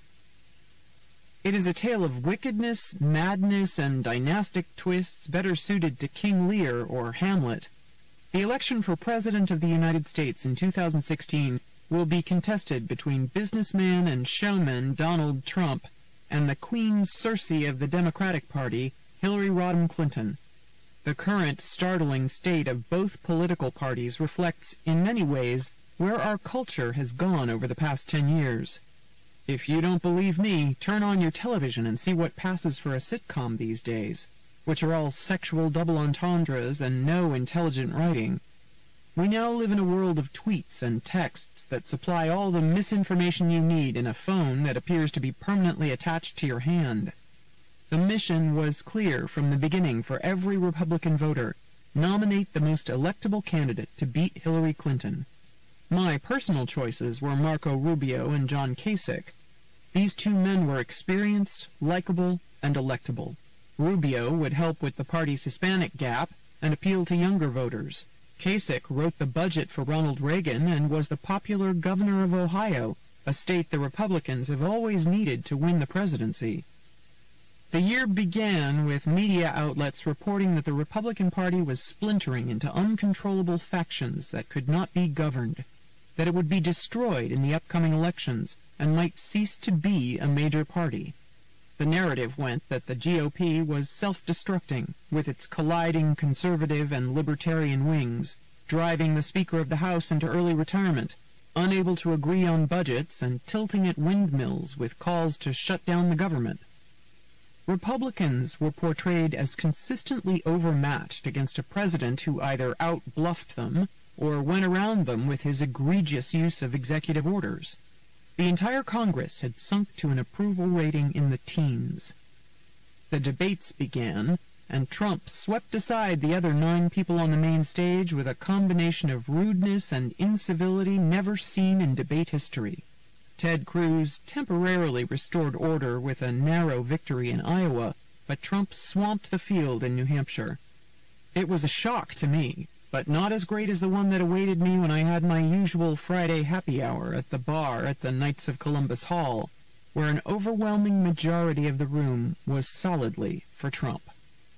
Back in 2012, my Maryland golf club held a mock election, and Mitt Romney won with 78% of the vote. As Trump began to have upset wins in primaries, I took an informal survey of the members and found a strong Trump presence, even among the women. 16 men and 1 woman entered the race to become the party's nominee.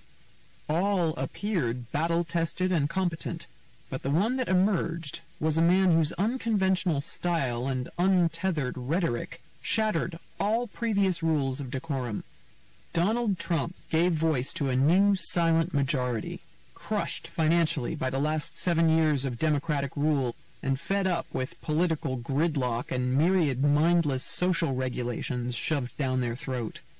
These Americans had a yearning captured in the 1984 Bonnie Tyler song, "I'm holding out for a hero till the end of the night, and he's gonna be larger than life."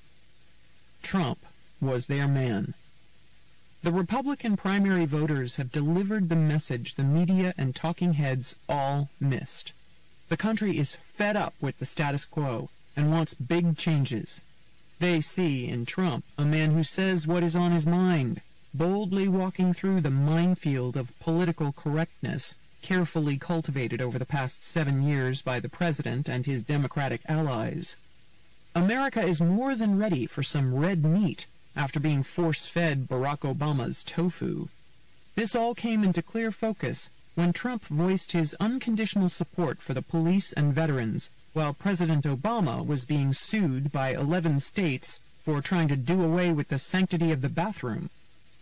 Full disclosure, I have been a Republican since I began my professional career and discovered that my twin reimbursements, net and gross pay, did not resemble each other. I was skeptical of Trump at the beginning of the process, but was happy he was included because his presence guaranteed giant ratings which would benefit the other candidates. Every single media outlet, print and electronic, said Donald Trump was an illusion and would be a forgotten footnote to history in short order. They claimed that he did not command the facts and would be chewed up by policy wonks like John Kasich and Jeb Bush, humiliated by seasoned debaters like Ted Cruz and Rand Paul, and out-charmed by the more likable Mike Huckabee and Marco Rubio. Whoops. Trump dispatched the other 16 candidates in short order, cresting the 1,237-delegate benchmark before Memorial Day. His message evoked Jack Nicholson's great Joker line in the original Batman movie, "This town needs an enema." He won 36 states in the primaries and totaled more votes than any Republican in primary history. His main appeal was his outlaw approach. The liberal media gasped at his remarks about Megyn Kelly, John McCain, and debate opponents, and predicted his immediate demise, but he only grew stronger. His one-line slogan, "Make America Great Again," echoes in places the Republicans have not been competitive in decades. He gives the GOP a chance to widen its narrow electoral college path to the presidency, a Valhalla his vanquished opponents could only dream about. Trump easily held his own on the debate stage, consistently frustrating his opponents to the point of madness. His ability to immediately tweet his 9 million followers distilled everything into 140 characters. Make no mistake, this election will not be fought under the Marquis of Queensberry rules. It will be more like a WWE steel cage match. Trump wants the doyen of the Democratic Party to be a piñata at his Cinco de Mayo party, complete with taco bowls as appetizers. She is a weak campaigner with a documented history of unsavory dealings. She is declared unlikable by 55% of the electorate and untrustworthy by 67%. And she was investigated by the Obama administration and the FBI for arrogantly setting up her own email system while Secretary of State. A separate investigation tying Clinton Foundation contributions to speeches made by Bill adds to the pungent aroma of shiftiness and entitlement that routinely hovers above them. The DNC thought it was lining her up with a weak sparring partner she could destroy, marching into Philadelphia with momentum and money for the general campaign. Whoops. Bernie Sanders, the 74-year-old socialist senator from Vermont, won 22 states and exposed Clinton's weakness among young women and men. He routinely railed against Hillary's cozy connections with Wall Street and obscene speaking fees. He claimed the system was rigged with superdelegates already in the bag for Clinton. He blamed the acerbic head of the DNC, Debbie Wasserman Schultz, for orchestrating the whole thing and suggested she be ousted. His best idea by far. As an announced democratic socialist, he should be the logical candidate to take over 8 years of socialist rule as Hillary limps out of the arena like a gored bull. Anyone placing a bet in Las Vegas could have gotten long odds on Trump winning the Republican nomination, but winning it over 16 seasoned politicians should give a clear message that the voting public is fed up with political insiders. Bad news for Cersei, the ultimate insider, who is running solely on the fact she is the ultimate insider. She has been in the public eye for 25 years. The voters' perceptions of her are cast in concrete. My wife, Ellen, a registered Democrat, told me that her friends were offended by Trump, but more offended that Hillary Clinton might become the President of the United States. At first, I was waiting for common sense to take control and for people to realize that Trump is not a politician. It turns out that is one of his greatest strengths. I did not fully appreciate the anger simmering barely beneath the surface. Trump has tapped a super-sensitive nerve that exploded like an oil well. Many people are willing to overlook his rudeness, his childish outbursts, his petty feuds, and his bad manners because they see what has been missing for 7 years. A leader who is not worried about being liked, someone who would stand up to our enemies and who has actually created real jobs. Trump is a force of nature blasting through uncharted waters with total confidence. He sees a severely diminished America, weaker, less respected, and burdened by endless government regulation. He sees Europe collapsing under the weight of the Middle East refugee crisis and an illegal immigration crisis threatening to sink our own economy. He sees $19 trillion of debt and a Democratic Party pandering to every liberal whim. Trump is a conundrum more complex than a Rubik's Cube. He is not the traditional or ideal candidate. His incivility and bombast would have eliminated him from a spelling bee, never mind the presidency. His overreaction to imagined slights is absurd, and his insults are too cruel and personal. And, most alarmingly, he too often flirts with race-baiting, as he did with the unnecessary and offensive comments about the judge in the Trump University trial. He thinks he can win without the help of the party, a fatal mistake. My decision to support Trump is not an easy one, and not made because I blindly vote Republican in every election. It is because I believe Hillary Clinton does not have the moral authority to be president. The Supreme Court is a vitally important issue this year because the new president could change the balance to 7-2 in his or her first term. This could affect an entire generation. I believe the race is competitive, even though Trump has made several maddening missteps that have caused some Republicans to rethink their endorsements. He has made unity way more difficult than it should be, and totally wasted the 50 days since he clinched the nomination. He must stop the unnecessary insults to his own party members for previous slights, real or imagined. He could have made a compelling case for Trump University on the merits. Instead, he reduced it to needless insults of Judge Curiel's ethnicity. And above all, he cannot turn Hillary Clinton into a victim, a role that launched her political career. Trump's best bet now is that his opponent is asking voters for 4 more years of misery served up by someone they don't like or trust. Trump's lightning-quick responses regarding Bill Clinton have neutralized Hillary's best weapon. Some of Trump's instincts are brilliant. When President Obama said our allies were rattled, Trump said that was a good thing. He correctly predicted the Brexit result and predicted it was a preview of the U.S. election. He flirted with having a debate with Bernie Sanders, further diminishing Hillary, and published his own list of his Supreme Court nominees.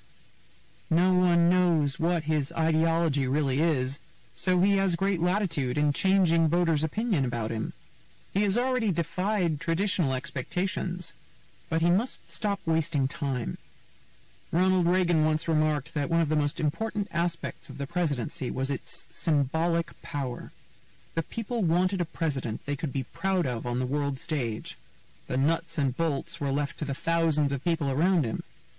Trump has created a huge and complex company that employs thousands of people. He is a very smart man. I do not think the job is too big for him. We are finishing 8 years with a man who literally had barely any job experience outside politics when he won the White House. I am hoping Trump will clean up and tone down his act, because it would be a shame to lose an election to such an uninspiring candidate. I hope to vote for Donald Trump, not just as a civic duty, but to save our country for my grandchildren. The Republicans need a hero. The question is it Trump? Chapter 6. Gasping Old Party. November 10th, 2012. Romney is president. It makes sense that Mitt Romney and his advisors are still gobsmacked by the fact that they're not commandeering the West Wing, though, as the Daily Show correspondent John Oliver jested, the White House might have been one of the smaller houses Romney ever lived in. Team Romney has every reason to be shell-shocked. Its candidate, after all, resoundingly won the election of the country he was wooing. Mitt Romney is the president of white male America. Maybe the group can retreat to a man cave in a whiter house, with mahogany paneling, brown leather Chesterfields, a moose head over the fireplace, an elevator for the presidential limo, and one of those men's club signs on the phone that reads, "Telephone tips. Just left, 25 cents. On his way, 50 cents. Not here, $1. Who? $5. In its delusional death spiral, the white male patriarchy was so hardcore, so redolent of country clubs and Cadillacs, it made little effort not to alienate women. The election had the largest gender gap in the history of the Gallup poll, with Obama winning the vote of single women by 36 percentage points. As W's former aide Karen Hughes put it in Politico on Friday, if another Republican man says anything about rape other than it is a horrific, violent crime, I want to personally cut out his tongue. Some Republicans conceded they were a Mad Men party in a modern family world, although Mad Men seems too louche for a candidate who doesn't drink or smoke, and who apparently dated only one woman. They also acknowledged that Romney's strategists ran a 20th century campaign against David Plouffe's 21st century one. But the truth is, Romney was an unpalatable candidate, and shocking as it may seem, his strategists weren't blowing smoke when they said they were going to win, they were just clueless. Until now, Republicans and Fox News have excelled at conjuring alternate realities, but this time they made the mistake of believing their fake world actually existed. As Fox's Megyn Kelly said to Karl Rove on election night, when he argued against calling Ohio for Obama, "Is this just math that you do as a Republican to make yourself feel better?" Romney and Tea Party loonies dismissed half the country as chattel and moochers who did not belong in their traditional America. But the more they insulted the president with birther cracks, the more they tried to force chastity belts on women, and the more they made Hispanics, blacks, and gays feel like the help, the more these groups burned to prove that, knitted together, they could give the dead-enders of white male domination the boot. The election about the economy also sounded the death knell for the Republican culture wars. Romney was still running in an illusory country where husbands told wives how to vote, and the wives who worked had better get home in time to cook dinner. But in the real country, many wives were urging their husbands not to vote for a brill-creamed boss out of a 50s boardroom whose party was helping to revive a 50-year-old debate over contraception. Just like the Bushes before him, Romney tried to portray himself as more American than his Democratic opponent. But America's gallimaufry wasn't knuckling under to the gentry this time. If 2008 was about exalting the one, 2012 was about the disenchanted Democratic base deciding, we are the ones we've been waiting for. Last time, Obama lifted up the base with his message of hope and change. This time, the base lifted up Obama with the hope he will change. He has not led the Obama army to leverage power, so now the army is leading Obama. When the first African-American president was elected, his supporters expected dramatic changes. But Obama feared that he was such a huge change for the country to digest, it was better if other things remained status quo. Michelle played Laura Petrie, and the president was dawdling on promises. Having Joe Biden blurt out his support for gay marriage forced Obama's hand. The president's record-high rate of deporting illegal immigrants infuriated Latinos. Now, on issues from loosening immigration laws to taxing the rich to gay rights to climate change to legalizing pot, the country has leapt ahead, pulling the sometimes listless and ruminating president by the hand, urging him to hurry up. More women voted than men. 5 women were newly elected to the Senate, and the number of women in the House will increase by at least 3. New Hampshire will be the first state to send an all-female delegation to Congress. Live pink or die. Meanwhile, as Bill Maher said, all the Republican men who talked about lady parts during the campaign, they all lost. The voters anointed a lesbian senator, and 3 new gay congressmen will make a total of 5 in January. Plus, 3 states voted to legalize same-sex marriage. Chad Griffin, the president of the Human Rights Campaign, told the Washington Post's Ned Martell that gays, whose donations helped offset the Republican super PACs, wanted to see an openly gay cabinet secretary and an openly gay ambassador to a G20 nation. Bill O'Reilly said Obama's voters wanted stuff. He was right. They want Barry to stop bogarting the change. October 1st, 2013. That's not amore. John Boehner wakes up in his English basement apartment on Capitol Hill, his head still in a Merlot fog. It's a glorious autumn morning, but Boehner doesn't want to open his baby blues. He lies there in his man-of-the-house t-shirt and Augusta National gym shorts. He wishes he didn't have to go to work. He reaches for his Camel ultralights in his supposedly smoke-free apartment. "Oh, Lord," he growls, "how did I become that idiot Newt?" He takes a deep drag as he drags himself out of bed. "My whole career was about not becoming Newt," he mutters. "You'd think our getting bounced from the leadership in '98, in the backlash after the last shutdown, and then the Clinton impeachment would have taught me something." He dresses with his usual care. He's not going to let the press pests with their cheap haircuts and bad ties see that he's down. "People call me the Dean Martin of D.C., and I'm certainly getting roasted," he tells his image in the mirror, perfectly knotting his sea-green tie on a crisply ironed shirt. "Old Dino was from Ohio, too." The security detail picks up Boehner in an SUV, and as usual, he heads to Pete's Diner for breakfast. The congressman who grew up in the Rust Belt with 11 siblings, mopping up his dad's bar, likes his perks and loves being the speaker. But as he picks at his sausage, eggs, and rye toast, his head aches. "Boy, I really gotta start wondering if it's worth it," he muses.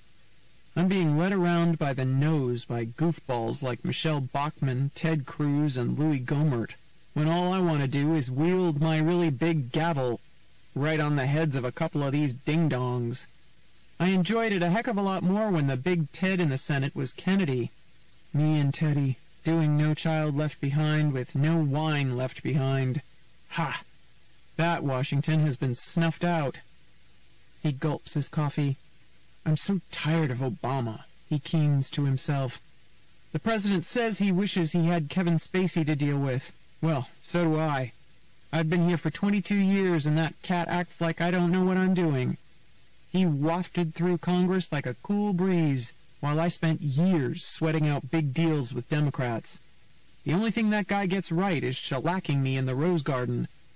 At least I showed him up at golf. Hey, I could go down to Haynes Point for 18 holes. I need to relax, get some rays. Ah, never mind. I closed it as part of the government shutdown." He scans Politico. As if things weren't bad enough, Harry Reid's office leaked these emails to show what a hypocrite I was for raising hell about Congress's special subsidy for health insurance this week, after he and I had wheeled and dealed to keep the darn thing. he rumbles. I can't stand Harry, but you gotta admire his methods. That's how they do it in Vegas, baby. While I was hoping Democrats would slip on a banana peel, Harry labeled us banana Republicans. The phone rings. It's Eric Cantor, in his oleaginous Richmond drawl, assuring Boehner that if the Speaker wants to defy the Tea Party and make a deal with the Democrats, Cantor will be behind him all the way. Ending the call as he leaves the diner, Boehner cracks to a member of his security detail, "Hey, pal, pull the knife out of my back." He calls an aide to ting-a-ling-a-ling his rat pack, Senators Saxby Chambliss and Richard Burr and Congressman Tom Latham, and maybe a lobbyist or three, for an early dinner at Trattoria Alberto on Barracks Row. The government is closed, after all. I'm just a business guy, he thinks, staring out the tinted window of the SUV, barely noticing government workers streaming out of their agencies to go home. I came to look out for business, not to shut down the zoo's panda cam. These Tea Party wacko birds are in La La Land. Washington used to be an adult place where you could slug it out during the day and have a few slugs at night, making deals in rooms that I personally filled with smoke. Now Congress is a crap sandwich. We used to pretend to hate each other. Now we really do. Paul Ryan sure has headed for the hills. Isn't he the big budget genius? In 2011 I kept these Looney Tunes at bay. But maybe I don't have any more tricks up my sleeve. Now the kooks have overpowered me, made me look like one of the weakest speakers ever. Not exactly the legacy I was shooting for. I knew this shutdown was trouble. I've got to decide if this job is even worth it, if I have to be Cruz's sock puppet. As the speaker arrives at the Capitol, he reaches for his hanky. "It's enough," he blubbers, "to make a grown man cry." October 5th, 2013. Welcome to Ted Cruz's Thunderdome. A place once called Washington. An ape sits where Abe sat. The year is 2084, in the capital of the land formerly called North America. The peeling columns of the Lincoln Memorial and Abe's majestic head, elegant hands, and big feet are partially submerged in sludge. Animals that escaped from the National Zoo after zookeepers were furloughed 7 decades ago migrated to the memorials, hunting for food left by tourists. The white marble monuments are now covered in ash, Greek tragedy ruins overrun with weeds.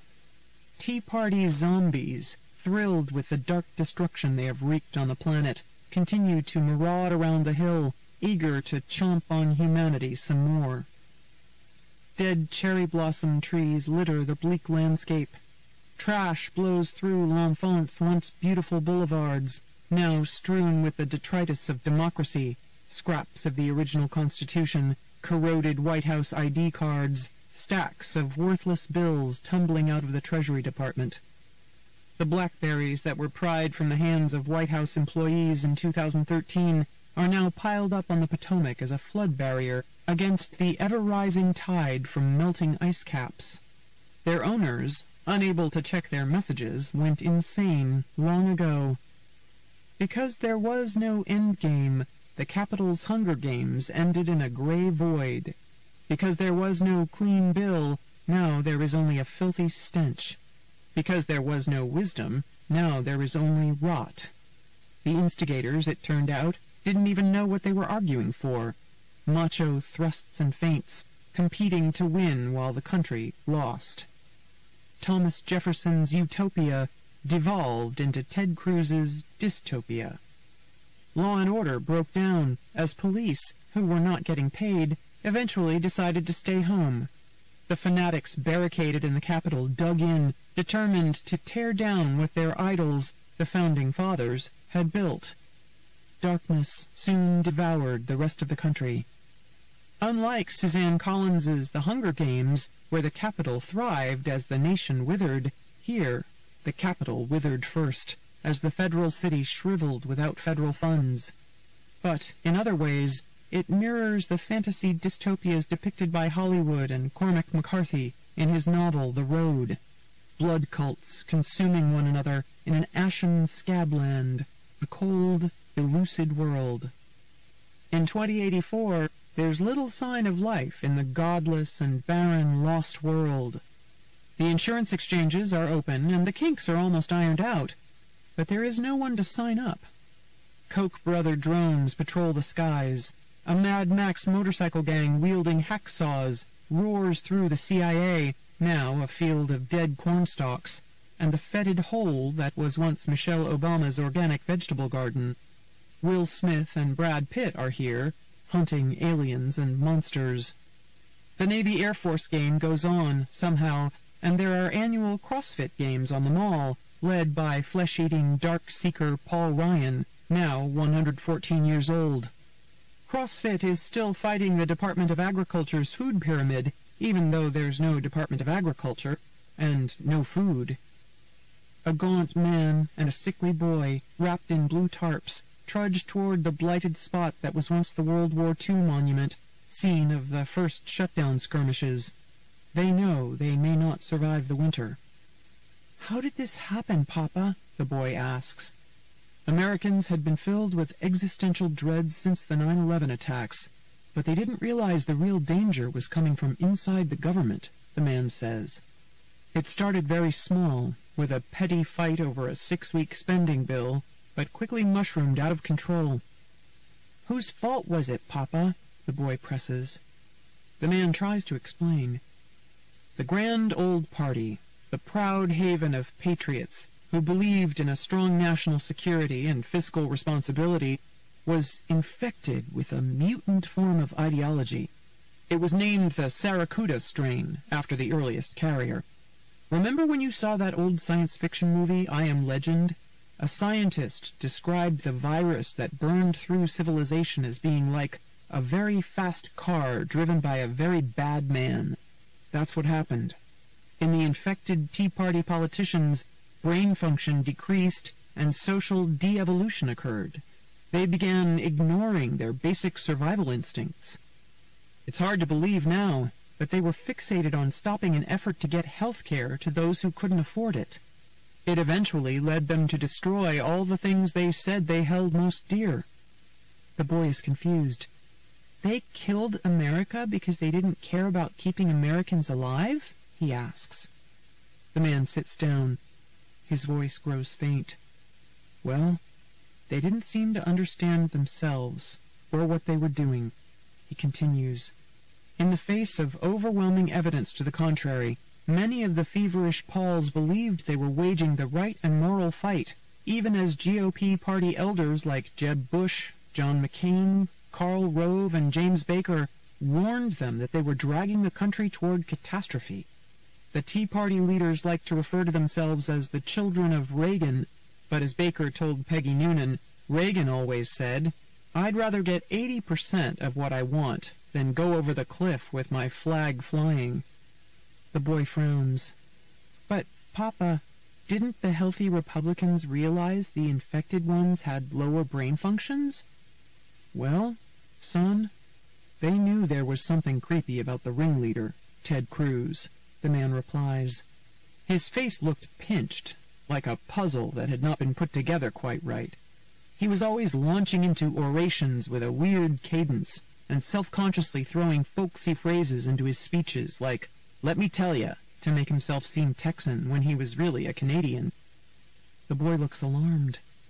"A Canadian destroyed the world, Papa?" "Once the government shut down, a plague came, because they had closed the Centers for Disease Control," the man says. "Storms, floods, and wildfires raged after FEMA was closed down, and the National Guard got decimated. Once we went into default, the globe got sucked into the economic vortex. With a lot of the Defense Department, FBI, and intelligence community on forced leave, the country became vulnerable to terrorist attacks. Without the CIA to train the moderate Syrian rebels, Syria fell to Al-Qaeda. After the final American president, Barack Obama, canceled his trip to Asia, that part of the world decided we were weak. China moved quickly to fill the vacuum. Obama grew so disgusted, he spent his final years in office isolated in the White House residence. When he stopped returning the calls of Hassan Rouhani and Bibi Netanyahu, it was only a matter of time before the Middle East went up in flames. What is left of the world is being run by Julian Assange, from what is left of the Ecuadorian embassy in London, and by some right-wing nut in a cabin in Idaho. The boy begins to cry. "Papa, stop. You're making me sad. Are all the good guys gone?" Looking through the gray skies toward the ashen Lincoln Memorial, where an ape sits in Abe's chair, the man replies, sadly, "Yes, son." January 31st, 2015. Mitt's white horse pulls up lame. When the Mitt Romney documentary premiered at the Sundance Film Festival last year, one member of the audience was especially charmed by the candidate up on the screen. "That guy is great," Mitt Romney thought to himself. "That guy should be running for president." It was an aha moment that came to him belatedly at age 66 after 2 failed presidential runs that cost more than $1 billion.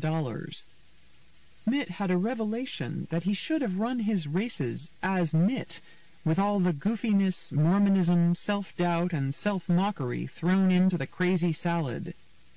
Some of his strategists had argued against the movie, but wasn't it endearing when the tuxedo-clad Romney ironed his own French cuffs while they were on his wrists, when he listened to This American Life on NPR with his family, when he wryly called himself a flippin' Mormon, when he and Anne prayed on their knees just before the New Hampshire primary, when he went sledding with his grandkids? He was himself as a moderate Massachusetts governor, but when he ran for president in 2008, he was severely conservative, as he would later awkwardly brag, and that wasn't him. In 2012, he was closer, but still not truly himself, putting his faith and centrist record off to the side.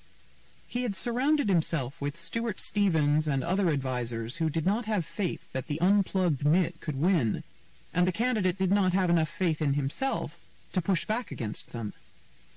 "It's a sad story of discovery," said a Republican who was friends with him. "He kept going through campaigns and evolving closer to himself. Then he saw the documentary, and it was liberating, showing 100% of himself instead of 80. But it was too late. You don't really get 3 shots." Romney got bollocksed up by dueling fears that the unkind arena would rage at him if he put up his guard, and rage at him if he dropped it. He was haunted by the collapse of his father's 1968 campaign for president, after his father dropped his guard, telling a Detroit TV broadcaster that he thought he had been brainwashed into supporting the Vietnam War by American commanders and diplomats there. But after Romney saw the documentary, Mitt, by Mormon filmmaker Greg Whiteley, and felt that he could be Mitt all the way, as one friend put it, he was ready to run a hell of a race. Mormons learn firsthand that rejection, as the young Mitt learned in Paris on his mission when he got fewer than 20 converts in 2.5 years, doesn't mean you should stop trying. Recent polls had Romney ahead of Jeb Bush and other Republican contenders. He was more in demand on the trail than President Obama during the 2014 campaign. He had shied away in 2012 from explaining the role of faith in his life, worried that Mormonism might still sound strange to voters if he had to explain lore like the White Horse prophecy, that a Mormon white knight would ride in to save the U.S. as the Constitution was hanging by a thread. But in the last few weeks, Romney had seemed eager to take a Mormon mulligan, less sensitive about his great-grandparents fleeing to Mexico to preserve their right to polygamy. Romney began joking to audiences that when he learned about the church at Brigham Young University, Emma was Joseph Smith's only wife. It was foolish to ever think he could take his religion, which is baked into every part of his life, and cordon it off.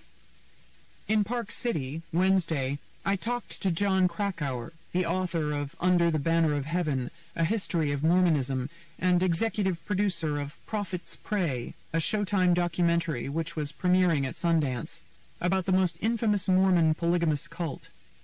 "I don't think he has a choice," Krakauer said. I don't know how people will react, but he has nothing to be ashamed with his faith, and by not talking about it, it looks like he does. It was the same mistake Al Gore made in 2000, when he listened to advisors who told him he would seem too tree-huggy if he talked about the environment. When that was off limits, Gore lost the issue he was least likely to be wooden on. It was the one topic that made him passionate, not to mention prescient. If Mitt was 100% himself, he began to think this time, he could move past the debacles of his 47% comment caught on tape and his cringe-worthy 13% tax rate, both of which had made him seem like the pitiless plutocrat conjured by Democrats. 2 weeks ago, at a Republican meeting in San Diego, Romney talked about his decade as a Mormon bishop and stake president, working with people who are very poor to get them help and subsistence, finding them jobs and tending to the sick and elderly. He changed his residency to Utah and started building a house in a wealthy suburb of Salt Lake City. He got a broker for the Lux La Jolla oceanfront home with the 4-car elevator. It was reported that a 2016 Romney campaign could be based here. Romney had been burning up the phone lines with donors and past operatives and was reassembling his old campaign team, but Jeb Bush popped Mitt's trial balloon by peeling off the money and the talent. He thought there was more interest than there was, one strategist close to Romney said. There wasn't a big groundswell. The donor-activist warlord bubble had moved on. It's a tough world. Mitt didn't want to claw and slug. Or, as his 2008 presidential campaign advisor, Alex Castellanos, put it, Mitt Romney found he had walked out on stage without his pants. At an appearance Wednesday in Mississippi, where he seemed to be honing talking points and attack lines for a possible run, he said Hillary Clinton had cluelessly pushed the reset button with Russia. He blamed the news media and voters for concentrating on the wrong things. It would be nice if people who run for office, that their leadership experience, what they've accomplished in life, would be a bigger part of what people are focused on, but it's not, he said. Mostly it's what you say, and what you do is a lot more important than just what you say. But both in what he said and did, Romney came across as clueless in 2012. He was hawking himself as a great manager, but he couldn't even manage his campaign. His own advisors did not trust him to be himself. They did not adapt what the Obama team had taught everyone in 2008 about technologically revolutionizing campaigns. His own campaign was in need of a Bain-style turnaround, and he was oblivious. The real Mitt could have told the real Mitt, as Romney said in the documentary, that the nominee who loses the general election is a loser for life. He seemed shocked, the night of the election, to learn that his white horse was lame. But how could he have won? The wrong Mitt was running. October 3rd, 2015. The Speaker, the Pope, and the Exorcism. John Boehner stands smiling in front of the mirror in the bathroom of his English basement apartment on G Street on Capitol Hill. He breaks into song as he fastidiously ties the four-in-hand knot in his bright green tie to get the perfect dimple. Zippity-doo-dah, zippity-ay, my oh my, it's almost my last day, he belts.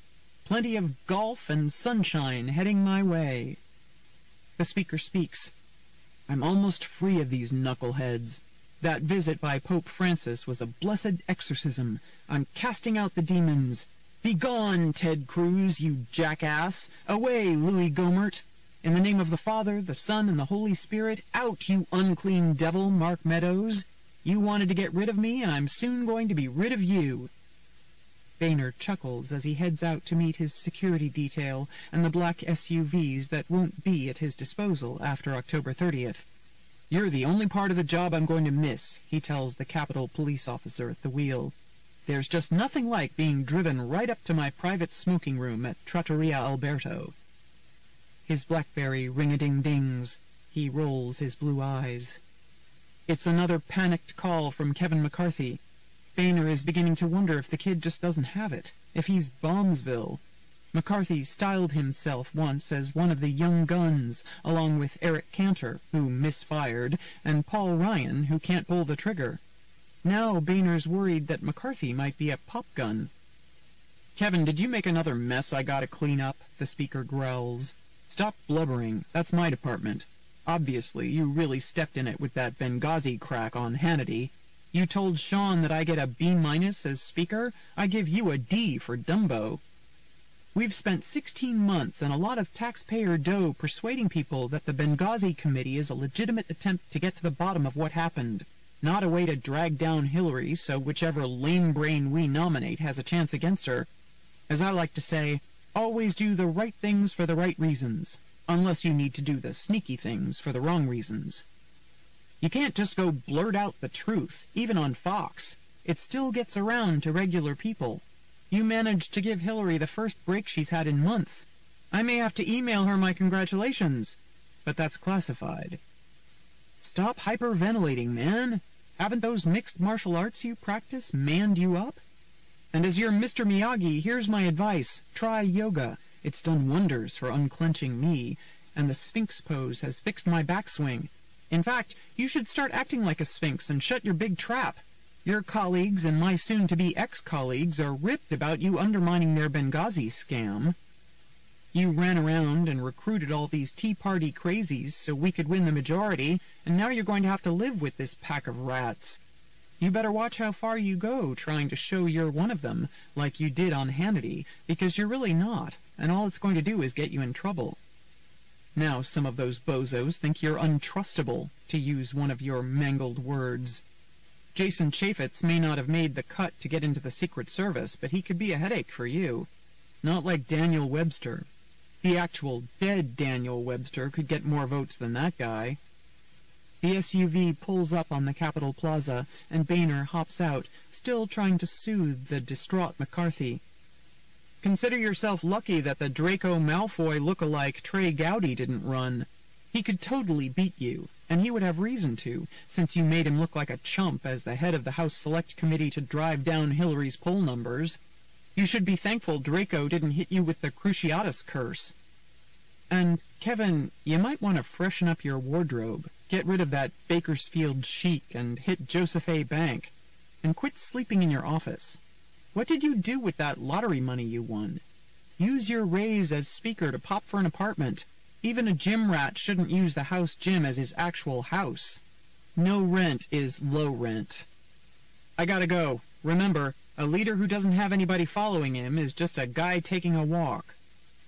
Boehner hangs up and tears up as he walks alone through Statuary Hall, recalling how he tenderly accompanied Pope Francis there only a week ago after the pontiff blessed the speaker's first grandson. It was a miracle, he thinks to himself. It suddenly hit me that I didn't have to tough it out with these losers anymore. I've told reporters that garbage men get used to the smell of bad garbage, but 25 years in, this place stinks to high heaven. The institution is filled with people who should be in an institution. Back in the day, me and heavyweights like Ted Kennedy and Ted Stevens actually got together on big bills, hashing out policy issues. Now the famous Ted in the Senate is Cruz. Guys like him don't give a whit about policy. Neither does McCarthy, for that matter. I'm not sure Kevin has even passed a bill naming a post office. The Pope made me see the light. I can go down to my condo on Marco Island, eat oranges, and get as orange as Trump's hair. I can get some board seats. I can tee up bills. I can tee up at Augusta. Geez, people think I'm going to become a lobbyist. How wigged out is that? I didn't like hanging with most members of the House when I could tell them what to do. You think I'm going to come up here and beg those goofballs for stuff? Boehner fires up a Camel ultralight as he enters his office and heads out to the balcony to stand in the shoes of the fishermen. I have 4 weeks to clean out the barn, he muses. I guess it's up to me to save the Republic, because absolutely nothing is going to happen once I'm gone. The false prophets going for profits at Heritage and other non-think tanks, the guys egging on my right-wing members to spread chaos, are going to make sure of that. I need to try one last time to strike some kind of bargain with Obama before I leave, and he becomes an even lamer duck. We've at least got to increase the federal debt limit to keep these clowns from tanking the economy. After all, I'm gonna need some income, too. The Dean Martin of D.C. begins crooning the Disney lyric again. Mr. Bluebird on my shoulder. Oh, wait. I don't want some bird pooping on my Brooks Brothers suit, and that's the truth. But everything else, as the song says, is satisfactual. Interlude. Donald Trump stirred up such strong feelings that some of my friends could not even bear to read my interviews with him. One girlfriend suggested I call my book Revulsion. Another, Rita Beamish, sent me passionate emails about why Trump was such a corrosive force in politics. I asked Rita, who covered the Bush 1 White House with me for the Associated Press, and who is now a freelance writer based in California, to hit me with her best Trump rant. Here it is. Donald Trump, by Rita Beamish. It isn't as if I set the bar for politicians so high. I covered politics as an AP reporter, not a pundit. My job was not to hold Pauls to lofty standards, but to report on their records, words, and actions, how they measured up to expectations that they planted in the minds of the electorate.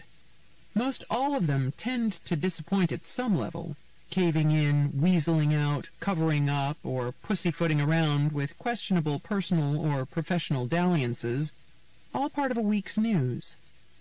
But I realized I did have a certain bar after all, when Donald Trump, the Vulgarian shapeshifter, set his sights on the White House, and in the process shredded not just political conventions, but also a generic, nonpartisan American value set that I thought was embedded in the national psyche, at least as aspiration. I guess my assumptions were naive. The more Trump got away with what would have sunk other presidential candidates, the more I was struck that the Trump army, inflamed by his venom, or maybe just sucked in by his strutting reality TV bombast, was willing, in their disgust with Washington, to cast aside requirements for basic values and decency, things that now, apparently, were the province of the hated establishment. Things like, racism and religious intolerance are horrific, and so is mocking the disabled. So, for instance, a leader doesn't publicly malign an entire ethnic or religious group, or bellow out like some proud plantation owner, "Look at my African American over there," as Trump did in Redding, California, or insist beyond all rationality that an American-born judge's heritage negates his ability to be fair. Nor does a would-be president stand on a stage and mimic the physical disability of a reporter he doesn't like, as Trump also did, or refer to women as dogs, fat pigs, or slobs, rating their looks on a scale of 1 to 10, or possess such blind, overt narcissism that he turns a stunning national tragedy, the mass murder of 49 people in Florida, into a platform to crow about himself in lieu of a leaderly message of sympathy and healing. Call me crazy, but I thought a serious 21st century presidential aspirant should have more than a schoolboy's understanding of geopolitical complexity and the domestic policy realm. Rudimentary knowledge, at least. And just on a basic TMI level, if ever I had imagined such a bizarre grotesquerie, I'd have thought a small veneer of decorum would preclude a major candidate from yammering on in defense of his anatomical manliness, disrespecting voters who are concerned about issues like jobs, security, and education. That Trump upended all of this, blatantly and unashamedly, purposely offending in every direction in a craven appeal to fear and divisiveness, provides a sobering view into the Trumpian Great America.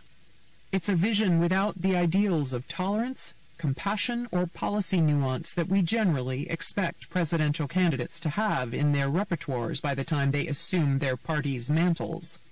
Even Presidents Bush, father and son, who both ended up going to war, at least gave a nod to the value of a kinder, gentler America and compassionate conservatism. But kindness and thoughtfulness apparently are for wimps, in the waterboarding, wall-building, judge-bashing, nuke-spreading world of Trump. Trump has been the horror movie that keeps getting scarier.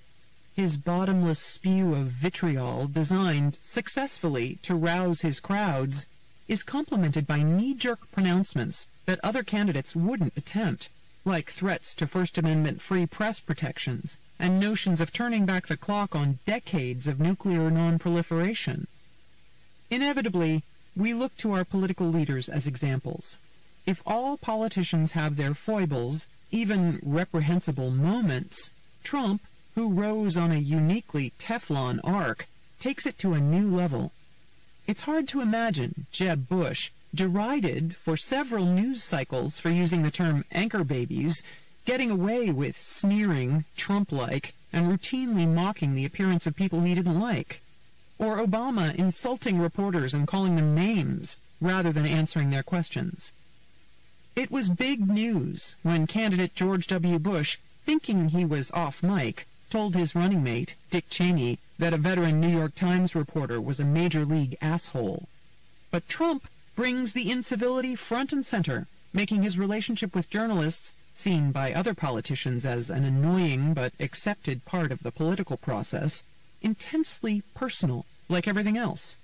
To Trump, reporters are just another useful foil, the most dishonest people I've ever met, derided as sleazes, incompetent, third-rate, no-talent dopes whose news organizations deserve public belittling. His tone demeans the presidential campaign as it calls up dark impulses in a divided nation. "Get 'em the hell out," he growls from the stage as hecklers are ejected.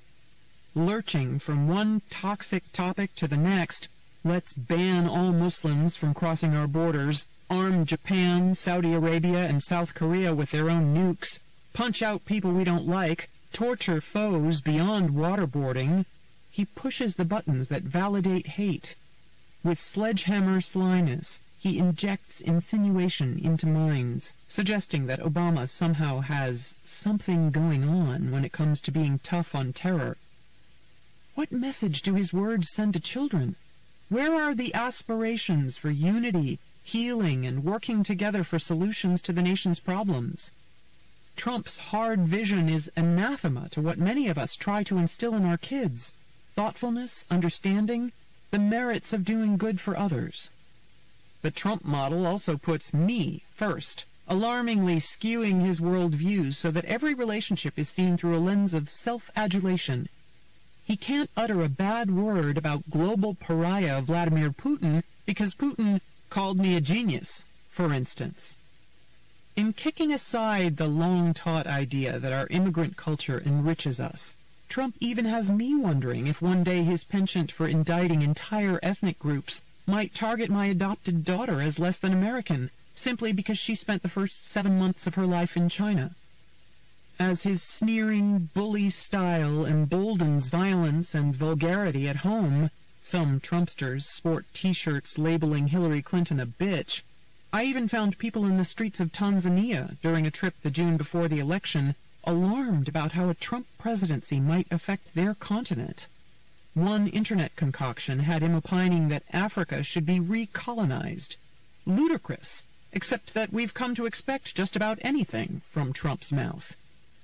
Who else could skate to a major political party nomination on the back of this brutish behavior and easily disprovable wedge-issue lies, like that he witnessed thousands of Muslims celebrating in New Jersey on 9/11, and that illegal immigration is responsible in some disproportionate way for crime? The carnival barker keeps reeling people in, partly for the unmatched spectacle of it, but also because he blasts the status quo and makes up platitudes that people want to believe. Americans do feel angry, let down by Washington, and the system does need a lot of fixing. But Trump, indefensible and dangerous, does not meet the bar for a national leader. Hardly. Chapter 7. Cancel my subscription. February 21st, 2015. Jeb Bush's brainless trust. I had been keeping an open mind on Jeb Bush. I mean, sure, as Florida governor, he helped his brother snatch the 2000 election, and that led to 2-decade-long botched wars that cost tens of thousands of lives and trillions of dollars.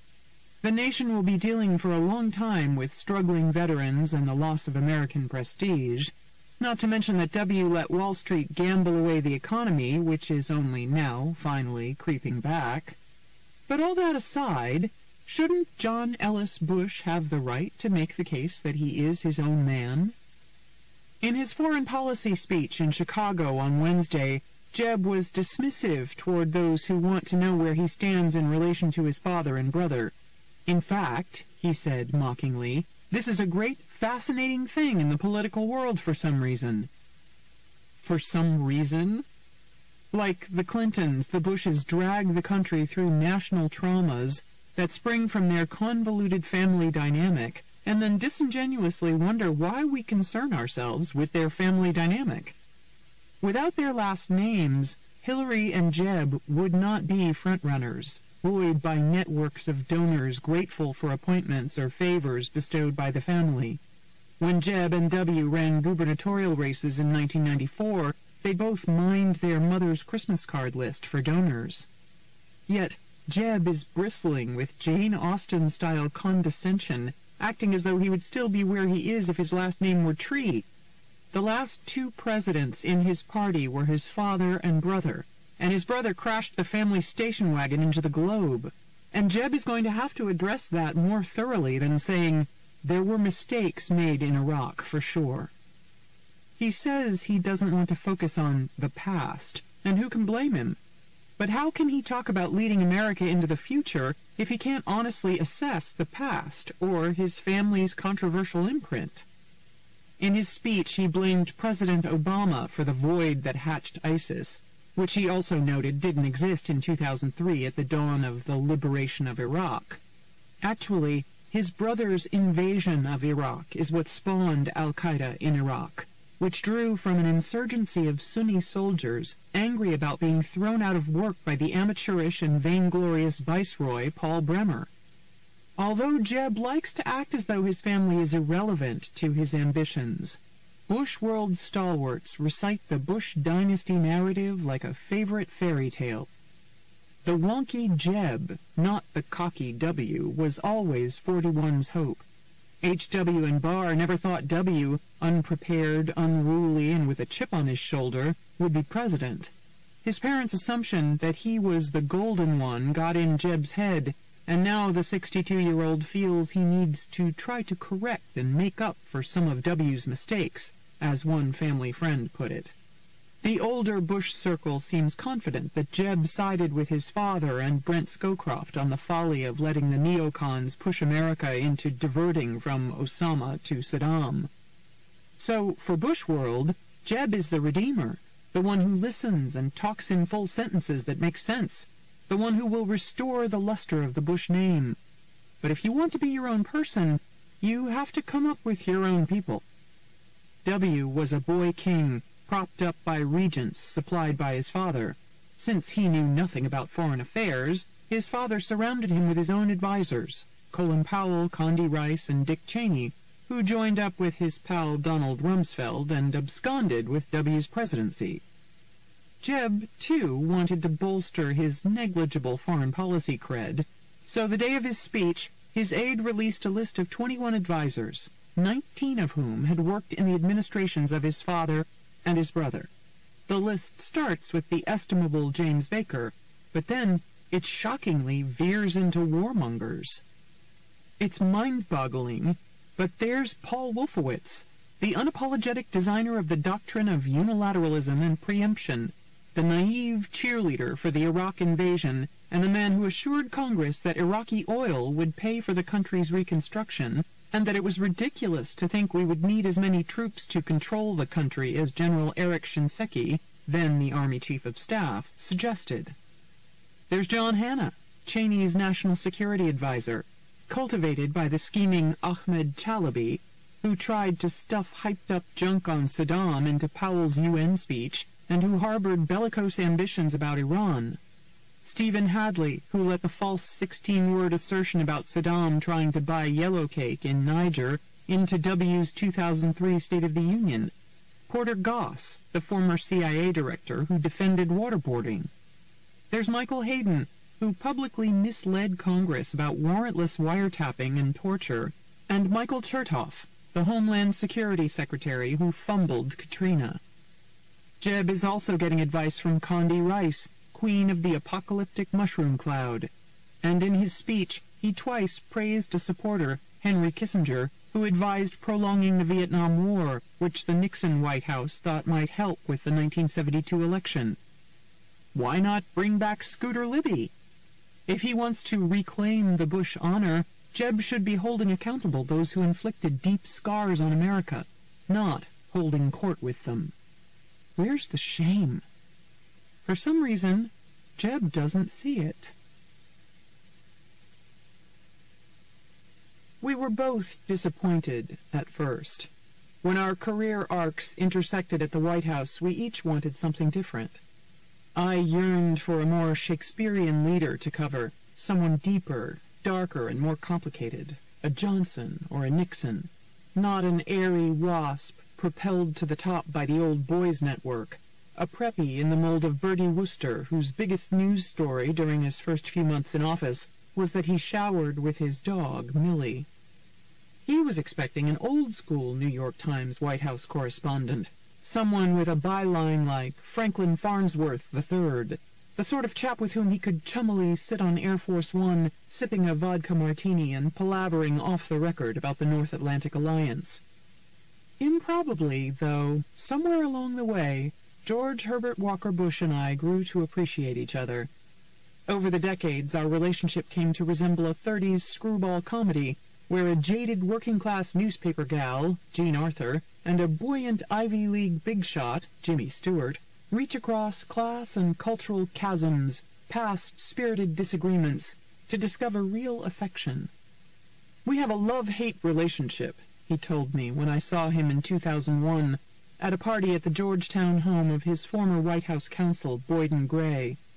I talked to my shrink about it, he joked, knowing that I was well aware of his allergy to introspection. In post-presidential notes, a cache which I chose to keep private while his sons were still running for office, he kept it up as a theme. He let me know where I was ranking that week on the anger Richter scale, and pleading, "Dr. Freud, Dr. Jung, Dr. Phil, help!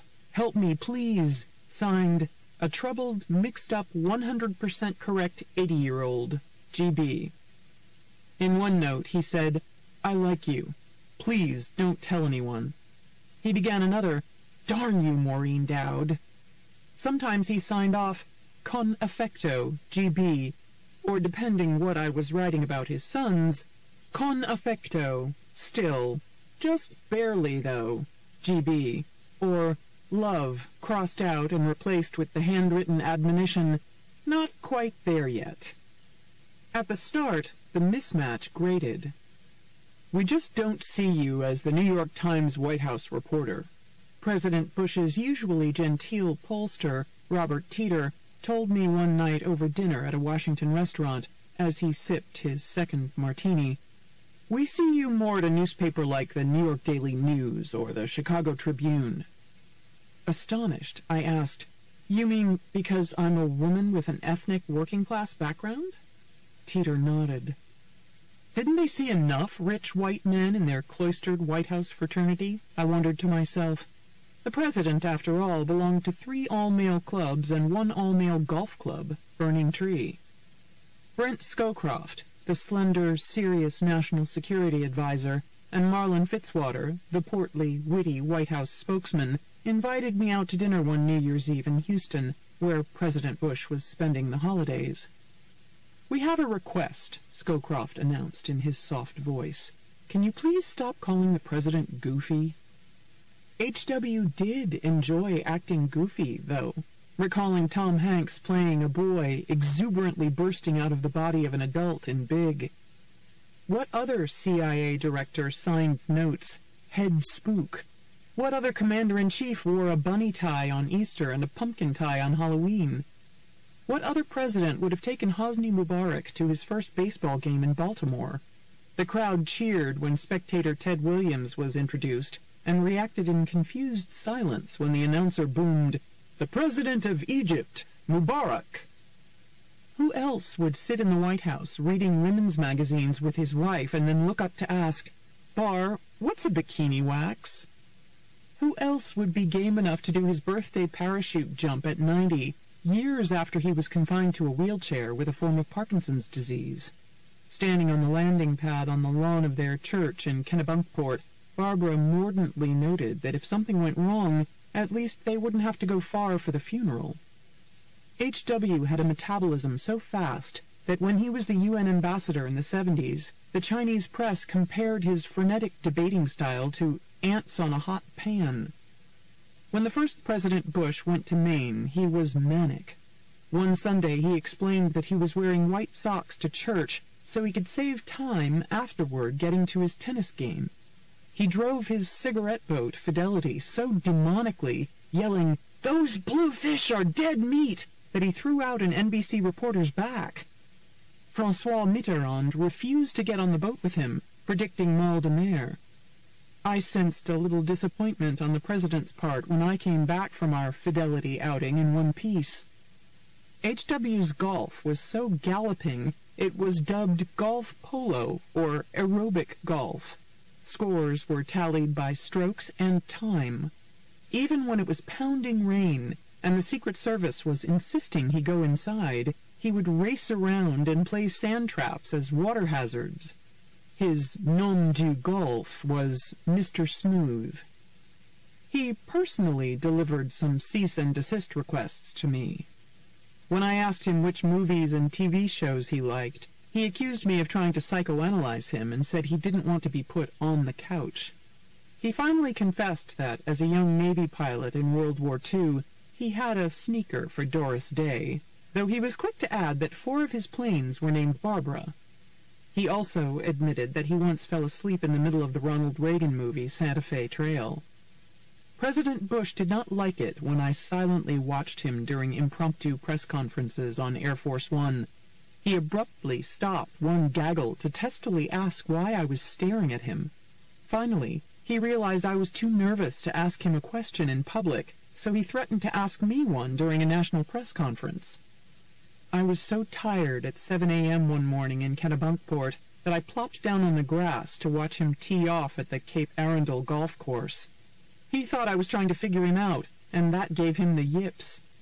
On one of his blue notes from the Oval, dated July 27, 1990, he wrote to Fitzwater complaining that I was sitting in a Hinayanistic Buddha pose on the first tee, off meditating in Sri Lanka, staring at him as he tried to hit a straight drive.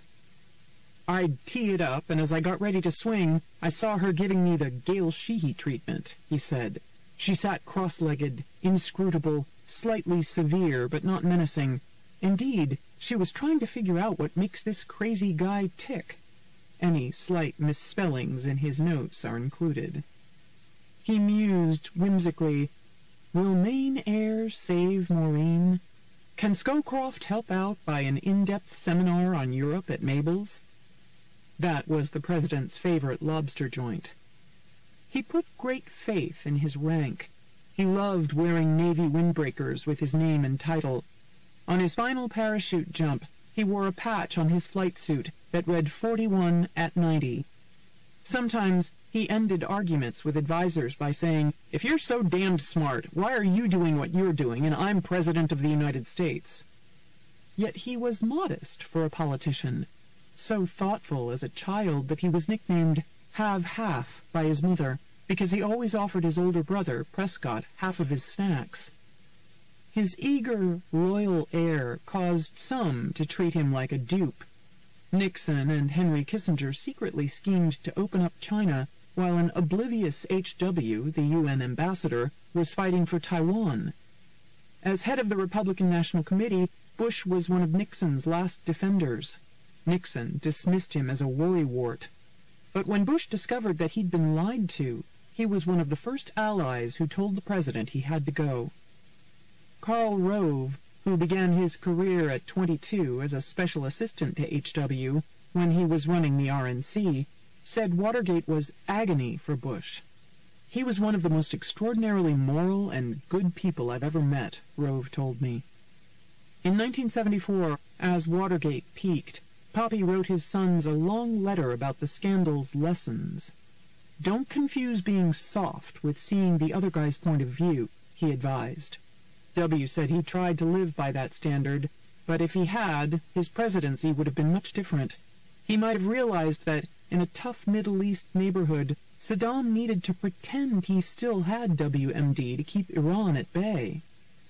When H.W. was Ronald Reagan's vice president, he actually managed to make himself look shorter, even though he was an inch taller, in a deferential manner his speechwriter Christopher Buckley called the Episcopal tilt. In 1986, when Fitzwater came aboard as Vice President Bush's press aide, he told Bush he needed to work on his photo ops with dignitaries, so that he smiled for the cameras for a moment before turning his attention to the VIP.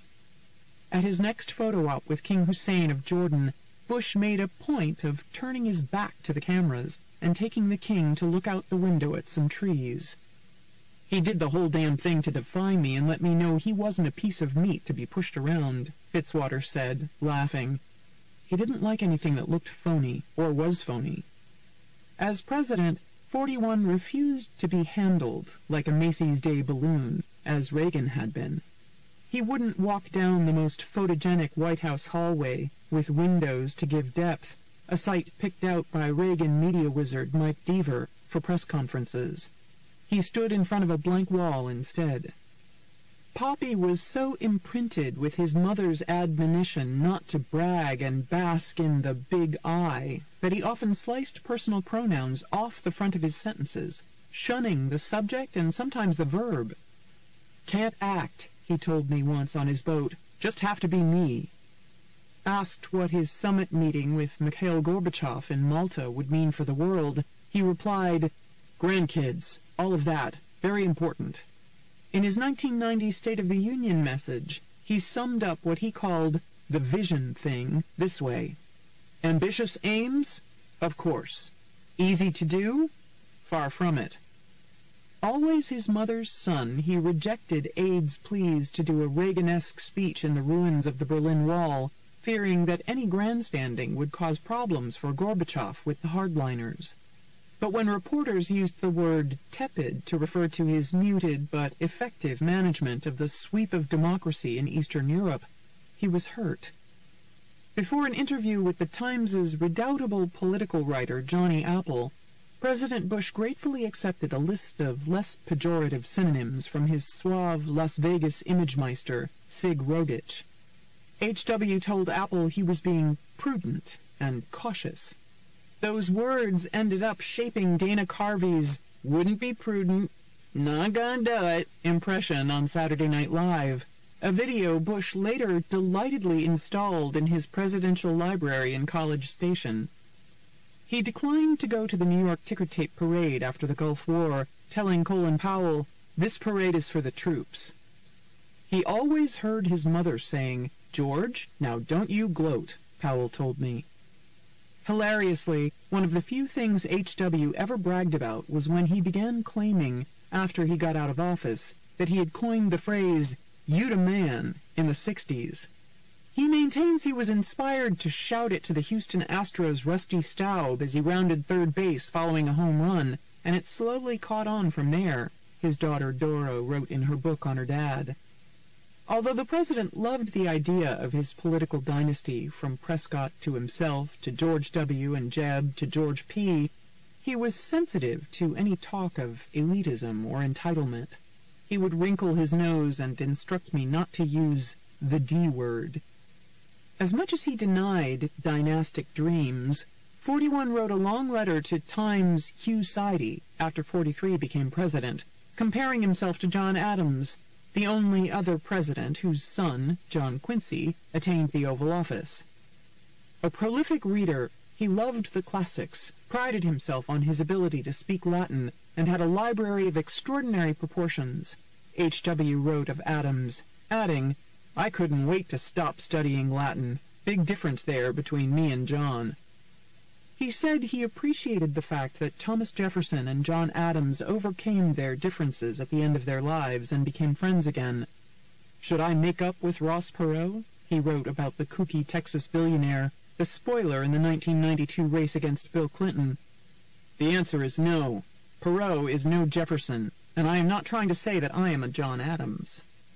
My brothers Michael and Martin were Senate pages in the late 40s and 50s, working with a class that included JFK, Nixon, and Prescott Bush, the 6'4" craggy senator from Connecticut. Michael often talked about how the Bush patriarch was straight out of central casting, and Martin said Senator Bush's pinstriped suits were so impressive that every day he looked like he was about to go to a wedding. Senator Bush would sometimes snitch one of the Hershey's chocolate almond bars that Senator John Williams of Delaware kept in his desk for the pages, and then grin with an upper lip stained with chocolate as Williams made a show of catching him. One day Michael was with another boy in the mailroom, holding up a letter addressed to Prescott Bush. The other kid wryly observed, "You just know a guy with a name like Prescott Bush is not driving a bus."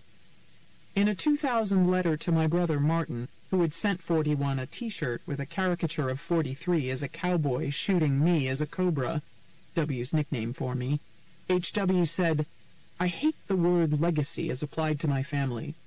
And in another note to me, he accused me of legacying him and fretting about whether the legacy crud could hurt Jeb. In January of 2002, he wrote me to please be kinder and gentler to the Bush family and lay off the Gatsby stuff. "There is much room for improvement," says this very objective father of 43 and father of Governor Jeb, he said. "We are not in quest of legacy, just trying to help out from time to time in the affairs of our nation, in the affairs of Florida, too.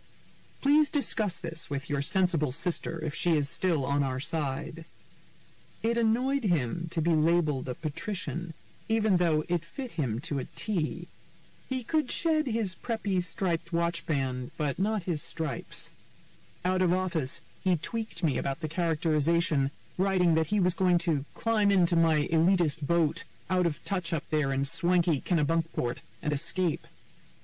Although Fitzwater told me once that the tension between the Greenwich side and the Texas side may have hurt Mr. Bush, the ex-president insisted that his Lone Star coloration was real.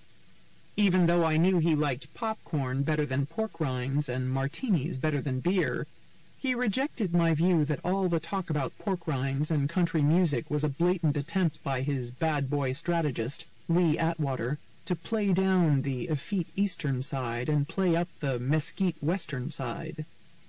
"Can I name drop right here?" H.W. wrote in one note, dropping country singer Reba McEntire's name as a reference. "I am mad about Reba, and she likes me too, so there."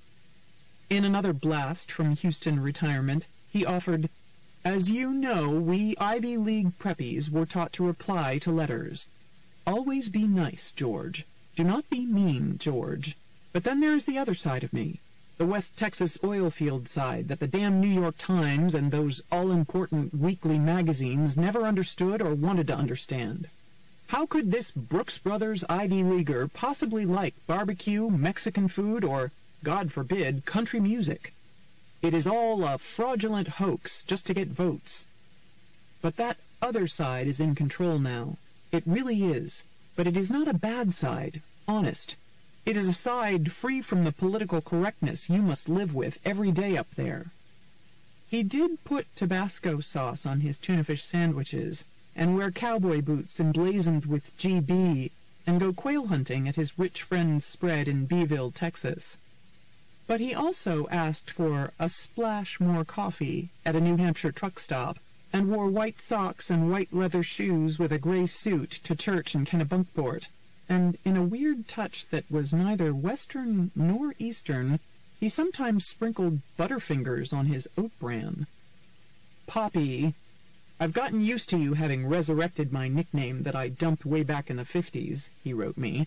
Often golfed with a family foursome, chock-a-block with Roman numerals and names like Hap and Bucky, and his curses on the course were golly, darn, and oh shoot.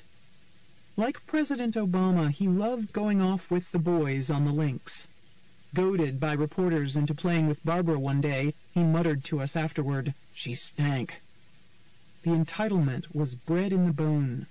The president's brother, Jonathan, a lovely man who had played a hayseed in Oklahoma on Broadway, tried and failed to revive minstrel shows on Broadway in the 60s. Ralph Lipschitz made a fortune by changing his name to Ralph Lauren and peddling wasp tableaus and pseudo-English gentility. H.W.'s '88 campaign ad, shot by Roger Ailes in Kennebunkport with the Bush family, evoked that aesthetic so strongly that Alessandra Stanley did a New Republic cover story called The Ralph Lauren Presidency. The president was so fond of his youthful odyssey with Barbara to infuse some red blood into his blue blood, his adventure almost making a killing as a Midland oil man, albeit funded with help from his father's wealthy Wall Street friends, that he winced when I noted that he had taken a limousine to kindergarten in Greenwich. He preferred his saga of roughing it with Barbara and young W, sharing a duplex in Odessa with a mother-daughter prostitute team. He bonded with Rogich, James Baker, and the other men in his White House by trading dirty jokes. Once, showing a group of male guests around the White House residence, President Bush pointed to a portrait of Dolly Madison in the Queen's bedroom and awkwardly remarked, "How do you like the rack on that woman?" He exhibited a wacky sense of humor with women, too. The renowned broccoli hater sent me a Polaroid of himself wearing a T-shirt that read "Broccoli Lover." Another time he sent me a photo of himself wearing coral slacks and engaging in a mock passionate clinch with the silver fox, as he called his wife, squeezing her derriere. It was a priceless send-up of the super-awkward, super-attenuated smooch that Al Gore gave Tipper at his convention in 2000.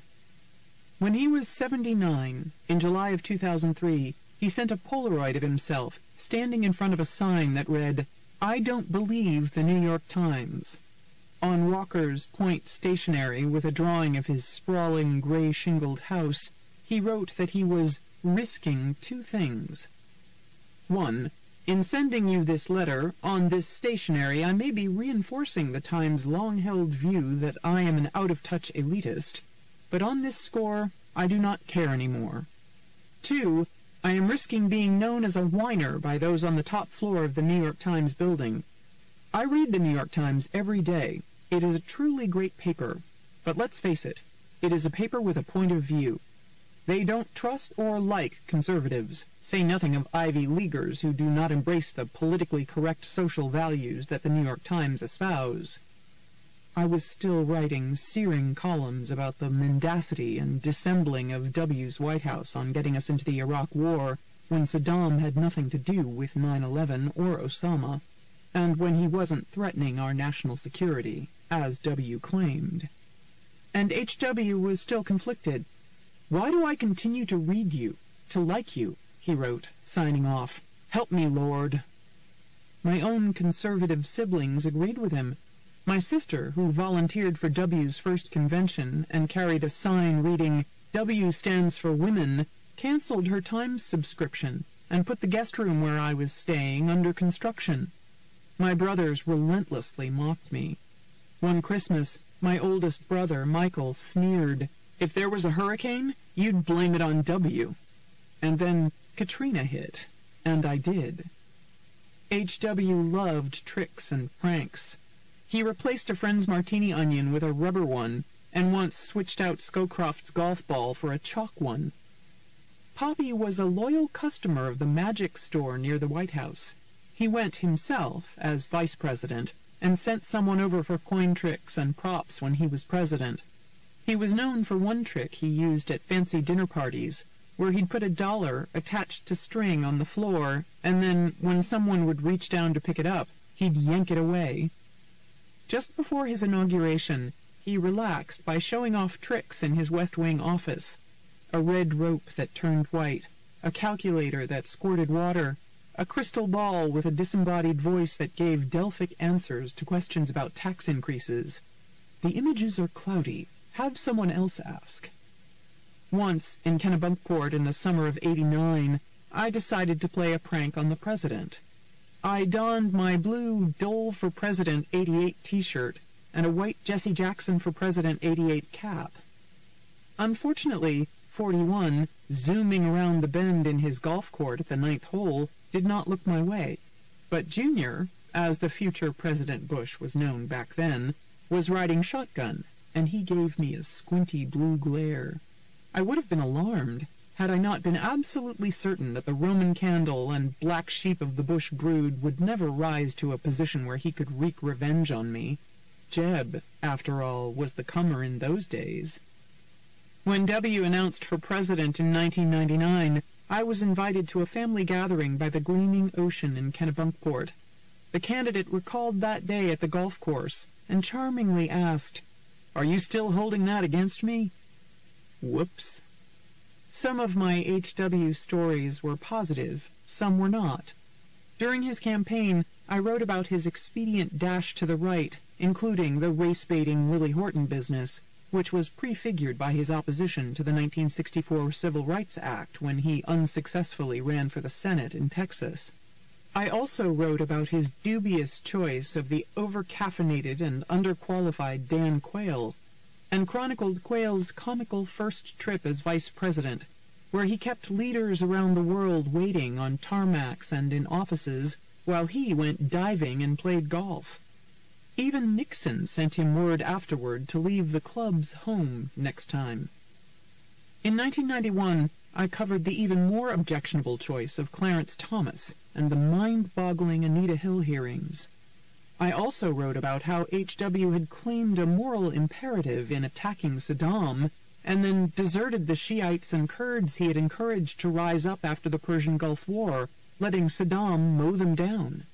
And of course, there was Scowcroft's unsavory midnight champagne toast on his secret trip to Beijing, kowtowing to the perpetrators of the Tiananmen Square massacre.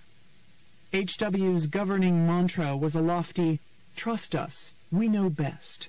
And in the 92 re-election campaign, he had a bumper sticker that said, "Annoy the media, re-elect Bush." But he liked the press far more than his three successors, or Dick Cheney, who wanted to do away with checks and balances altogether. He was a news junkie. He read every story and column about his White House, and watched TV news shows, complaining to Fitzwater about a word here or a sentence there, even in otherwise positive pieces. His son was the opposite, ignoring what was written about him, mostly watching sports on TV and sometimes eschewing newspapers. W did care what was written about his parents, though, and in 1994 he told me I had impressed him with my good review of his mother's memoir. If W acted like the bristly first rebel, H.W. was the last gentleman, as his biographer John Meacham called him. He honestly and without irony believed in duty, honor, and country, Meacham told me.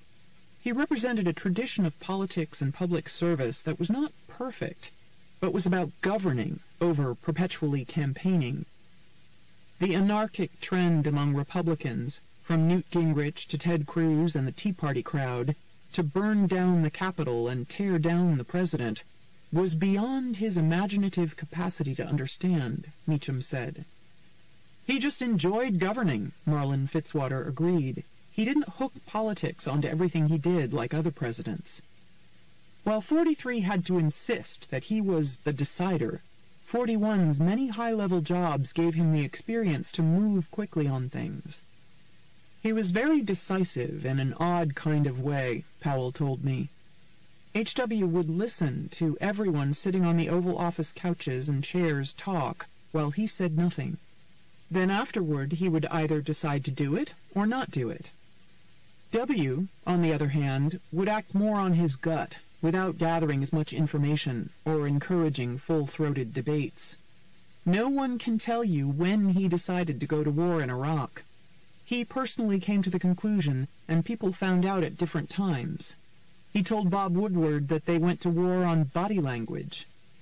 H.W. never wrote a memoir, but he kept up a stream of consciousness correspondence with all kinds of people, including his erstwhile sparring partner, the one he claimed to have kicked a little ass with in their debate, Geraldine Ferraro.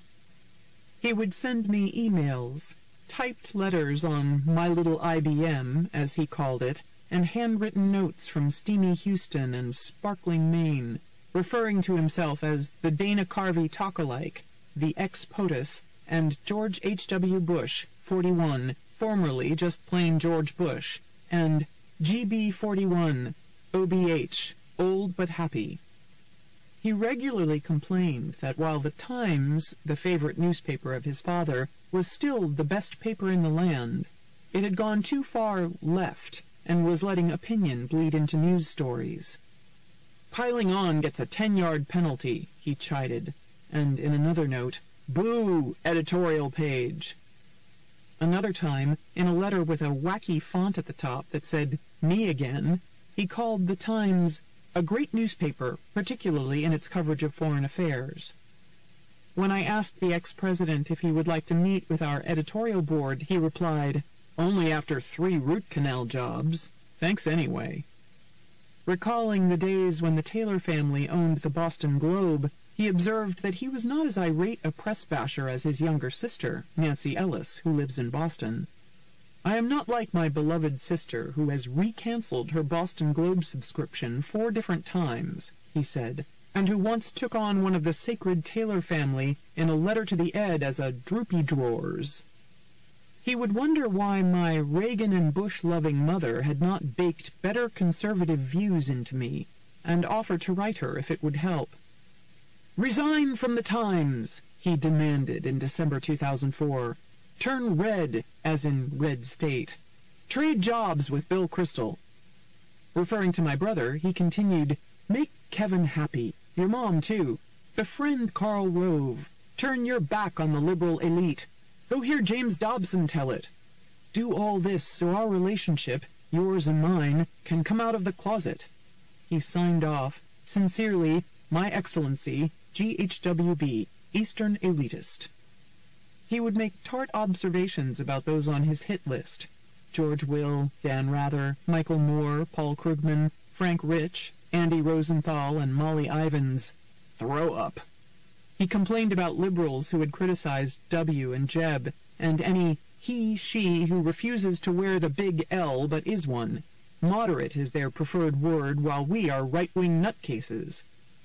He joked that he had a voodoo doll that already looks like a porcupine for Times publisher Arthur Sulzberger, Jr. But then, in a 2002 letter, which began with big wavy font saying, "I'll be nice if you'll be nice," he went off on a tangent about how Arthur is very nice. "Did you know Arthur covered my campaign way back in 1980? He wrote. "We liked him, but then he got to be an editor, then Top Gun, publisher. A lib, yes, but not a mean one." He complained about Gerald Boyd, who covered his White House with me and went on to be managing editor before he died. Gerald, he said, had often written the phrase, "dogged by Iran-Contra," about him. Then Poppy melted, noting, "But darn it all, I like the guy." In one 2004 note from Kennebunkport, he wrote, "Out on my boat, I will hark back to that horrible Terry McAuliffe's attacks on our president and my second oldest son 2 years ago. I will be saying, I am a lucky dad, and, Lord, thanks for giving me 2 boys who are willing to serve, with honor, in these tough, nasty, trying times." In the same note, 41 returned to the love-hate theme.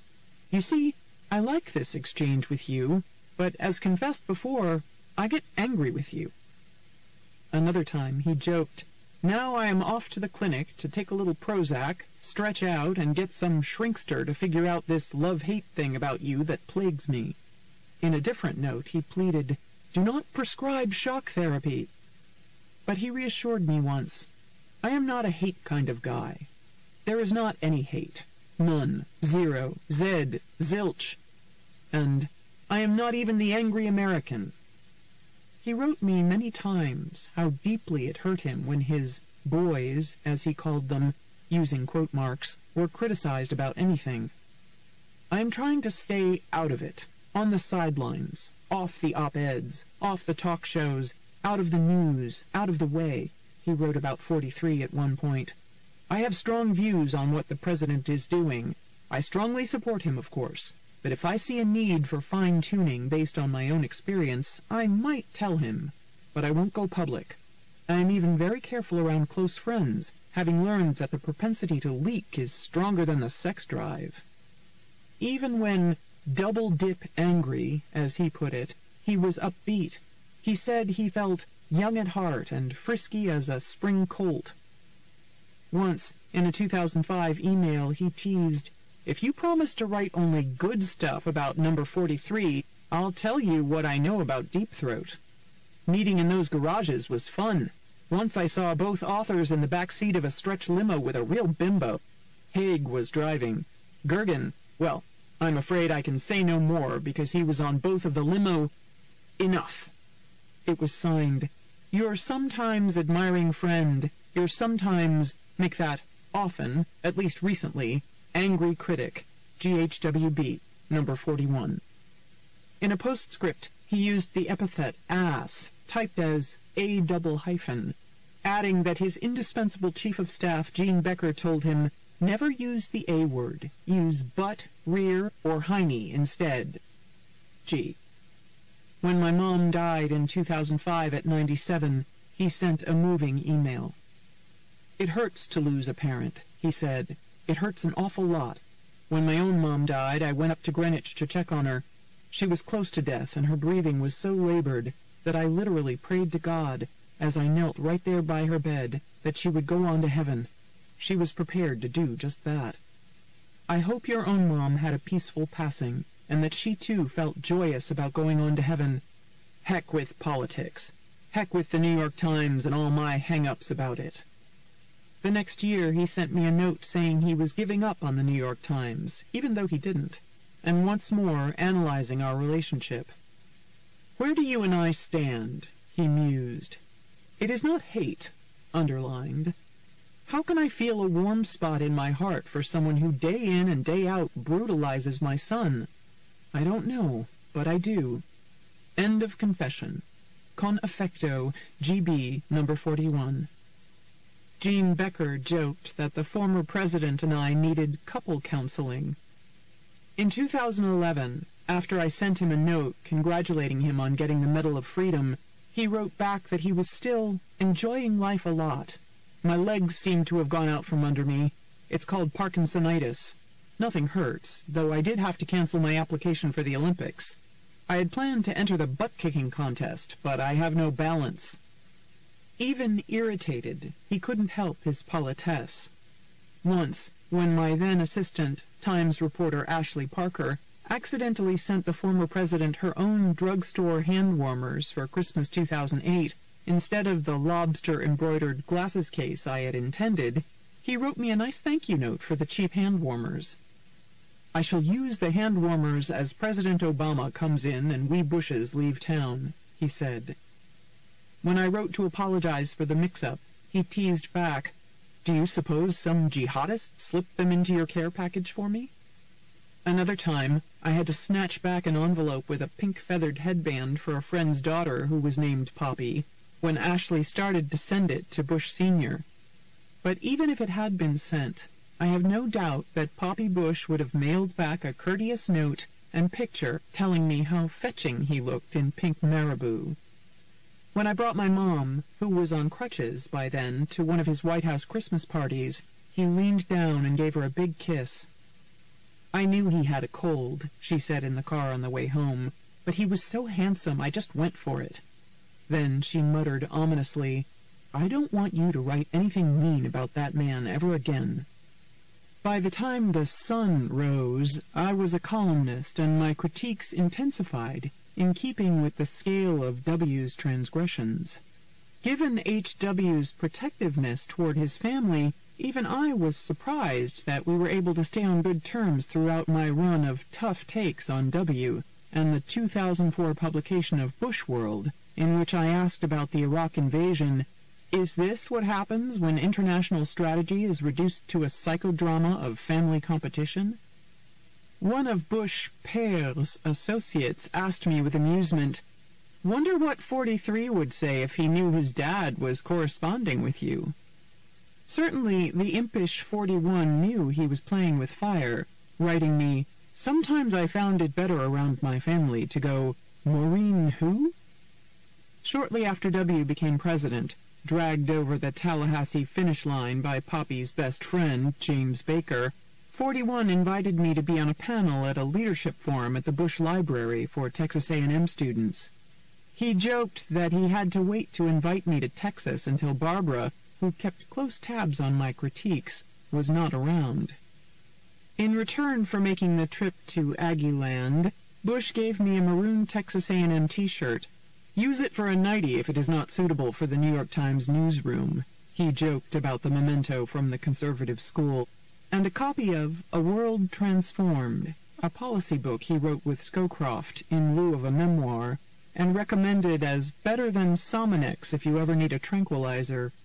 He inscribed it, "Please write nice things about my boy, Quincy." He also mock-apprehensively handed over a letter he had been debating sending me. It was a hilarious, quirky, racy, 11-page typed parody of my Bush parodies, painting W as a boy emperor in the clutches of his Machiavellian regents, Dick Cheney and Donald Rumsfeld. H.W.'s satire was sprinkled with forsooths, liars, nobles and peasants, courtiers, verily, and other Old English flourishes. It brought alive a Game of Thrones bushland with Poppy as the old warrior king, or H.W., formerly King George, Barbara as the old Queen Bar, and a blazing tapestry of other characters, King Prescott of Greenwich, now in heaven, Princess Doro, Earl Jeb of Tallahassee, Lady Döwd, charming princess of Op-Ed Land, Queen Hilary of Chappaqua and George of Crawford, the new king who took the throne thanks to those foes who have just fought and lost the Battle of Chads in November. The old king deemed the New York Times, which supported Sir Al Gore, vanquished, even though the paper refused to admit it, a fact that so irritated him that he forswore his usual martini on the rocks and told a servant to bring one on the stem. Were Liberal Times reporters angry, the old king wondered, that I, of their Eastern Province background and past, now have progeny from the great Western Plains willing to fight on? Why can't they say, you won, we lost, we pledge you 2,000 sheaves of grain and 100 barrels of famous grouse? The send-up recalled Maid Monica frolicking with King Bill in the Oval Office, ushering in a new permissiveness, a new standard that confuses the old man. The old king mused, hedonism must not be the standard of the day, and predicted that his oldest son would restore honor to the palace. But typically for a man who embraced former antagonists, except for the loathed Perot, whom he blamed for his losing a second term, H.W. softened when Bill Clinton came a-wooing. Bubba, as Poppy called him, treated the older man like the father he never had as the two teamed up for philanthropic causes. Don't start with me, he would preemptively tell astonished former aides. I like being with Bill Clinton. The most cloak-and-dagger episode of our love-hate relationship came in 2006. I was covering a rare trip to Kennebunkport by W., who had largely avoided the main family compound, but had come up one weekend for a wedding, a christening, and a funeral. I may have been persona non grata in W's White House, but I was not papa non grata.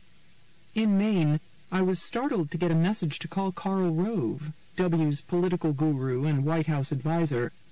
Rove had mischief in his voice as he explained that he was playing a surreptitious go-between. He told me that if it could be arranged so that W would not get wind of it, Bush Sr. would like to meet me for a chat over the weekend. I was eager to do it because it felt so preposterous, like two kids, one of them 82, sneaking around behind the back of a stern president. But it's hard to have a secret assignation in a small town with an ex-president and his Secret Service detail without the other president and his Secret Service detail hearing about it, especially when they're staying in the same compound. I thought the former head spook might still have a few clandestine tricks up his sleeve. Though we didn't pull it off in the end, I admired the sheer daring of the scheme and the skull-and-bones skullduggery of it. I don't like it that you don't like my oldest son, but it's a bit of a standoff, 'cause he doesn't like you either, he wrote me once. But then, he doesn't know you as well as I do.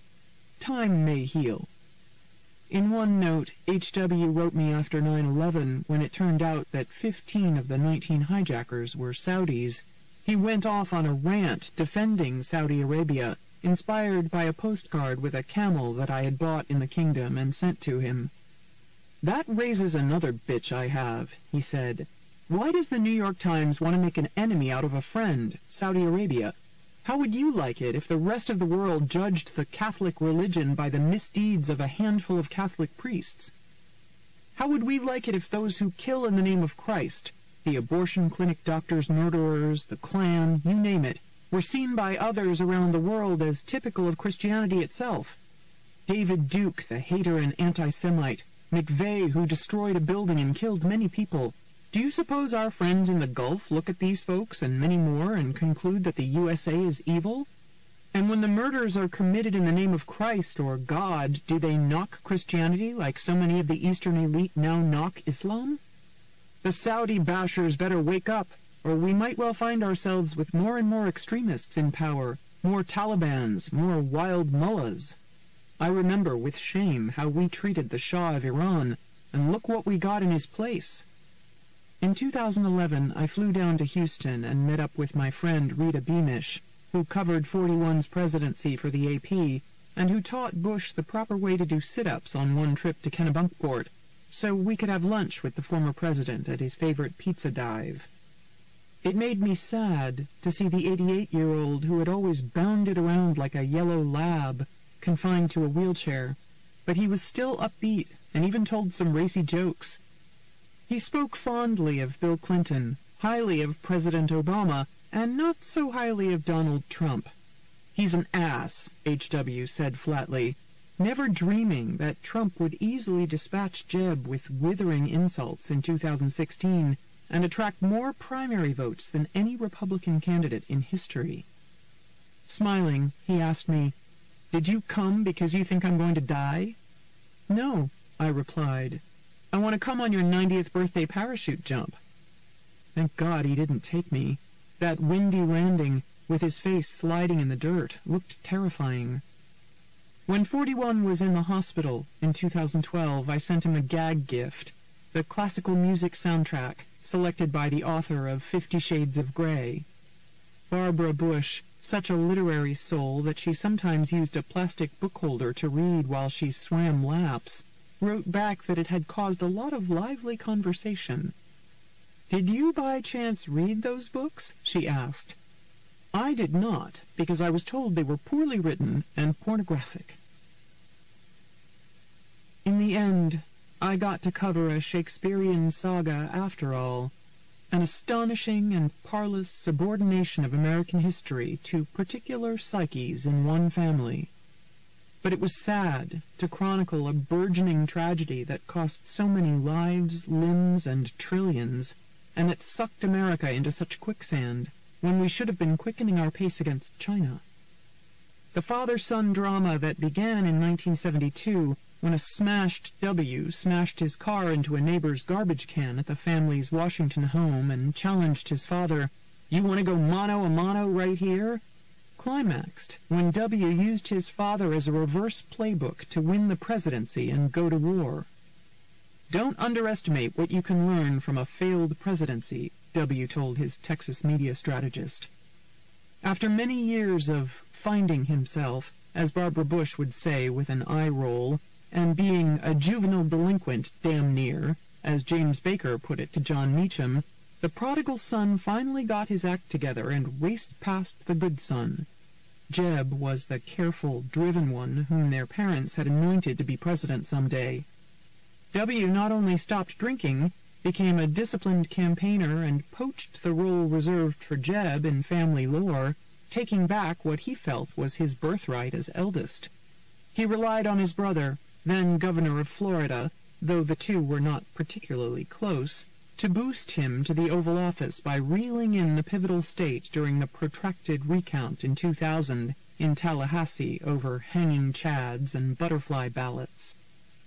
When W superseded Jeb and became the nominee in 2000, H.W. moved to shore up the raffish son who had squandered so many years carousing.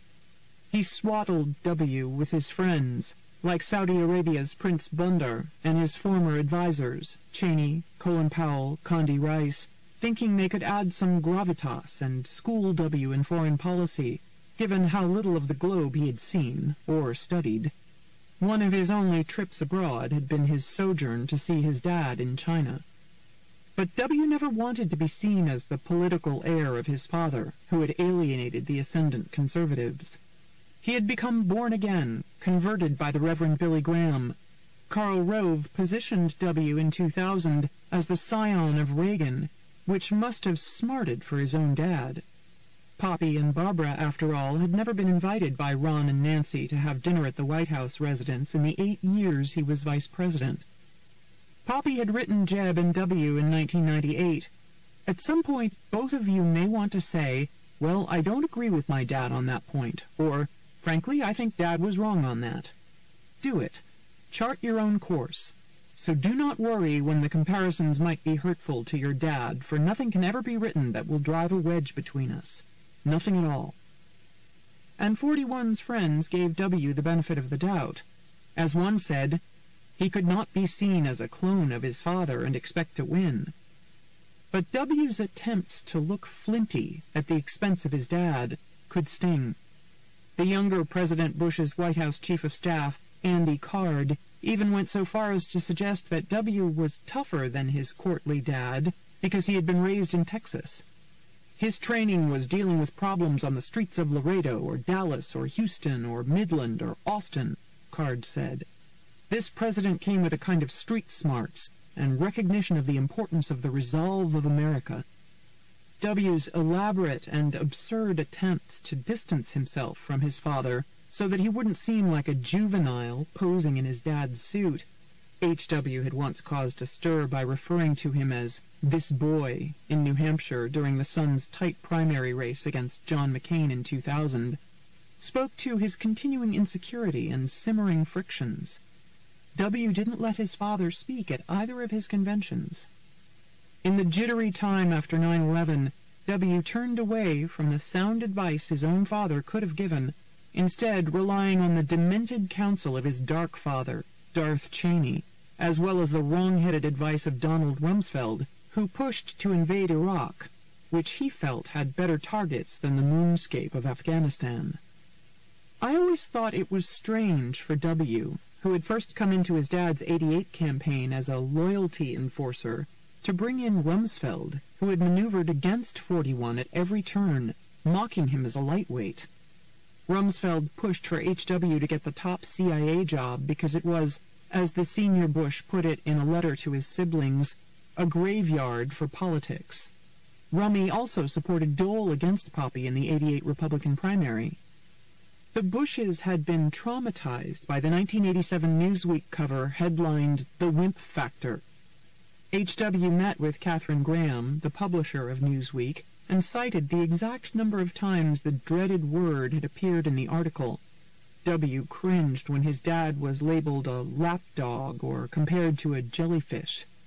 He was so determined to be the anti-wimp that he was susceptible when Cheney and Rumsfeld used that to manipulate him, telling him that he would seem weak if they didn't shock and awe Baghdad after 9/11, to make sure the Arabs never looked cross-eyed at America again. W. had spent his life clinging to and chafing against his dad's shadow. H.W. was the president of his class at Andover and captain of the soccer and basketball teams. W. was the head cheerleader at Andover. H.W. was the Phi Beta Kappa baseball captain at Yale. W. was the gentleman's C, self-appointed stickball commissioner at Yale. In a rich Oedipal moment, W. wrote in 41, A Portrait of My Father, that his dad didn't have a big enough bat to make the major leagues. H.W. was a Navy pilot who got shot down in World War II heroically dropping bombs and was nearly captured by the Japanese. W. was a lackadaisical National Guard pilot in Texas in the Vietnam era. H.W.'s career as an oilman in Midland was middling. His son's even more so.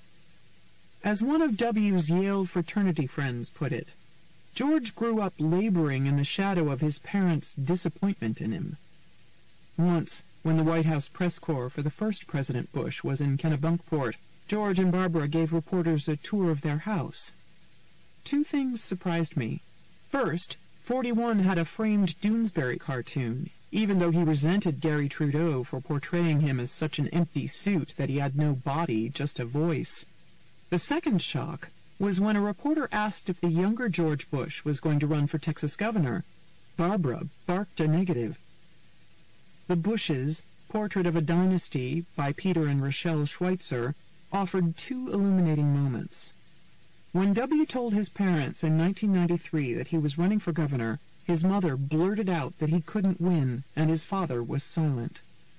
After W. triumphed on the same night that Jeb lost the Florida governor's race, his father called his oldest son, but sounded preoccupied with Jeb. "The joy is in Texas," Poppy told reporters, "but our hearts are in Florida." A wounded W. told his Aunt Nancy, "It sounds like Dad's only heard that Jeb lost, not that I've won." Maybe fed up with or fearful of his parents' skepticism, W. didn't tell his father he was going to run for president. Although his father went on to help him raise money with his golden Rolodex, he once more had doubts about whether W. could win.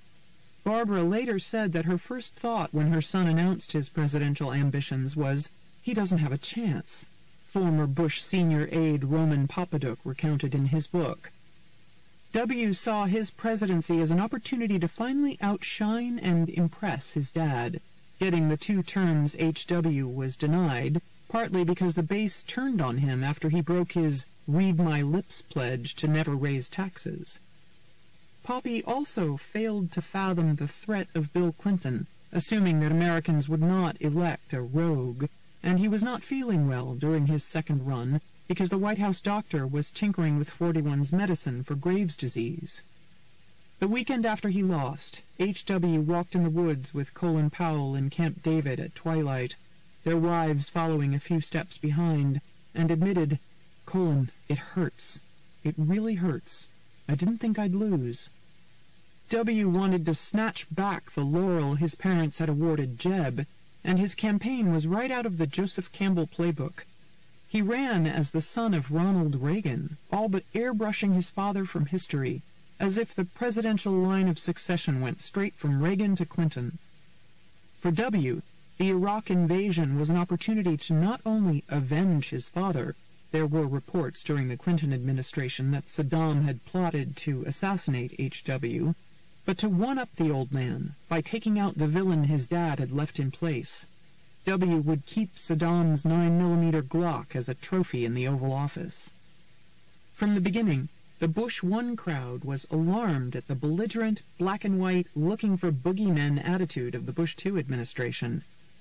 Scowcroft had dinner with his protege, Condi, and tried to talk sense to her, but Condi, taking her cue from the collapse of the Soviet Empire, offered the Cheney-Rummy doctrine, said that the U.S. was the only superpower in the world, and it could remake things in any way it wanted if it just pushed ahead.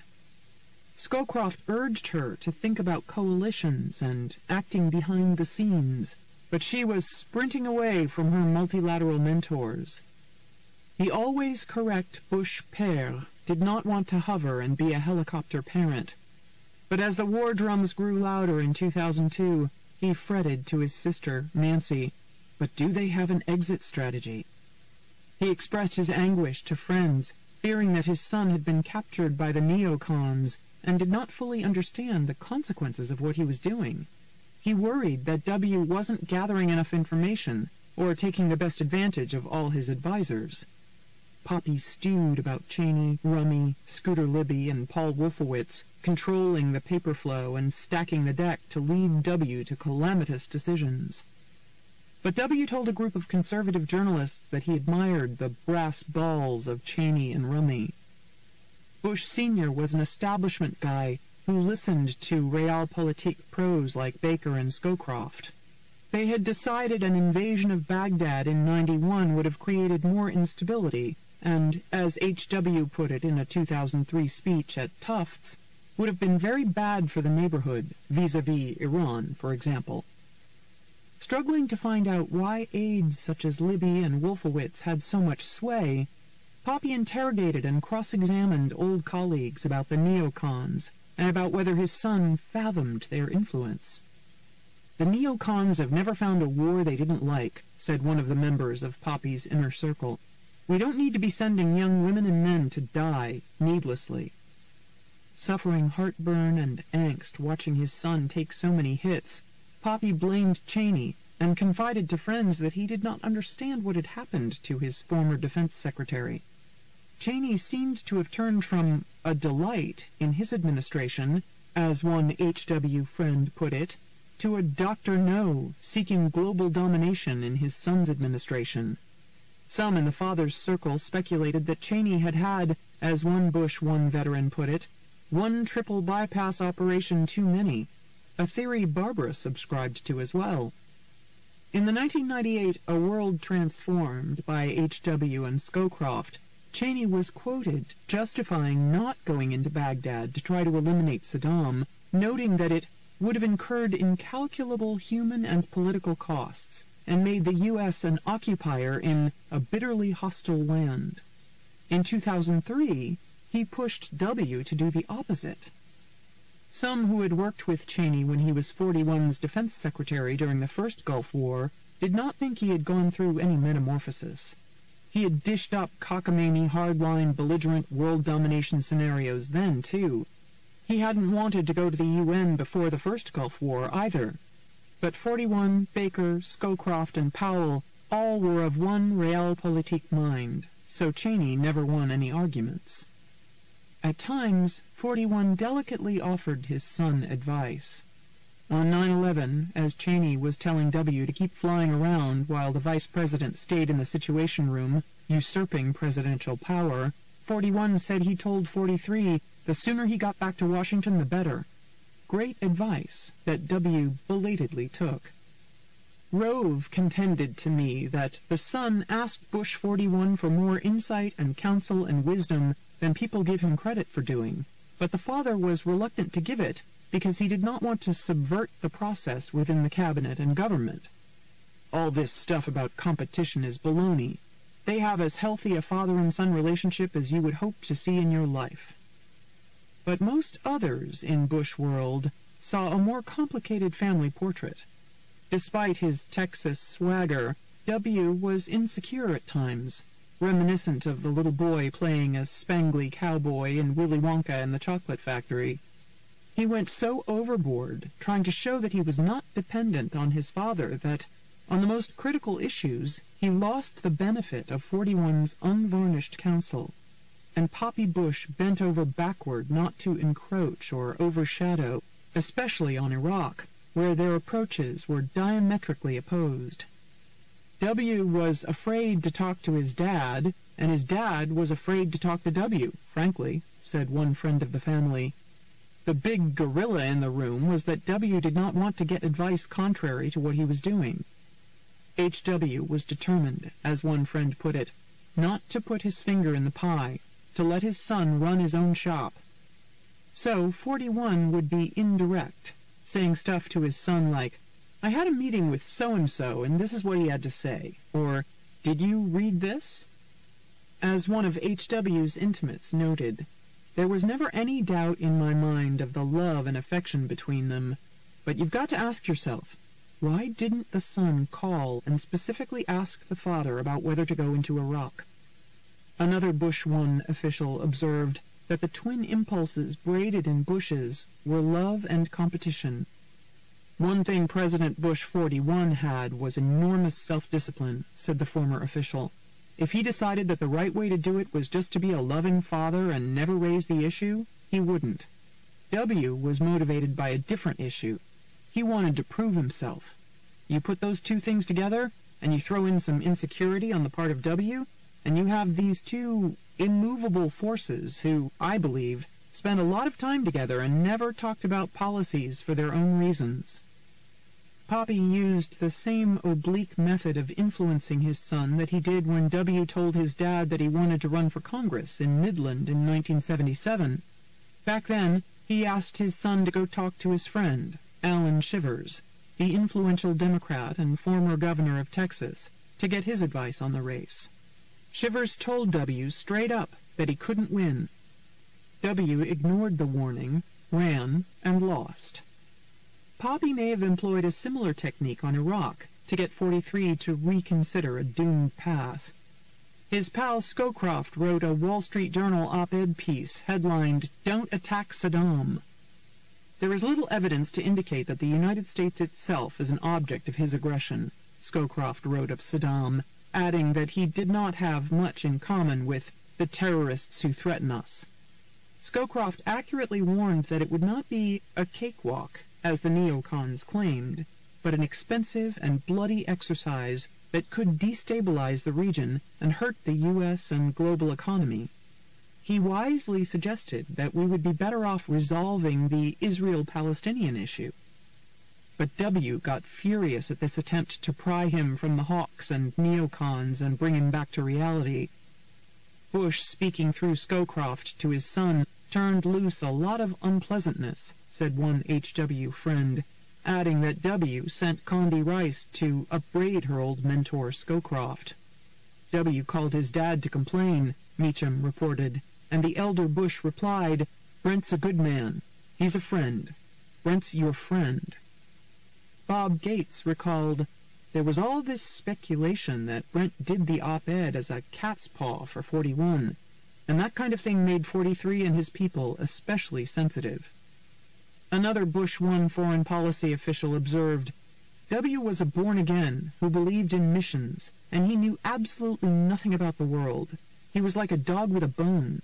He was going to prove Daddy was wrong and he was right, even if he had to stuff a square peg into a round hole." The day before Cheney gave a speech blowing off the UN and the notion of containment, Baker chimed in to urge caution in an op-ed piece in the Times. "Unless we do it the right way, there will be costs to other American foreign policy interests, including our relationships with practically all other Arab countries, and even many of our customary allies in Europe and elsewhere, and perhaps even to our foreign policy priority, the war on terrorism. We should try our best not to have to go it alone, and the President should reject the advice of those who counsel doing so." The Saudis also tried in vain to warn W and prevent war. Prince Bandar and Prince Saud, the foreign minister, told the President that Saddam would allow inspectors in, and explained that the Iraqi dictator was only blustering that he had weapons to deter Iran. They also told the White House that if it proceeded with an invasion, after 3 to 6 months, America would be seen as an occupier.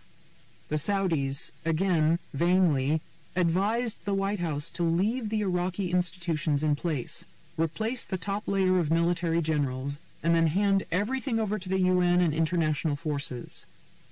Richard Pearl and his buddies were salivating over pipelines and cell phones and the idea that the whole region would be transformed into a pro-American democracy, one top Saudi official told me a couple years ago. It was all wishful thinking by the neocons. W's Middle East policy was a direct rebuke to his dad, a simplistic and naive gambit designed to overturn all the cozy with America dictators in favor of democracies. W criticized previous administrations, including his dad's, for policies that indicated that stability is more important than form of government. The father dealt with the corrupt Saudi monarchy and Middle East dictators while he was tough on Israel, so the son would try the reverse, getting rid of Saddam to establish a democracy and uncritically siding with Israel, a democracy.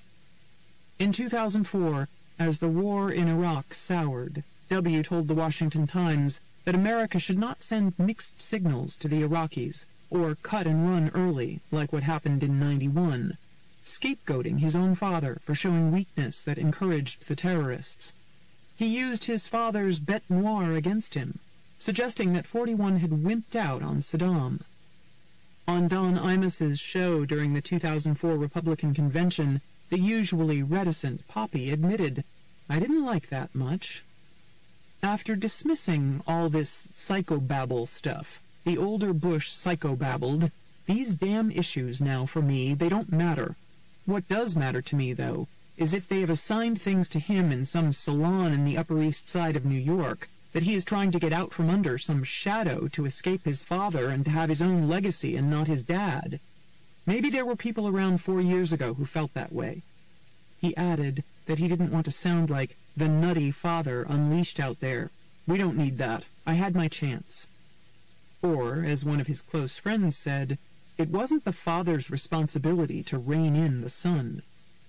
The way H.W.'s intimates saw it, Cheney called the shots, and with Iraq, Cheney and Rumsfeld handed W. a doo-doo ball, as one friend and advisor to Bush Sr. put it. H.W. kept any difference of opinion with his son to himself, no matter how people tried to provoke him. Jeb also did not openly express any envy of W. for upending him in the family narrative. In 41, his love letter to his dad, W. tried to make H.W.'s war with Saddam and his own part of a logical continuum, but they were not. One war was about restoring the world order. The other was about imposing democracy. The father attacked Saddam to establish the principle that one nation cannot unilaterally invade another. The son attacked Saddam to establish the principle that one nation can unilaterally invade another.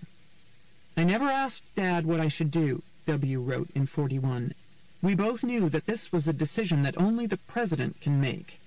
Instead, he gave his father updates on his decisions. Even Fox News commentators were at a loss to understand how a Republican president could go to war against Saddam without hashing it out with the last Republican president who went to war against Saddam, especially if it was a beloved father. How could you not want to hear that unique perspective? But W. told Brit Hume that he saw his dad more as a loving parent than an advisor, casting the knowledgeable ex-president in the role of Blanky. He also protested that his father did not have the right security clearance to be briefed the way a sitting president would be. A risible excuse. Bush Sr. knew more about the region than most of those who might brief him. W. told Bob Woodward that he preferred to consult a higher father. The Bush One crowd was dumbfounded when the Iraq Viceroy, Paul Bremer, disbanded the Iraqi army, laying the groundwork for all the Sunni insurgencies right up through ISIS, after W. had stated that the army would not be dissolved. Bremer told W. over video conference that he was going to do it, but W. didn't object, seeming not to comprehend that he was abandoning his own strategy. Once more, the old king and his courtiers fretted that W. was not in control. Poppy and Barbara blamed the bad stuff on Cheney. W. was dependent on him, said one family intimate, so Cheney felt free to pursue his own policy prescriptions, which were neo-Connish and forceful. Don't forget, Cheney had been a congressman from Wyoming, and nobody is more conservative than a congressman from Wyoming. As Iraq and Afghanistan cratered, W. too began to get angry at Cheney and Cheney's pal and mentor from back in the Gerald Ford days, Rumsfeld. In the second term, at Laura's urging, W. fired Rumsfeld and replaced him with Bob Gates, H.W.'s CIA director and president of Texas A&M University. W. also distanced himself from Vice, as he called him, infuriating Cheney by refusing to pardon Libby, the Veep's chief of staff, known as Cheney's Cheney, who had been convicted of lying to federal officials in the Valerie Plame case. Bush commuted his 2.5-year prison sentence. "You are leaving a good man wounded on the field of battle," Cheney stormed at W. One Bush family friend said that, at the beginning of W.'s second term, the president began to ask himself, how did all this happen? That led to a more honest conversation between 41 and 43 about the deleterious effect of W.'s sulfurous advisors. One H.W. pal referred to this as the reconciliation. Others agreed that once W. had gone through his own crucibles with Iraq and Katrina, he was mature enough to have a more mellow relationship with his father. But the friction and competition between the two would never totally melt away. as illustrated by this stunning anecdote in Duty, Gates's memoir. The one somewhat touchy area between us, never openly discussed, was my close relationship to the president's father. When Bush 41 was in Washington in late January 2007 and wanted to come over to the Pentagon to see me and meet some of the military leaders, I got a call from Josh Bolton that Bush 43 thought such a visit might become a news story, and he did not want that. Josh urged me to call off the visit. I said I would defer to 43's wishes. So 41 and I had breakfast the next day at the White House instead. A few weeks later, I was returning from a meeting at the White House when my secretary called to tell me that 41 was on his way to the Pentagon. I barely arrived in time to welcome him, and he went around shaking hands and talking with the folks in my immediate office. He was there only about 15 to 20 minutes, but I think he wanted to make a point about his own independence. Laughing, Gates told me that he had to tell the driver to put on flashing red lights and sirens so he could get to the Pentagon in time to see 41. I asked what on earth the 43 crowd was afraid of, as W's second term drew to a close. Wouldn't it have simply looked like 41 supporting 43's surge in Iraq, which started then? I suppose it was the continuing sensitivity that the father was somehow substantively engaged, Gates replied.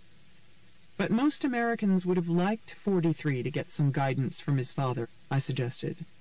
Gates said that, while there was a deep underlying love between the two men, they were very conscious of the uniqueness of managing this relationship between two presidents in the era of social media.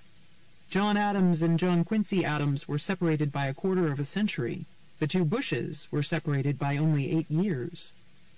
He said that the father was extremely sensitive not to give the impression that he was a behind-the-scenes counselor, and the son was extremely sensitive not to be seen as a protege. During that whole period, I was the president of Texas A&M, and I was seeing 41 very frequently, and he almost never talked about foreign policy, Gates said about the man who loved nothing better than dishing about foreign affairs.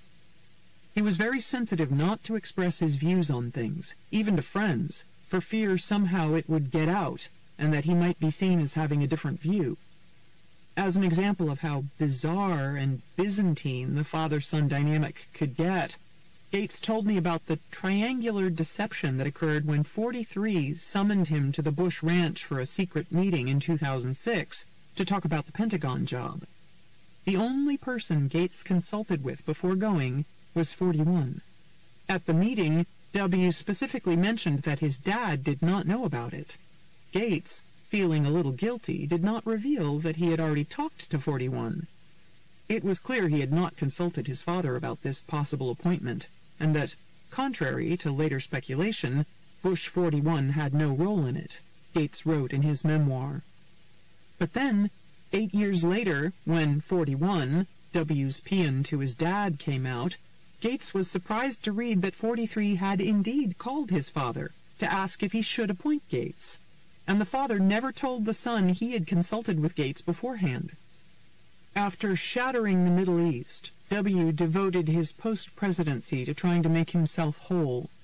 He painted semi-nude self-portraits set in the shower and bath, like a guilty Lady Macbeth, washing her hands over and over, and he tried to burnish the dented family name, writing his own memoir and the adoring portrait of his father, which he introduced at his dad's library. He wanted to atone for his sins a little bit, said one Bush 1 official. And to atone for leapfrogging Jeb, W was the leading figure pushing Jeb to move beyond Bush fatigue, most pointedly expressed by their own mother, and run for president. John Meacham believed that the frail patriarch of the clan was determined to live to see the long-yearned-for Jeb presidency finally come true. H.W.'s friends noticed that W even began to talk more reverentially about his father, rather than simply barking, "Good man," as he used to do. Once, when a Times reporter offered a litany of 41's accomplishments to 43, he merely murmured, "Interesting," before walking away. It was as though he couldn't wait to say all the things he wanted to say when he was trying so hard to show how independent he was and that he didn't need anybody. said a family confidant. But some of what W. said sounded disingenuous. At the library Q&A to introduce his book, he praised his father for being the finest one-term president our country's ever had, but then reiterated that he had not wanted his policy advice, just his pats on the back. People can't possibly comprehend, he said, that when you admire somebody as much as all of us admire George H.W. Bush, and he offers help or comfort, it means more than any advice he could possibly give. The more W. said it, the less sense it made. In an interview with the Times' Peter Baker, 43 said that his father followed Ronald Reagan, a transformative president still being quoted by potential candidates, which kind of obscured his accomplishments. Of course, W. was the candidate who pioneered lionizing Reagan and obscuring his father. The first thing I ever heard from W.'s advisors in '99 about his presidential run was that he was much more like Reagan than his own father. It will go down as one of the most astonishing historical ironies of all time that W.'s belittling use of his dad as a reverse playbook ended up, seesaw-like, burnishing H.W.'s historical reputation and sparking what Meacham called poppy chic. Although it got him fired by the electorate, H.W.'s tax increase to fix the deficit is now widely seen as paving the way for prosperity in the Clinton era. Whereas W. appointed lame duck regulators and unshackled Wall Street, H.W. infuriated Wall Street by signing the Financial Institution Reform, Recovery, and Enforcement Act of 1989 in the wake of Reagan's savings and loan crisis. He went along with FIRRE, which set higher capital standards, empowering financial regulators and tightly regulating lending practices, even though he had been warned that it would spark a small recession and hurt his political fortunes. W.'s descent into chaos in Iraq made H.W.'s much-debated decision not to go into Baghdad look like the smart move.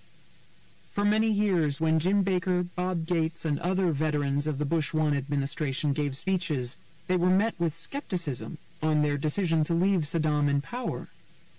For 10 years, every speech we gave, people would stick up their hands and say, "Why didn't you guys take care of Saddam when you had the chance?" Gates said.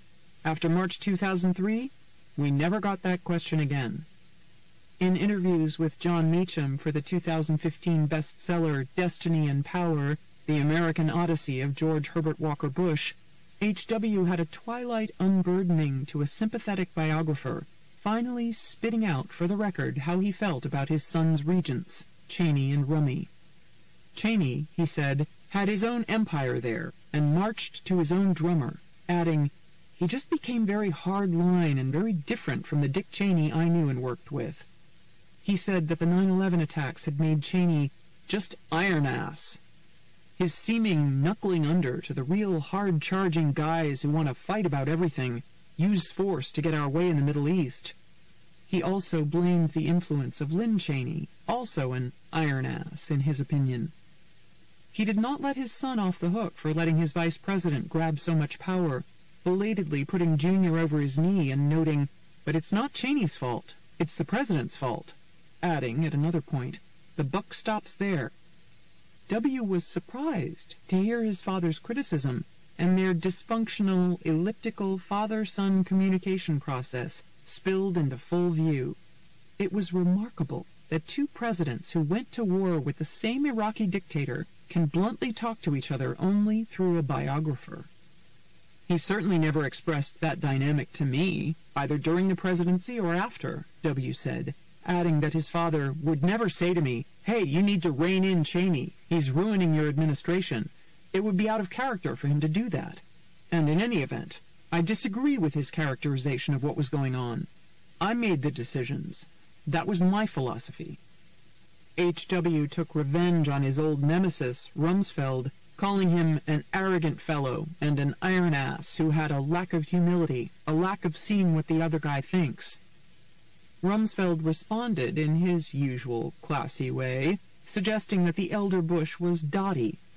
"Bush 41, he said in a statement, is getting up in years." As one Bush I official said with wry satisfaction, We look like rocket scientists in foreign and domestic policy, thanks to them.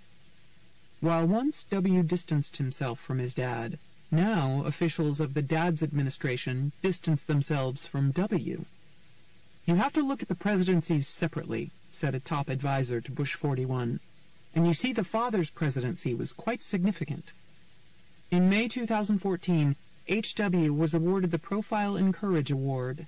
He was not well enough to go to Boston and hear JFK's grandson, Jack Schlossberg, say that America's gain was President Bush's loss, and his decision to put country above party and political prospects makes him an example of a modern profile in courage that is all too rare. Meanwhile, W's reverse playbook of slashing taxes erased a surplus and caused a ballooning deficit that not even Republicans could stand by. Meacham asked 41 at the 25th anniversary celebration of his inauguration in 2012, held at his presidential library, how he felt about the warmer regard bathing him now, as Americans look back longingly at a presidency that was not polarizing, and a Paul who preferred consensus to shrillness. Hard to believe, the former president said about the legacy thing. Now, as the country continues to lose faith in its institutions and in politicians frozen in dysfunction, 41's efforts to stay on good terms with those he disagreed with and to split the difference seem like a golden era.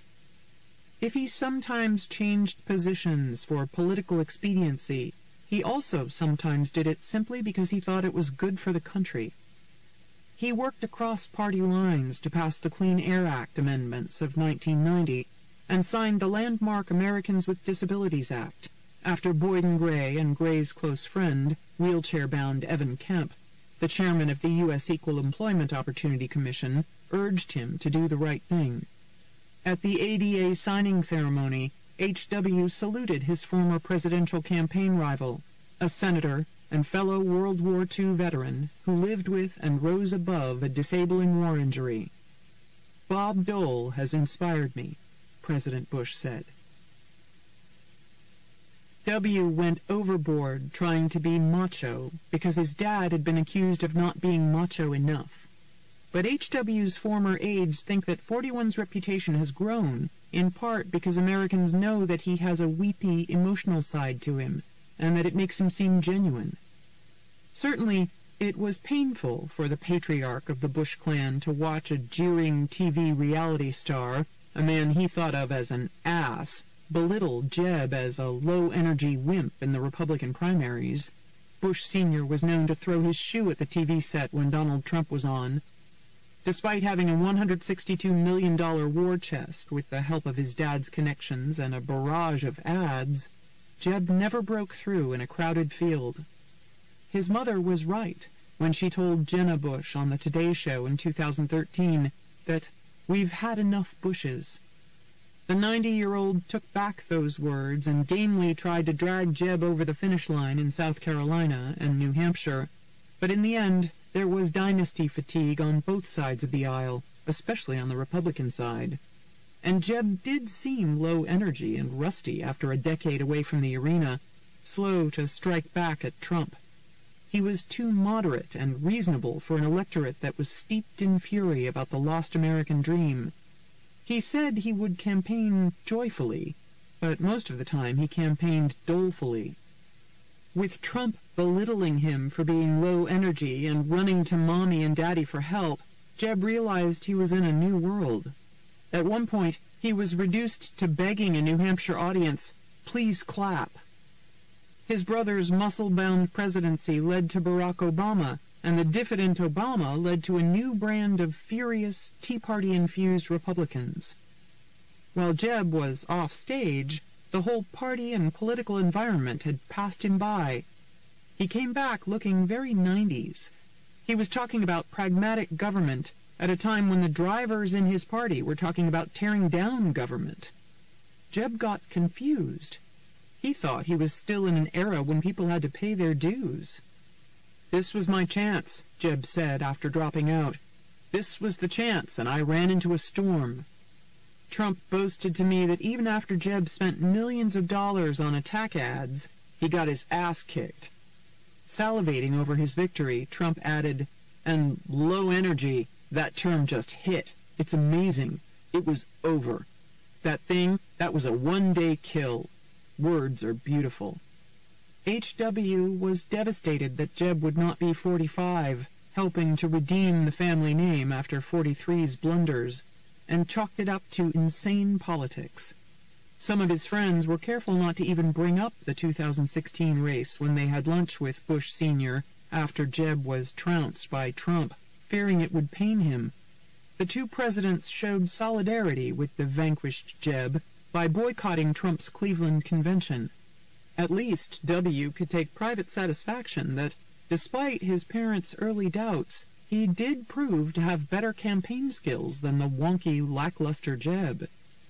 Trump carried Greenwich, the town that was the beginning of the journey for the Bushes, Meacham marveled to me.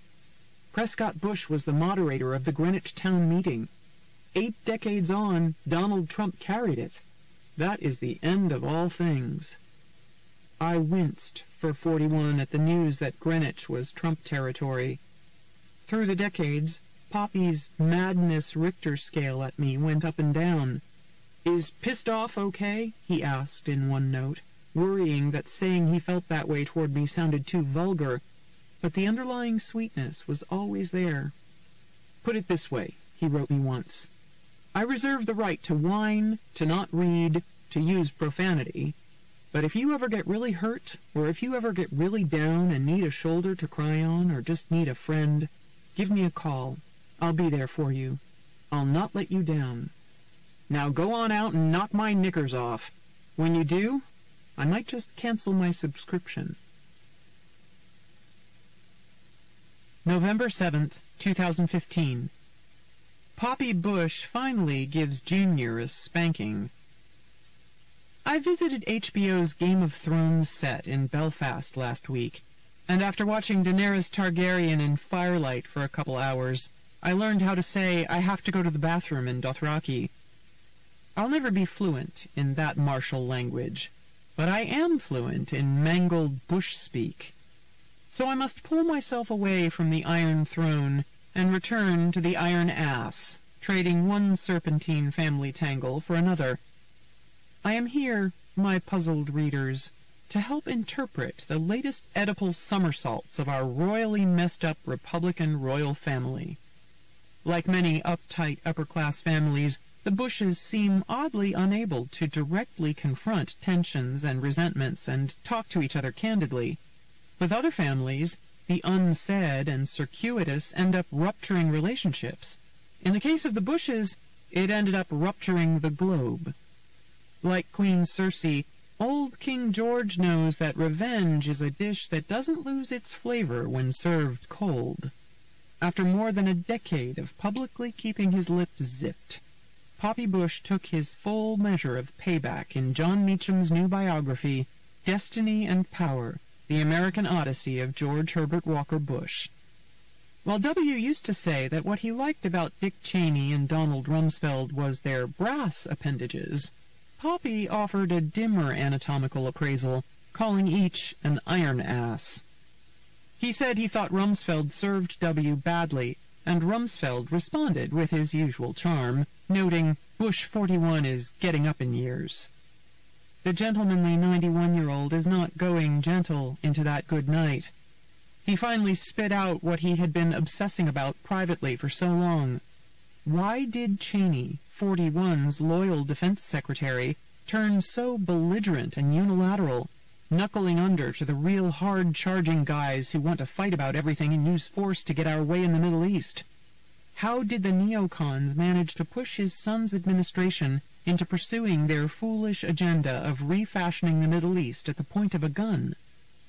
He ultimately faults his son for the administration's deadly embrace of Cheney and the neocons, and for allowing Cheney to create his own national security apparatus, noting, "But it's not Cheney's fault, it's the president's fault," adding, at another point, "The buck stops there." Bush Sr., who had been so deferential and dutiful as a vice president that he endangered his chances of being president, with George Will calling him a lapdog, was offended by Cheney's White House empire building and upset that his son let his vice president grab so much power. A surprised W told Meacham he certainly never expressed that opinion to me, either during the presidency or after.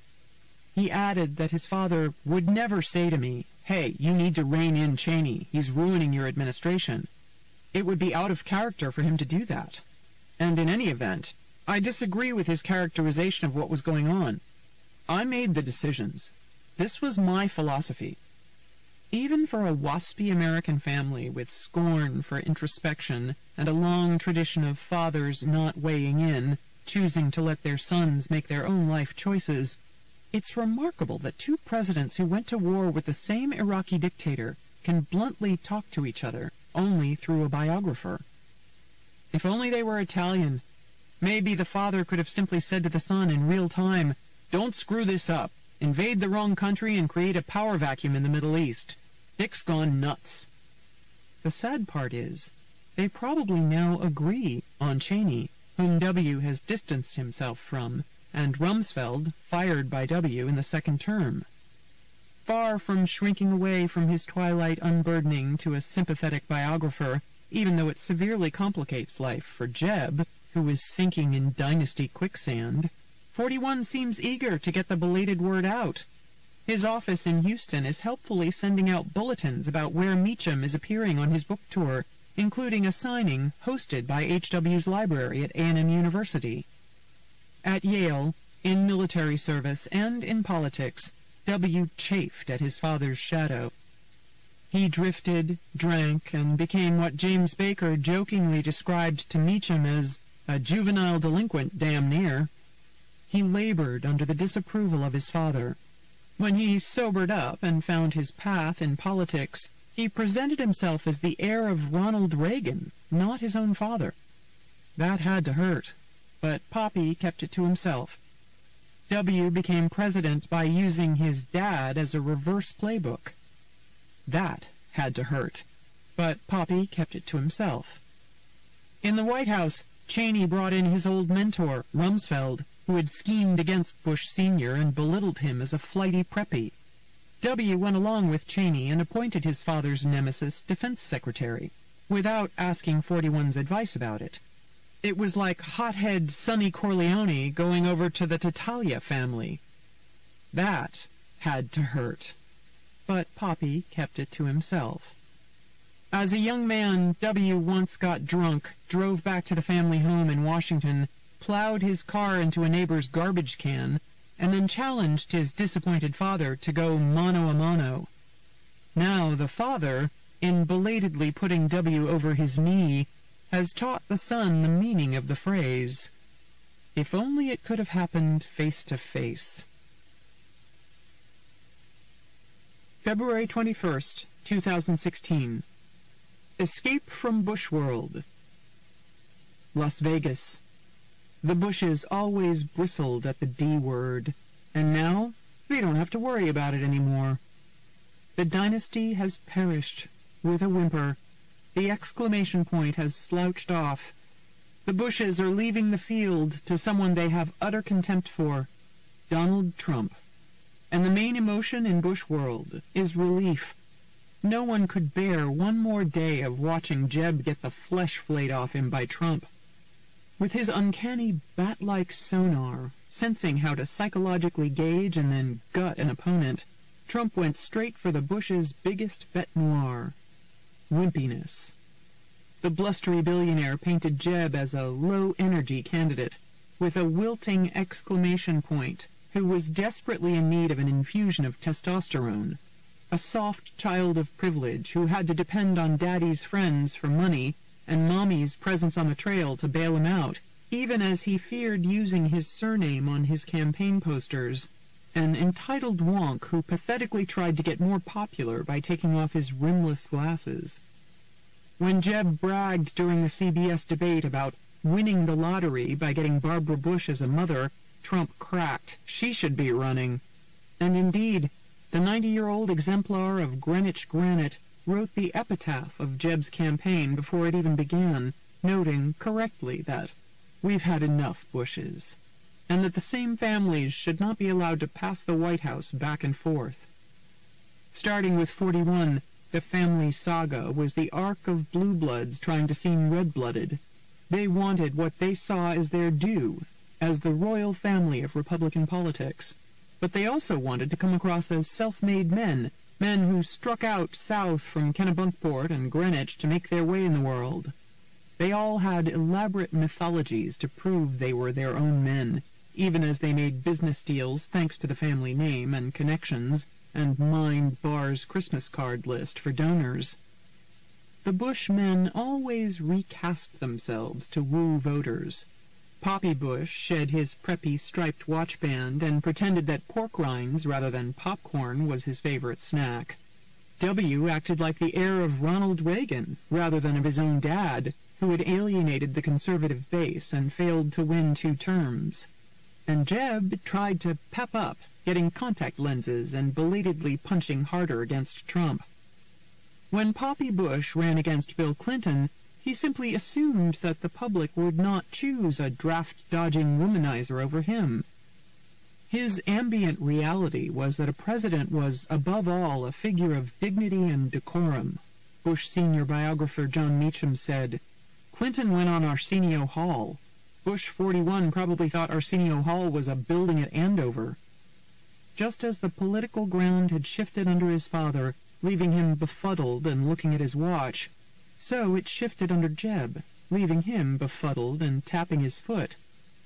Despite all the talk about civility, the Bushes threw out the red meat whenever they had to, from Lee Atwater and Willie Horton in '88, to W's supporters whispering in 2000 that John McCain came home from Hanoi with snakes in his head, to the W 2004 campaign strategy of encouraging gay marriage ballot initiatives to rile up the evangelicals, to Jeb spending a fortune on ads this winter eviscerating the character of the man he deemed the disloyal protege, Marco Rubio. Winning was always more important than gentility. That's what happened in 2000 when the family had to pressure Jeb to help purloin Florida. In return, W came out of his oil-painting exile to try to deliver South Carolina for Jeb. South Carolina was the place the whole Byzantine sibling rivalry drama was going to be made right. The Bushes always thought their sober and studious second son would be president, but the prodigal son shoved Jeb out of the way. Now, Jeb would get his due. Except that the inflammatory Trump, who delights in breaking the fourth wall, was perfectly happy to shatter the convention in Republican circles that W kept us safe, as Jeb kept saying. Trump stunned everyone by pointing out the obvious. W and Condi were not on the ball before 9/11, when W was mountain biking and ignoring memos headlined, as Bill Maher dryly put it, "Osama bin Laden is standing right behind you." Then, after 9/11, they played right into Osama's recruiting plans by invading and occupying 2 Muslim countries instead of simply going after the guilty party, as W had promised to do when he yelled through the bullhorn at Ground Zero. Trump held the Bushes accountable for the trumped-up war. W's arrogant and delusional administration pulled the wool over Americans' eyes about the Iraq invasion, which has ended up costing us trillions and killing and maiming hundreds of thousands. Even though Poppy Bush's circle has always assumed that Jeb was on their side, believing that the invasion was a mistake because it would shatter the Middle East, Jeb stumbled around on that question and ended up defending his brother's indefensible war. He even shocked his father's circle by putting out a list of foreign policy advisors for his campaign that included one of the war's woolly-headed architects, Paul Wolfowitz. The underlying message of Bush campaigns is always, "Trust us, we know best." But that has been proven false. The country is now aflame with anger and disgust about politicians and bankers who conned trusting Americans and never got punished for it. That fury has led to the rise of wildly improbable candidates in both parties. As the Bush dynasty falls, it must watch in horror, knowing that it is responsible for the rise of Donald Trump. Interlude. by Peggy Döwd. A Life of Voting Dangerously. As I watched Donald Trump take that now famous escalator ride into the political chaos of 2016, I flashed back to our first encounter. It was in March 1991. The Washington association I worked for was holding a convention at the Taj Mahal Hotel in Atlantic City, and Mr. Trump had agreed to be the general session speaker at his new property. The audience consisted of invited CEOs from 6,000 associations. The speech was business-oriented, with an emphasis on winning and deal-making, and he received a standing ovation. I was on the welcoming committee, and I found him to be courteous and smart, showing no signs of the bigoted, narcissistic, misogynistic bully he is accused of being today. So, as I began to think of a candidate to support, my feelings remained very positive. I would back Mr. Trump, even though his road to the nomination seemed nearly impossible, and all the data mining experts stated unequivocally that we should